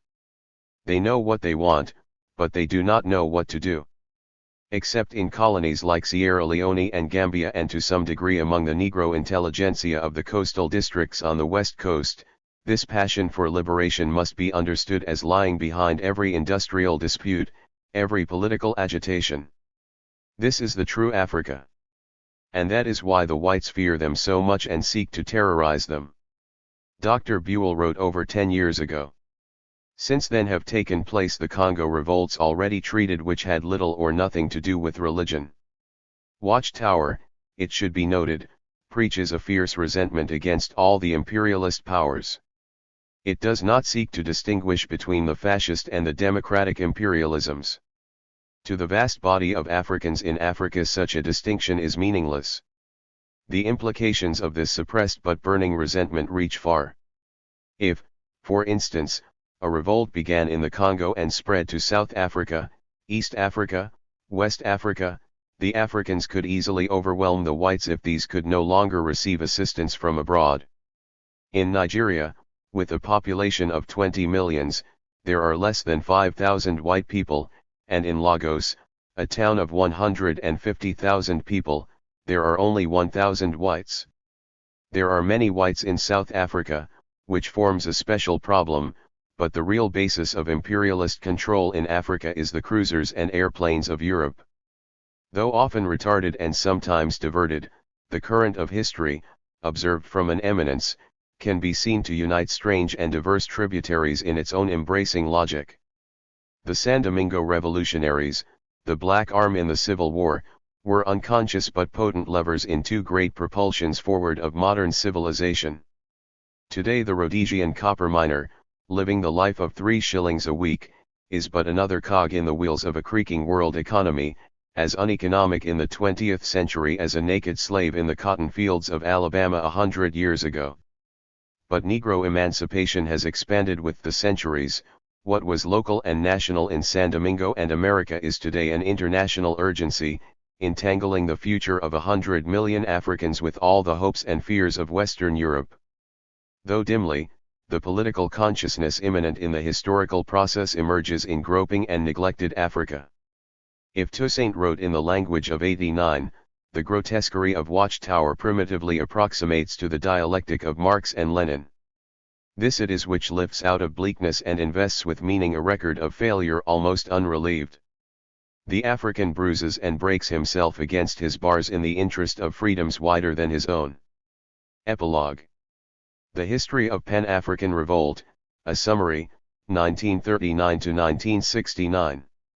I have to review the 30 years from 1938 when this book was published to 1969.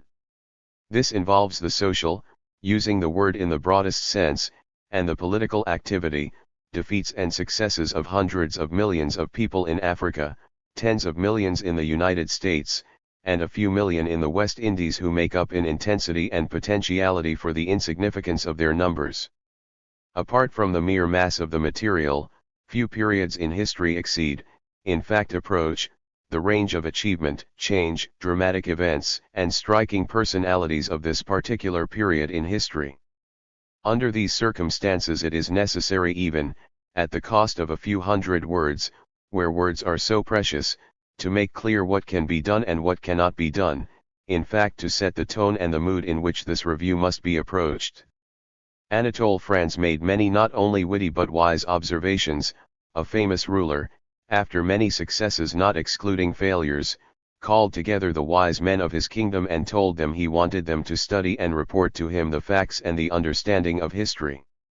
The learned old men accepted the responsibility, gathered their assistants and their materials and retired for 20 years. They then returned with 20 volumes in which they had summarized the facts and the significance of history. By this time the monarch was an old man and he complained, "How do you expect me at my age to cope with all that, to read far less to study 20 large volumes? Go away, summarize the 20 volumes so that I will be able to read them." The historians went away and after 20 years one very old man with a long beard returned with a single volume. "Sire," he said, "my fellow scholars are all dead. I have summarized it all and here it is in one volume." The monarch lay on what he knew to be his deathbed, and he bitterly complained. "You mean to say that I will never know the facts and the significance of history? How can I read even that large single volume which you bring to me?" The old historian put the book aside and told him, "Sire, I can summarize the history of man for you so that you can understand it before you die. They were born, they suffered, they died. I wish my readers to understand the history of Pan-African Revolt during the last 30 years. They fought, they suffered, they are still fighting. Once we understand that, we can tackle our problems with the necessary mental equilibrium. First, Africa. I shall take only 2 of the nearly 50 African states, which have won their independence or increased their powers. The first is what we know today as Ghana, the second is Kenya. It helps that I have known personally the national leaders of both countries. Africa. Gold Coast to Ghana. There lived in Accra a sub-chief called Nii Kwabena Bone III. He was also a businessman. He made a short campaign through the country enlisting the support of the chiefs. He then, on January 11, 1948, called a boycott on the purchase of European imported goods. The boycott was as complete as such an undertaking could be. It became general in the colony and Ashanti and lasted until the February 24. During the boycott events of immense symbolical significance took place. Native administrations, up to this point, like the chiefs, tools of the government, now used their legal position to impose fines upon those who did not cooperate in the boycott of European goods. Groups of young men went around the towns maintaining the boycott by force when necessary. It was only on February 11 that the government intervened. There was a series of meetings between the Chamber of Commerce and NII-3, with the colonial secretary in the chair. It was agreed that prices should be lowered for a trial period of 3 months.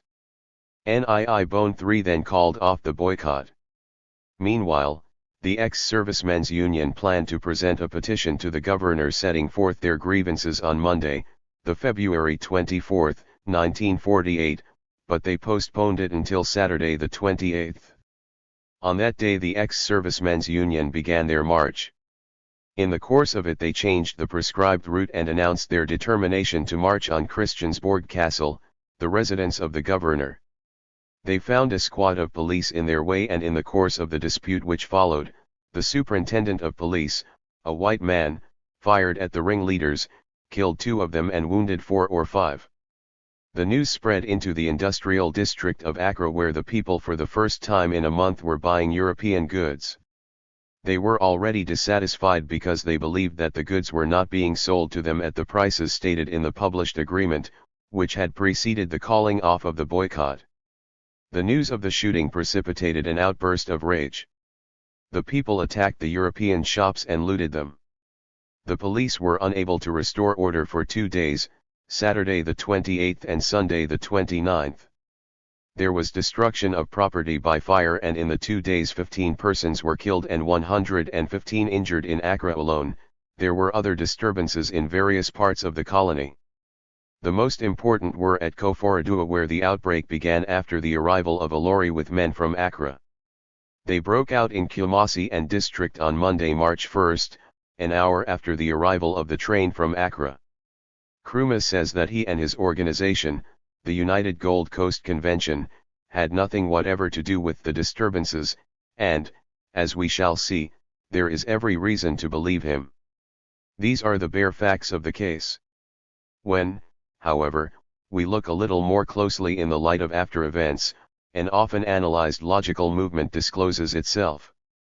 These were no ordinary riots of a hungry populace over high prices. The first stage of every revolution is marked by a great mass movement of the populace, usually led by representatives of the old order. M. Georges Lefebvre of that great school of historians, the French historians of the French Revolution, has established that the bourgeois revolution in France in 1789 was preceded by mass rioting during what he calls the crisis of the monarchy, which took place in 1788, 1 year before the popular eruption which captured the Bastille on July 14, 1789.52. In this case we are in the middle of the 20th century. The first outburst takes the form of an economic boycott that lasted a month, but it is led by a chief and supported by the chiefs. The people of Accra follow exactly the course that the masses of the people have followed in every great revolution. The only organization at hand was the organization of ex-servicemen, and when they began their march they were at once reinforced by large numbers of spectators and sympathizers. Whatever had been the original intention of the ex-servicemen, these sympathizers encouraged them to take the road to the governor's castle. Anti-racial cries were frequently uttered. Among the remarks were such as, "This is the last European governor who will occupy the castle." The crowd directed a heavy fusillade of stones against the police. When the police tried to stop them, they shouted insults at the European officers and invited the Africans in the ranks to abandon their duty. It seems that they were successful. For when the superintendent finally gave the order to fire, the Africans did not shoot, and he himself had to seize a rifle from the nearest man to fire the shots which caused the casualties. Superintendent Imre had with him at the time only 10 men. The idea that a crowd of 2,000, many of them men who had seen battle, was cowed by the shooting is ridiculous. They could have swept the 10 men away in 10 seconds, and as there was only 2 officers and 20 men at Christiansborg, the castle could easily have become another Bastille.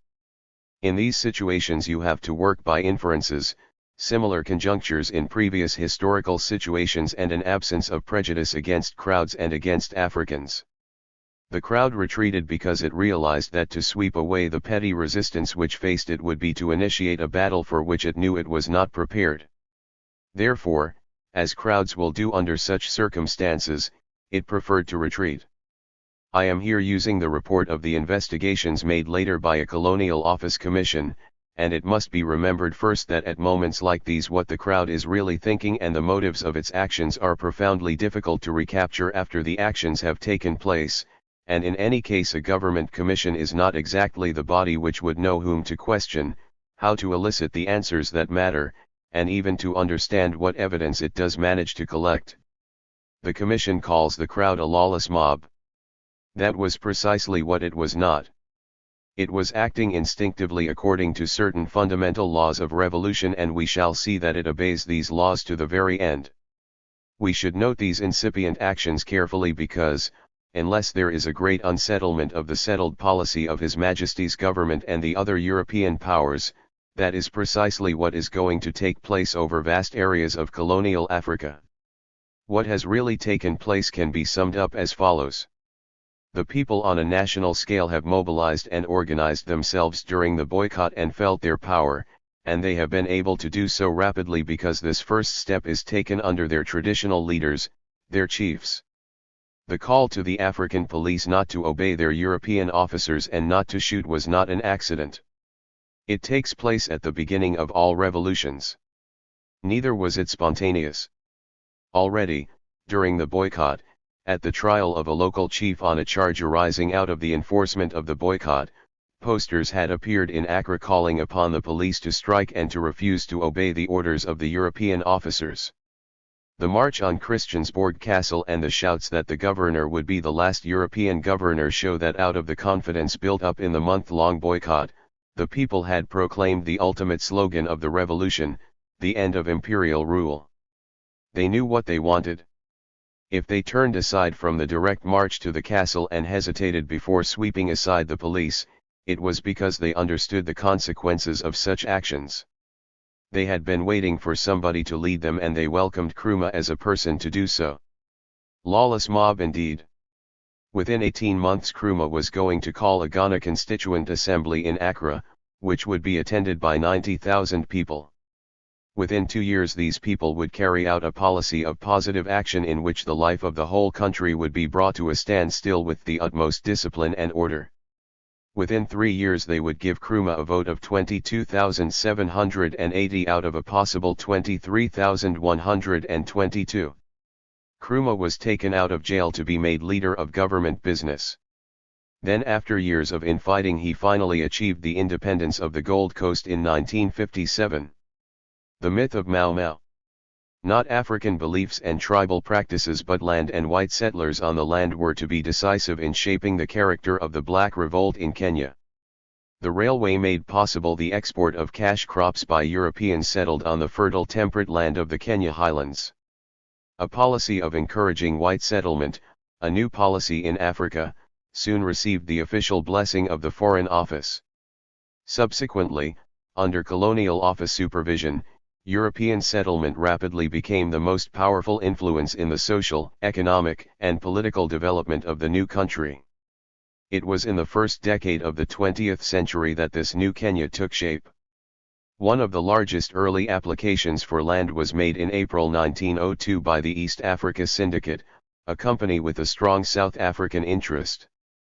With only a dozen settlers established at the beginning of 1903, in August the Commissioner, Sir Charles Elliot, sent his Collector of Customs, A. Marsden, to South Africa to encourage settlers to migrate to the country. By the end of 1905 over 1 million acres of land had been leased or sold by the Protectorate authorities. In 1906 a large party of Boer irreconcilables trekked overland from the Transvaal to the Kenya highlands, others poured in by boat from Britain and South Africa. Thus began something new in an African colony, the struggle to make it a white man's country. Nowhere in Africa was there such a struggle as began before 1914 and lasted decade after decade until it culminated in the independence of Kenya nearly 50 years later. Between 1903 and 1906 important areas of Kikuyu land were alienated. Some 8,000 shillings was paid in compensation to 8,000 Kikuyu, but more than 3,000 received nothing at all. Commissioner Elliot was to write that no one can doubt that the rich and exceptionally fertile district of Kikuyu is destined to be one of the chief centers of European cultivation, and the process of settlement is facilitated by the fact that there are gaps where there is no native population. By 1914, the exclusive White Highlands was already a reality, and the Europeans were demanding the conventional right of British colonists to elect their own representatives to the Protectorate's Legislative Council. The struggle was continuous. Ultimately the Africans, mainly but not entirely Kikuyu, took to arms, and from encampments and hiding places in the forests raided settled establishments and slew white farmers and those Africans who supported the British regime. Dedan Kimathi and Wera Hiwaidat were generally acknowledged as the senior leaders of the nationalist armies. Food, funds, arms, medical supplies could be secured only by immense risks and labors. In some parts the Home Guard was strong, in others weak. In some areas the chief was sympathetic, in others he was a dedicated loyalist. There were some wonderful leaders whose names ought to be recorded: Kimathi himself, Stanley Mathenge, China, and Tanganyika in Nyeri, Matanjagwo, Kago, and Bariakanio in Fort Hall, and Kimbo, the cattle raider, operating between Nanyuki and Naivasha. The difficult terrain prevented easy lateral communication within the forest itself, and the campaign soon developed into a series of local battles of attrition, ridge by ridge. Though defeated in the reserves, and with some surrendering to the British security forces, nonetheless many men and women in the forest continued their resistance. Their aim, apart from surviving and carrying on the struggle for land and freedom, was to attract international attention to their cause. No outside help was forthcoming, and the emergency did not give rise to a major political investigating commission from Britain. From 1953 to 1955, Kimathi sought to provide an overall perspective of the resistance in the forest. At one point, while in the forest, Kimathi was reported to have said, "I do not lead rebels, but I lead Africans who want their self-government and land.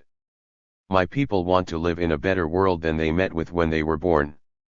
I lead them because God never created a true and real brotherhood between white and black so that we may be regarded as people and as human beings who can do each and everything." Yet the plain fact is that the nationalist army in the forests was defeated by the huge forces sent by the British government to maintain the colonial regime. Some 50,000 Kikuyu and other revolutionaries were detained in special camps to undergo special training to cure them of the mental disease which the British authorities discovered as the cause of their refusal to submit. Jomo Kenyatta was given a long prison sentence and, having served it, was confined far away from the center of Kenya politics. Despite this reconstitution of physical and military authority, the British found that they could no longer govern the people of Kenya. Constitutional manipulation and constitutional maneuver were worked out, agreed upon by the British Parliament and its experts, only to meet rejection and failure. In the end, Kenya had to be granted political independence. The stories spread about Mau Mau have been exposed for the anti-African myths that they are. There is nothing inherently African about Mau Mau. Their social organization and corresponding beliefs being broken up and persecuted by the British, what was labeled as Mau Mau was an ad hoc body of beliefs, oaths, disciplines newly created for the specific purpose of gathering and strengthening the struggle against British imperialism, its military, political and economic domination and, in particular, the Christianity it sought to inject and impose. Independence and after. In the Gold Coast and in Kenya we have the two extremes of the African struggles for independence. Nothing in modern history was more startling than the rapidity with which other African states achieved political independence. In Algeria the French imperialists had an experience similar to the Kenya experience. The French military had established what they considered military power over the necessarily not well-organized Algerian nationalist forces. They believed that they had established control over the political resistance. They engineered General de Gaulle into power in France in order finally to teach Algerians that they were French. but the general understood a revolutionary upheaval better than they did. He realized that whatever the strength of guns and of prisons, the colonial mentality of accepting domination was broken and could never be restored. To the fury of the French imperialists and army, he worked out an independence agreement with the Algerian nationalists, saving what he could for French finance and capital. Such was the disappointment and anger of the French generals in particular that they tried to assassinate him. So blatant was their attempt that some of them had to be tried and even jailed. Such was the naked proof of the rapacity of that small section of the population of an advanced civilization, which profited by imperialism. Similarly, thousands of Frenchmen who had lived well by exploiting the Algerian people left Algeria and returned to France. The murder of Lumumba and the tireless efforts of the late Tshombe dramatized the attempt by Belgian imperialism to maintain its exploitation of the vast mineral wealth of the Congo, while giving some token recognition to the irresistible movement for national independence. The dozen years that have unfolded since the winning of independence by the Gold Coast in 1957 are some of the most far-ranging and politically intense that history has known. African state after African state has gained political independence with a tumultuous rush that was not envisaged even by the most sanguine of the early advocates of independence. The names of leaders obscure the political reality. What is to be noted is that Kenyatta, Nkrumah, Bunda, to take the best-known names, were all imprisoned by the British government and had to be released to head the independent states.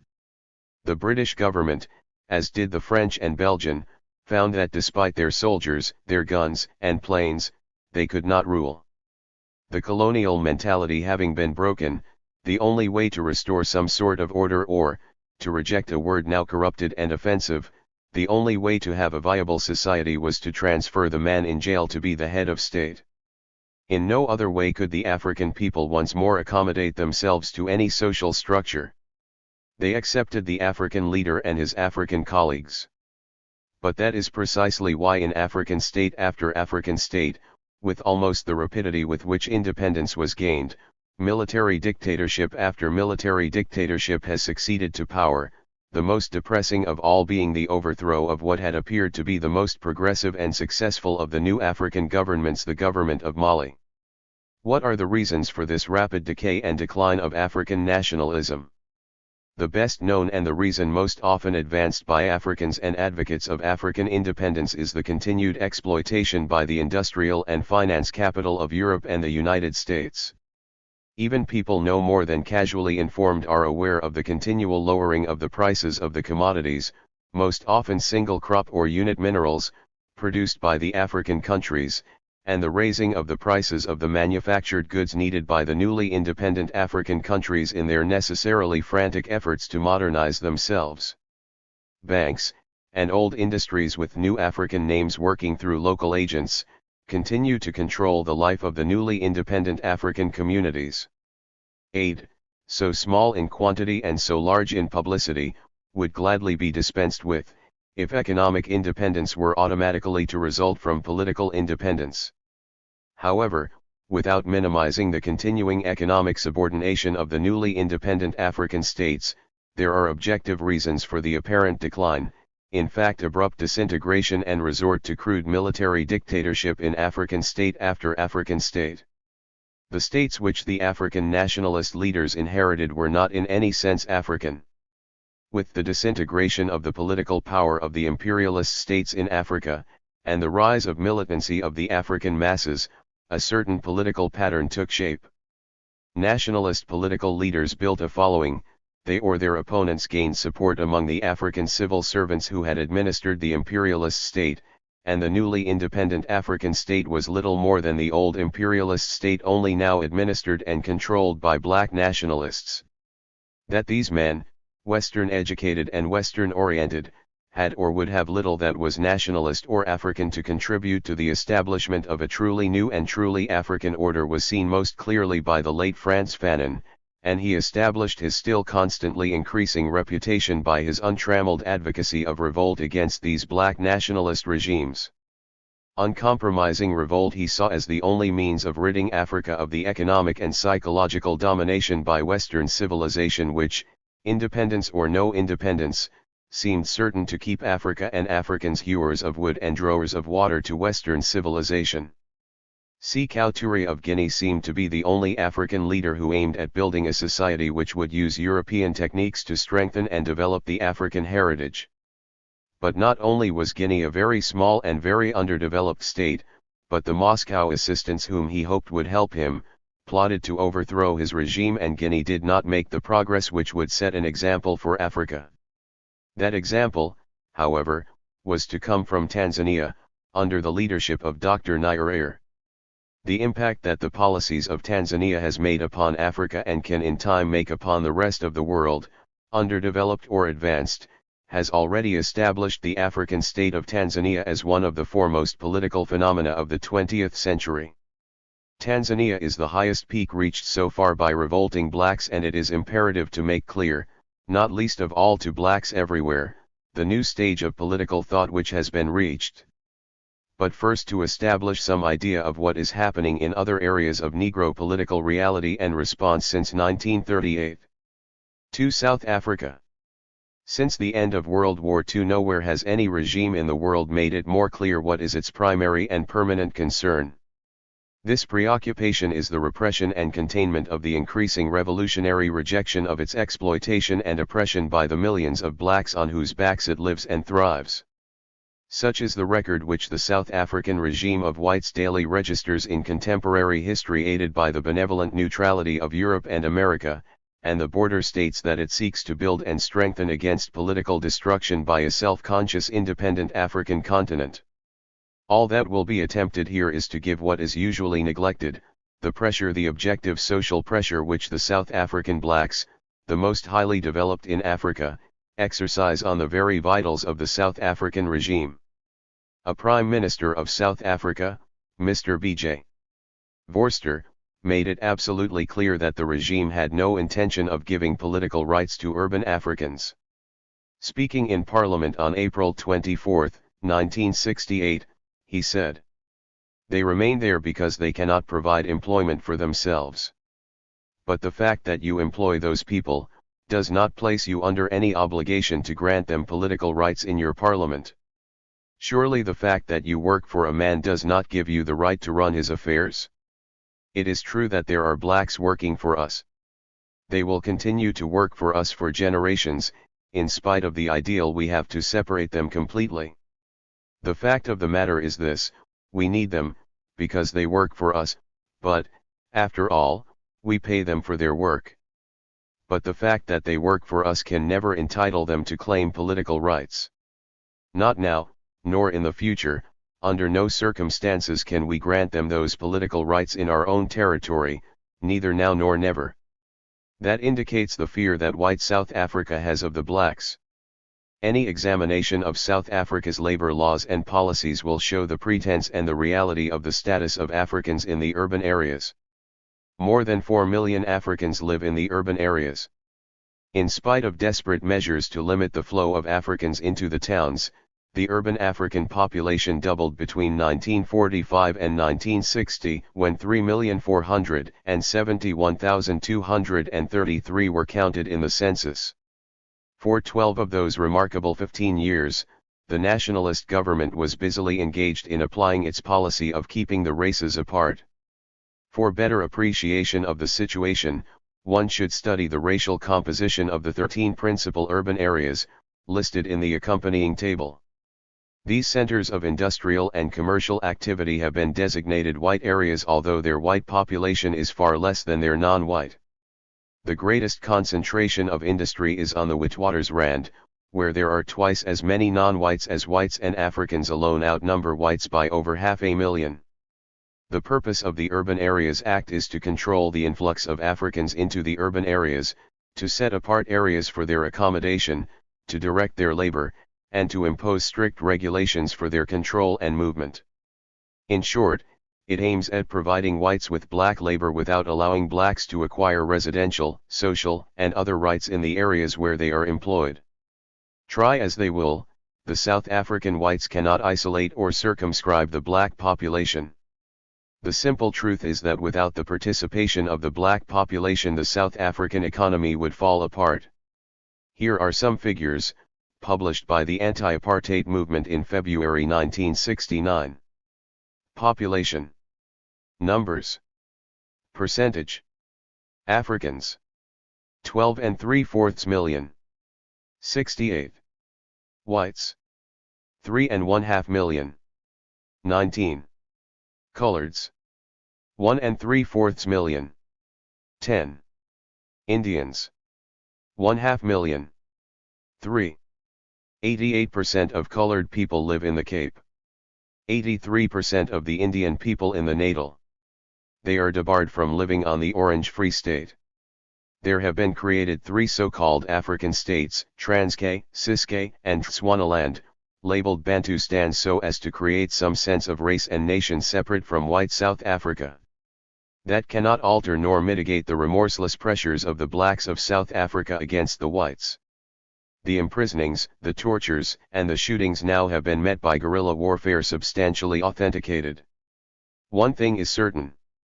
The existing regime in South Africa can continue to exist only by the increasing persecution and brutal repression of the existing blacks. History in general, and the particulars of this history, indicate a violent end to this regime sooner or later, and sooner rather than later. 3. The United States. 1952 was the first year in 71 years that there were no lynchings. But that does not mean that the bodies of black men who had offended whites were no longer found floating in shallow waters, or that at times black men disappeared, their relations and friends uncertain whether they had gone north or had been liquidated by white racists. The National Association for the Advancement of Colored People, a predominantly middle-class organization, chiefly of blacks but including sympathetic whites, concentrated on the abolition of legal discrimination against Negroes and earned notable successes. Legal struggles and mass action reacted on each other. The famous bus boycott in Montgomery, Alabama, began on December 5, 1955, and this action, of a range and solidity unprecedented, unloosed a flood which became a torrent. On June 5, 1956, a federal court ruled that racial segregation on Montgomery city buses violated the Constitution. Later that year, the Supreme Court upheld a lower court decision which banned segregation on Montgomery buses. Federal injunctions prohibiting this segregation were served on city, state, and bus company officials on December 20.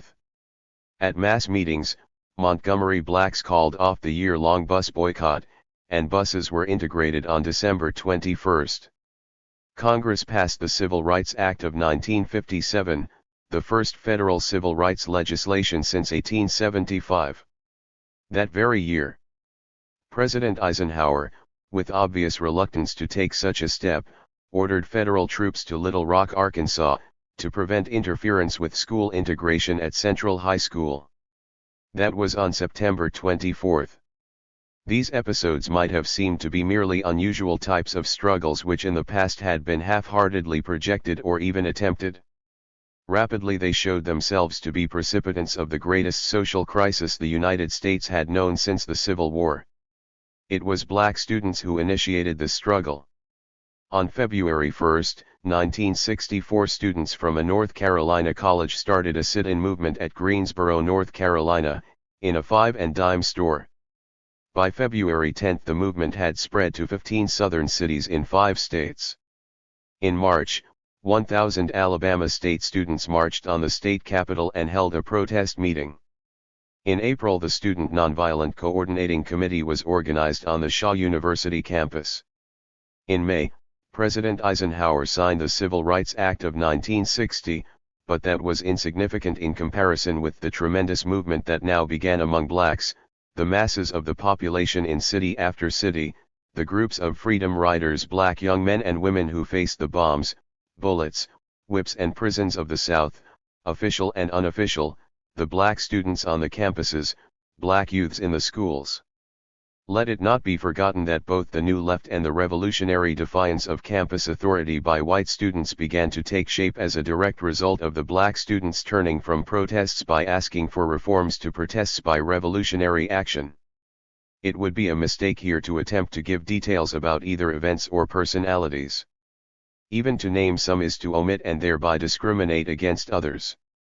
It may be said, however, that names such as Leroy Jones, Stokely Carmichael, Eldridge Cleaver, Rap Brown, Malcolm X, Martin Luther King, the Black Panthers, are household names not only among young people in the United States but among white populations all over the world.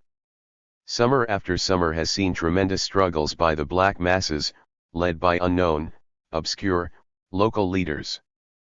Perhaps the most significant was that which followed the assassination of Dr. Martin Luther King, the world-famous black leader.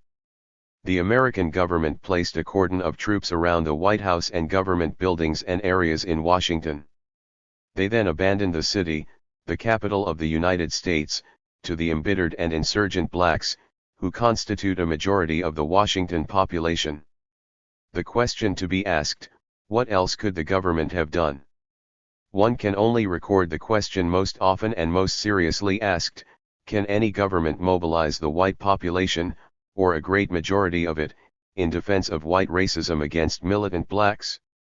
The only legitimate answer lies in the continuing militancy or retreat of the black population. This population is at least 30 million in number, strategically situated in the heart of many of the most important cities in the United States.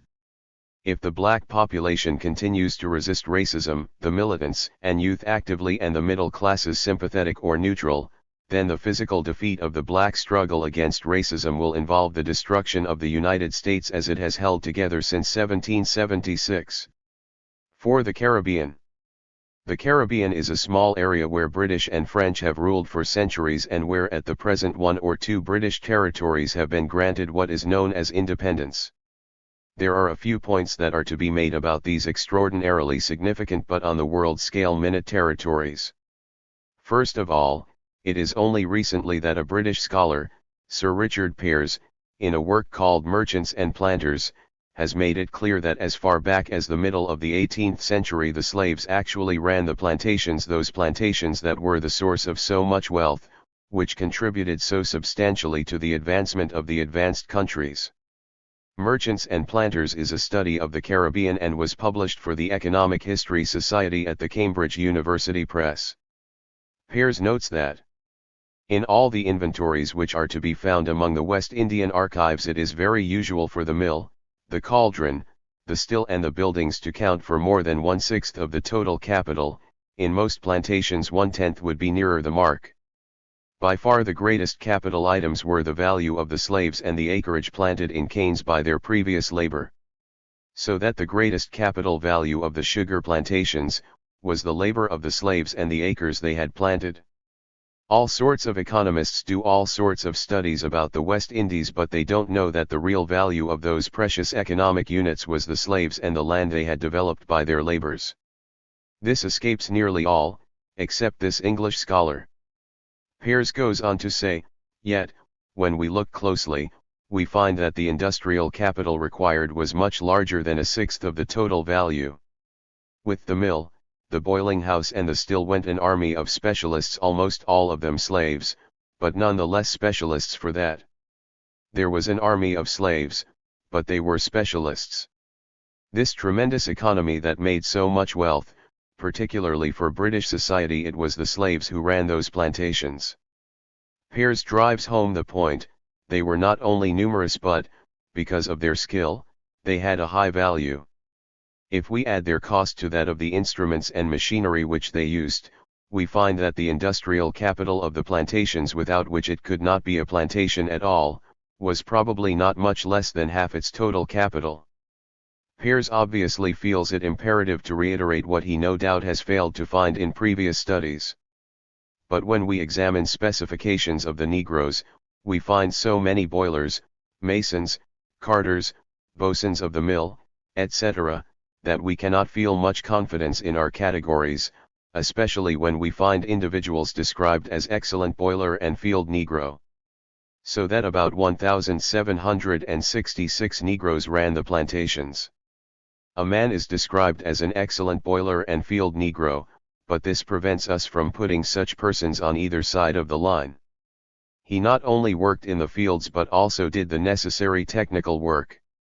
Further complication arises from the fact that specialist jobs were awarded to the sickly and the ruptured.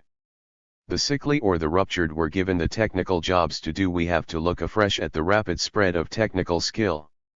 That gives an entirely different picture of the kind of civilization that was in existence in the West Indies well before the French Revolution of 1789. In the United States in general, skilled labor was the preserve of whites. There were no white laborers in the Caribbean. There is other evidence elsewhere, and it seems legitimate to say that the slaves ran the society. If they had been removed, the society would have collapsed. That in fact is perfectly clear in certain writings about Trinidad and Tobago. This is the process whereby the inhabitants of these Caribbean islands have made an astonishing mastery of the techniques of Western civilization. Race prejudice, however, continues to be subtly, and not so subtly, a dominant feature of the social structure of the islands. What has happened is that the population, without any native background, have been compelled to master the languages and the techniques of Western civilization, which they have done with astonishing skill. The struggle for African and black independence is studied with distinguished individuals of Caribbean origin. René Marin, winner of the Prix Goncourt in 1921 for his exposure in his novel Batoila of French degradation of the African peoples in Africa, where B worked as a civil servant, Marcus Garvey, George Padmar, Frantz Fanon, Aimé Césaire, Stokely Carmichael. But this mastery of certain aspects of Western civilization has been able to exercise itself fully only in Western Europe and the United States, for the imperialists continue, as they have done from the beginning, to dominate the economic and finances of the territories. The only difference today is that black men administer the imperialist interests. The situation is highly explosive. Whereas the economy continues to be a colonialist economy of the 17th century, completely dominated by foreign powers, the population is a modern population, a population of the 20th century, learned in the languages and techniques of Western civilization and highly developed because of the smallness of the islands and the close relations between what is technically known as urban and rural. A federation was attempted in the British Islands, the British being anxious to rid themselves of the responsibility of these islands, the Caribbean being now an American sea. But the federation fell apart. The reason is very simple. A federation meant that the economic line of direction should no longer be from each island to London, previously the financial and economic capital of each territory. The new lines of direction should have been from island to island. But this involved the breakup of the old colonial system. The West Indian politicians preferred the breakup of the federation. What is the situation in the islands, what is inherent there, and what may break out at any minute, is proved by the revolt that has in 1969 broken out in the island of Curaçao, dominated by Dutch oil interests. The revolt was a revolt of workers and unemployed youth, and they burned down business houses of a value variously estimated between 15 and 40 millions. On the surface, the revolt was a spontaneous process against Westcar, a subcontractor of Shell Oil, who lowered salaries and laid off workers. But the ensuing strike spread to Shell, representing more than 90% of the national income. The workers marched on Parliament, and when the marchers clashed with a column of armed police, the eruption broke out. Meanwhile, 300 political prisoners are in the penitentiary. According to local law, they can be kept there if need be for 2 years while their cases are being investigated. Nominally, peace would have been achieved by the arrival of 600 Dutch Marines, but not in 1969. An uneasy peace was really secured by the resignation of the democratic government, which had been in power for 14 years. Facing a revolution, it has agreed to hold elections.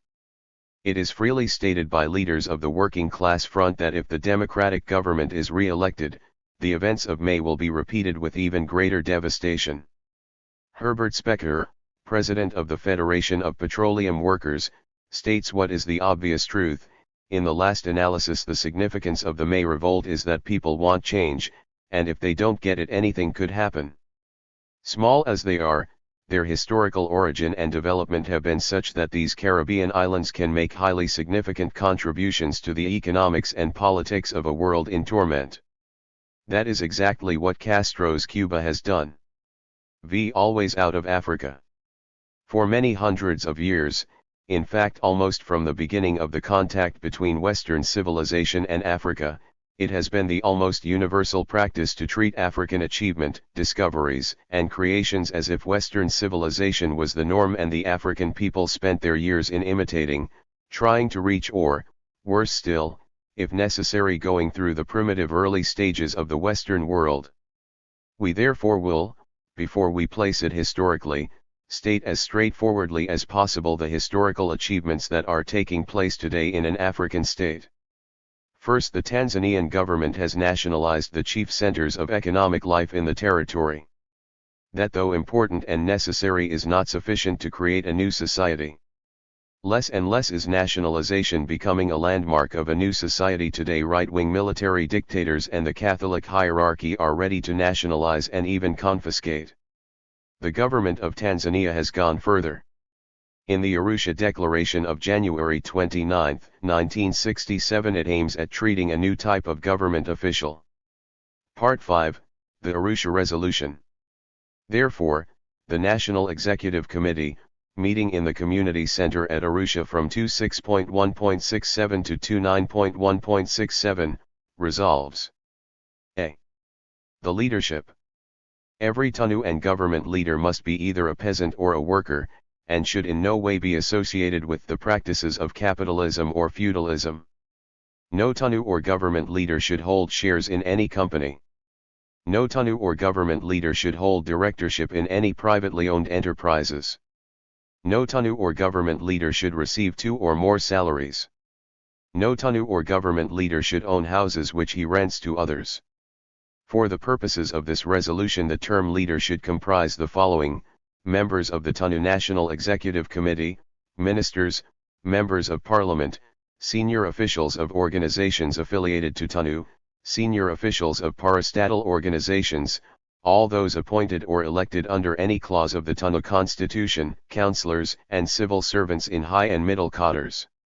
Such a resolution would probably exclude 90% of those who govern and administer in other parts of the world, developed or underdeveloped. The government aims at creating a new type of society, based not on Western theories but on the concrete circumstances of African life and its historic past. Perhaps the most revolutionary change of all, it will reconstruct the very system of education in order to fit the children and the youth, in particular the youth in secondary education, for the new society which the government of Tanzania seeks to build. The simplicity with which Dr. Nyerere states what his government proposes to do disguises the fact that not in Plato or Aristotle, Rousseau or Karl Marx will you find such radical, such revolutionary departures from the established educational order. Alongside this change in the approach to the curriculum, there must be a parallel and integrated change in the way our schools are run, so as to make them and their inhabitants a real part of our society and our economy. Schools must, in fact, become communities, and communities which practice the precept of self-reliance. The teachers, workers, and pupils together must be the members of a social unit in the same way as parents, relatives, and children are the family social unit. There must be the same kind of relationship between pupils and teachers within the school community as there is between children and parents in the village. And the former community must realize, just as the latter do, that their life and well-being depend upon the production of wealth by farming or other activities. This means that all schools, but especially secondary schools and other forms of higher education, must contribute to their own upkeep. They must be economic communities as well as social and educational communities. Each school should have, as an integral part of it, a farm or workshop which provides the food eaten by the community, and makes some contribution to the total national income. This is not a suggestion that a school farm or workshop should be attached to every school for training purposes. It is a suggestion that every school should also be a farm, that the school community should consist of people who are both teachers and farmers, and pupils and farmers. Obviously, if there is a school farm, the pupils working on it should be learning the techniques and tasks of farming. But the farm would be an integral part of the school, and the welfare of the pupils would depend on its output, just as the welfare of a farmer depends on the output of his land. Thus, when this scheme is in operation, the revenue side of school accounts would not just read as at present, grant from government, grant from voluntary agency or other charity, they would read, income from sale of cotton, value of the food grown and consumed, value of labor done by pupils on new building, repairs, equipment, etc. Government subvention, grant from. Perhaps nothing shows more clearly the radical, the revolutionary, the complete break with Western habits and Western thought than the new attitude to the Tanzanian farmer. Some of them have followed the advice given to the African farmer officially and unofficially by Westerners, wishing him and his country well. They have encouraged him to individual effort, essentially capitalistic. Following this advice, farmers in certain districts of Tanzania have followed this Western type of agriculture with success. Note now the economic, in fact the political attitude of the Tanzanian government to this type of farmer. Reviewing Tanzania after the Arusha Declaration, Dr. Nyerere outlines the cooperative socialist community Tanzania aims at. He continues. This is the objective. It is stated clearly, and at greater length, in the policy paper. We must understand it so that we know what we are working towards. But it is not something we shall achieve overnight. We have a long way to go. For what has been happening over recent years is quite different. We have not been enlarging and modernizing our traditional family unit as much as abandoning it in favor of small-scale capitalist farming. Many of our most dynamic and energetic farmers, especially those with the most initiative and willingness to learn new techniques, have been branching out on their own as individuals. They have not been enlarging their farms by joining with others in a spirit of equality, but by employing labor. So we are getting the beginnings of the development of an agricultural laboring class on the one hand, and a wealthier employing class on the other. Fortunately, this development has not gone very far. We can arrest the trend without difficulty. But we must not make this change by persecuting the progressive farmers. After all, we have been encouraging them in the direction they have been going. Instead, we must seek their cooperation, and integrate them into the new socialist agriculture by showing them that their best interests will be served by this development. For energy and initiative such as these farmers have displayed will be very important to our progress. We need these people. This is something new in the history of political thought. The cooperative villages aimed at are called Ujamaa, and Dr. Nyerere has called the whole new attempt to create a new society socialism. In our view, he is entitled to do so, and a proper respect for what the Tanzanian government is doing demands that it be related to traditional and contemporary concepts of socialism. First of all, no one today believes that what exists in Russia and Eastern Europe is, in any sense of the word, socialist, that is to say, a society having achieved and aiming at even more comprehensive stages of liberty, equality, and fraternity, social relations higher than those achieved by the most advanced parliamentary democracy. That is socialism, or it is worse even than capitalist decay, being then a deliberate and conscious fraud. Worse still, most unfortunately, certain of the new African states, anxious to rid themselves of the capitalist stigma, have invented a new category labeled African socialism. Worthy of repetition is the exposition of this African socialism by one newly independent state. Adaptability. 15. African socialism must be flexible because the problems it will confront and the incomes and desires of the people will change over time, often quickly and substantially. A rigid, doctrinaire system will have little chance for survival. The system must make progress towards ultimate objectives, and solve more immediate problems with efficiency. 16. No matter how pressing immediate problems may be, progress toward ultimate objectives will be the major consideration. In particular, political equality, social justice and human dignity will not be sacrificed to achieve more material ends more quickly. Nor will these objectives be comprised today in the faint hope that by so doing they can be reinstated more fully in some unknown and far distant future. Whenever was there a state, beginning with the state of Adam and Eve, that did not, could not, proclaim that it had in mind ultimate objectives while paying attention to immediate needs? That is not socialism. It is nonsense. It is not African. It is bureaucratic balderdash, to which we are now well accustomed in advanced as well as in underdeveloped fakers, a bold attempt by newcomers to dress the old reality in new clothes. Far more important than this fakery is the recognition by President Konda of Zambia that the attempt merely to ape European ways, which has brought such wide fields of disaster to Africa, must not only be rejected but that there are new African paths to be explored. In his significantly named Humanism in Zambia, President Konda says, "This is a key point, for if the distribution of wealth is not done properly, it might lead to the creation of classes in society, and the much valued humanist approach that is traditional and inherent in our African society would have suffered a final blow. If this happened, the world as a whole, and African in particular, would be all the poorer for it. For you would then have the haves and the have-nots. Politically you would be creating room for opposing parties based on the oppressed and the oppressor concept, which again would not be in keeping with the society described above, a society in which the chief as an elected or appointed leader of the people held national property like land in trust for the people, and he was fully aware that he was responsible to them. He knew, too, that his continuing to be their head depended on his people's will."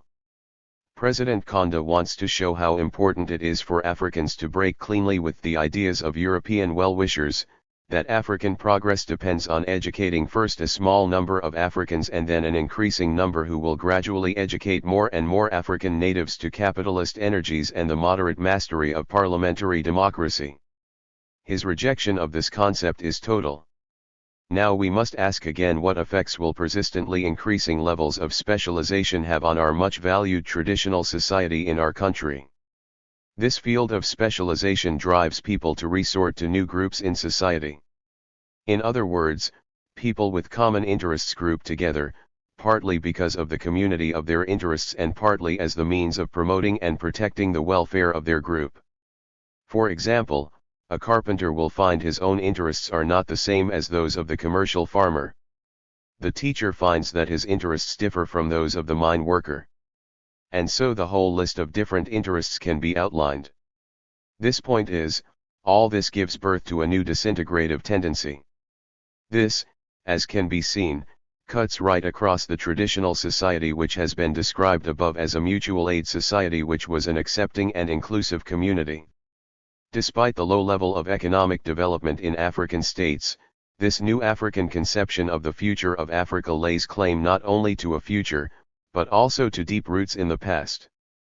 President Konda insists on this. The traditional community was a mutual aid society.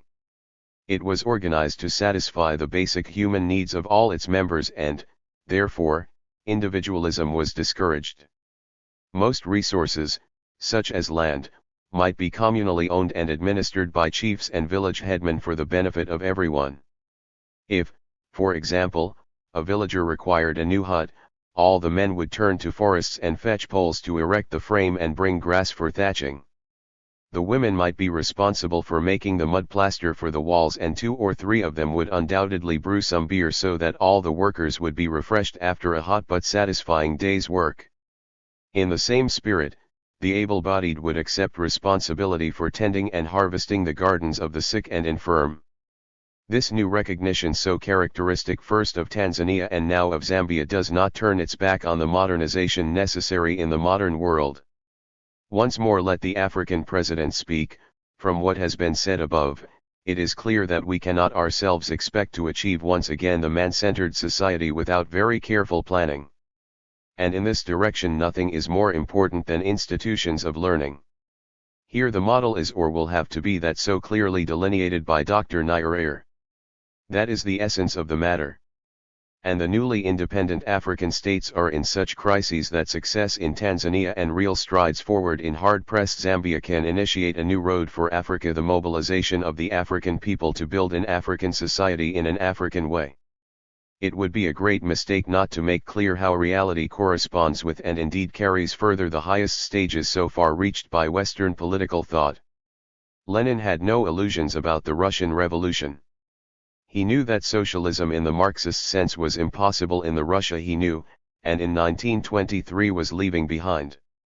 In the last days he increasingly drew attention to two important aspects and needs of the Russia which he insisted on calling Socialist Russia, despite the fact that the great majority of the Russian population consisted of illiterate peasants. The Soviet state, he insisted in those last days, was not new. Behind the Marxist terminology and proletarian window dressing was the same old Tsarist state, not even a bourgeois state but a bureaucratic serf state. His proposals to alter these we need not go into. It is sufficient to know that Dr. Nyerere has seen through the reactionary, bureaucratic colonialist state which he inherited, and has gone further than anyone in the determination to break it up and make a new type of state. Lenin also knew, none better, that the Soviet official had to leave high-flown theorizing and personally go to work among the backward Russian peasants. In perhaps the most moving of his many statements of what the people needed from the Marxist officials of the government, he says, "Less argument about words. We still have too much of this sort of thing. More variety in practical experience and more study of this experience. Under certain conditions the exemplary organization of local work, even on a small scale, is of far greater national importance than many branches of the central state work. And these are precisely the conditions we are in at the present moment in regard to peasant farming in general, and in regard to the exchange of the surplus products of agriculture for the manufactures of industry in particular. Exemplary organization in this respect, even in a single velocity, is of far greater national importance than the exemplary improvement of the central apparatus of any people's commissariat, for 3.5 years to such an extent that it has managed to acquire a certain amount of harmful inertness. We cannot improve it quickly to any extent, we do not know how to do it. Assistance in the more radical improvement of it, a new flow of fresh forces, assistance in the successful struggle against bureaucracy, in the struggle to overcome this harmful inertness, must come from the localities, from the lower ranks, with the exemplary organization of a small whole, precisely a whole, i.e. not one farm, not one branch of economy, not one enterprise, but the sum total of economic exchange, even if only in a small locality. Those of us who are doomed to remain on work at the center will continue the task of improving the apparatus and purging it of bureaucracy, even if in modest and immediately achievable dimensions. But the greatest assistance in this task is coming, and will come, from the localities. Note in particular one of his last sentences, we who are doomed. Lenin wanted to go and work among the peasants. The great Marxist would have understood the profoundly socialist and human conception which has moved Dr. Nyerere to break to pieces the old system of education and substitute a genuinely socialist and humanist procedure for the youth of Tanzania. In a conversation with Dr. Nyerere, the present writer drew his attention to this particular passage from Lenin and what Lenin was striving to teach as far back as 1923. The African leader said that he did not know it. He had arrived at his conclusion by himself and with his people.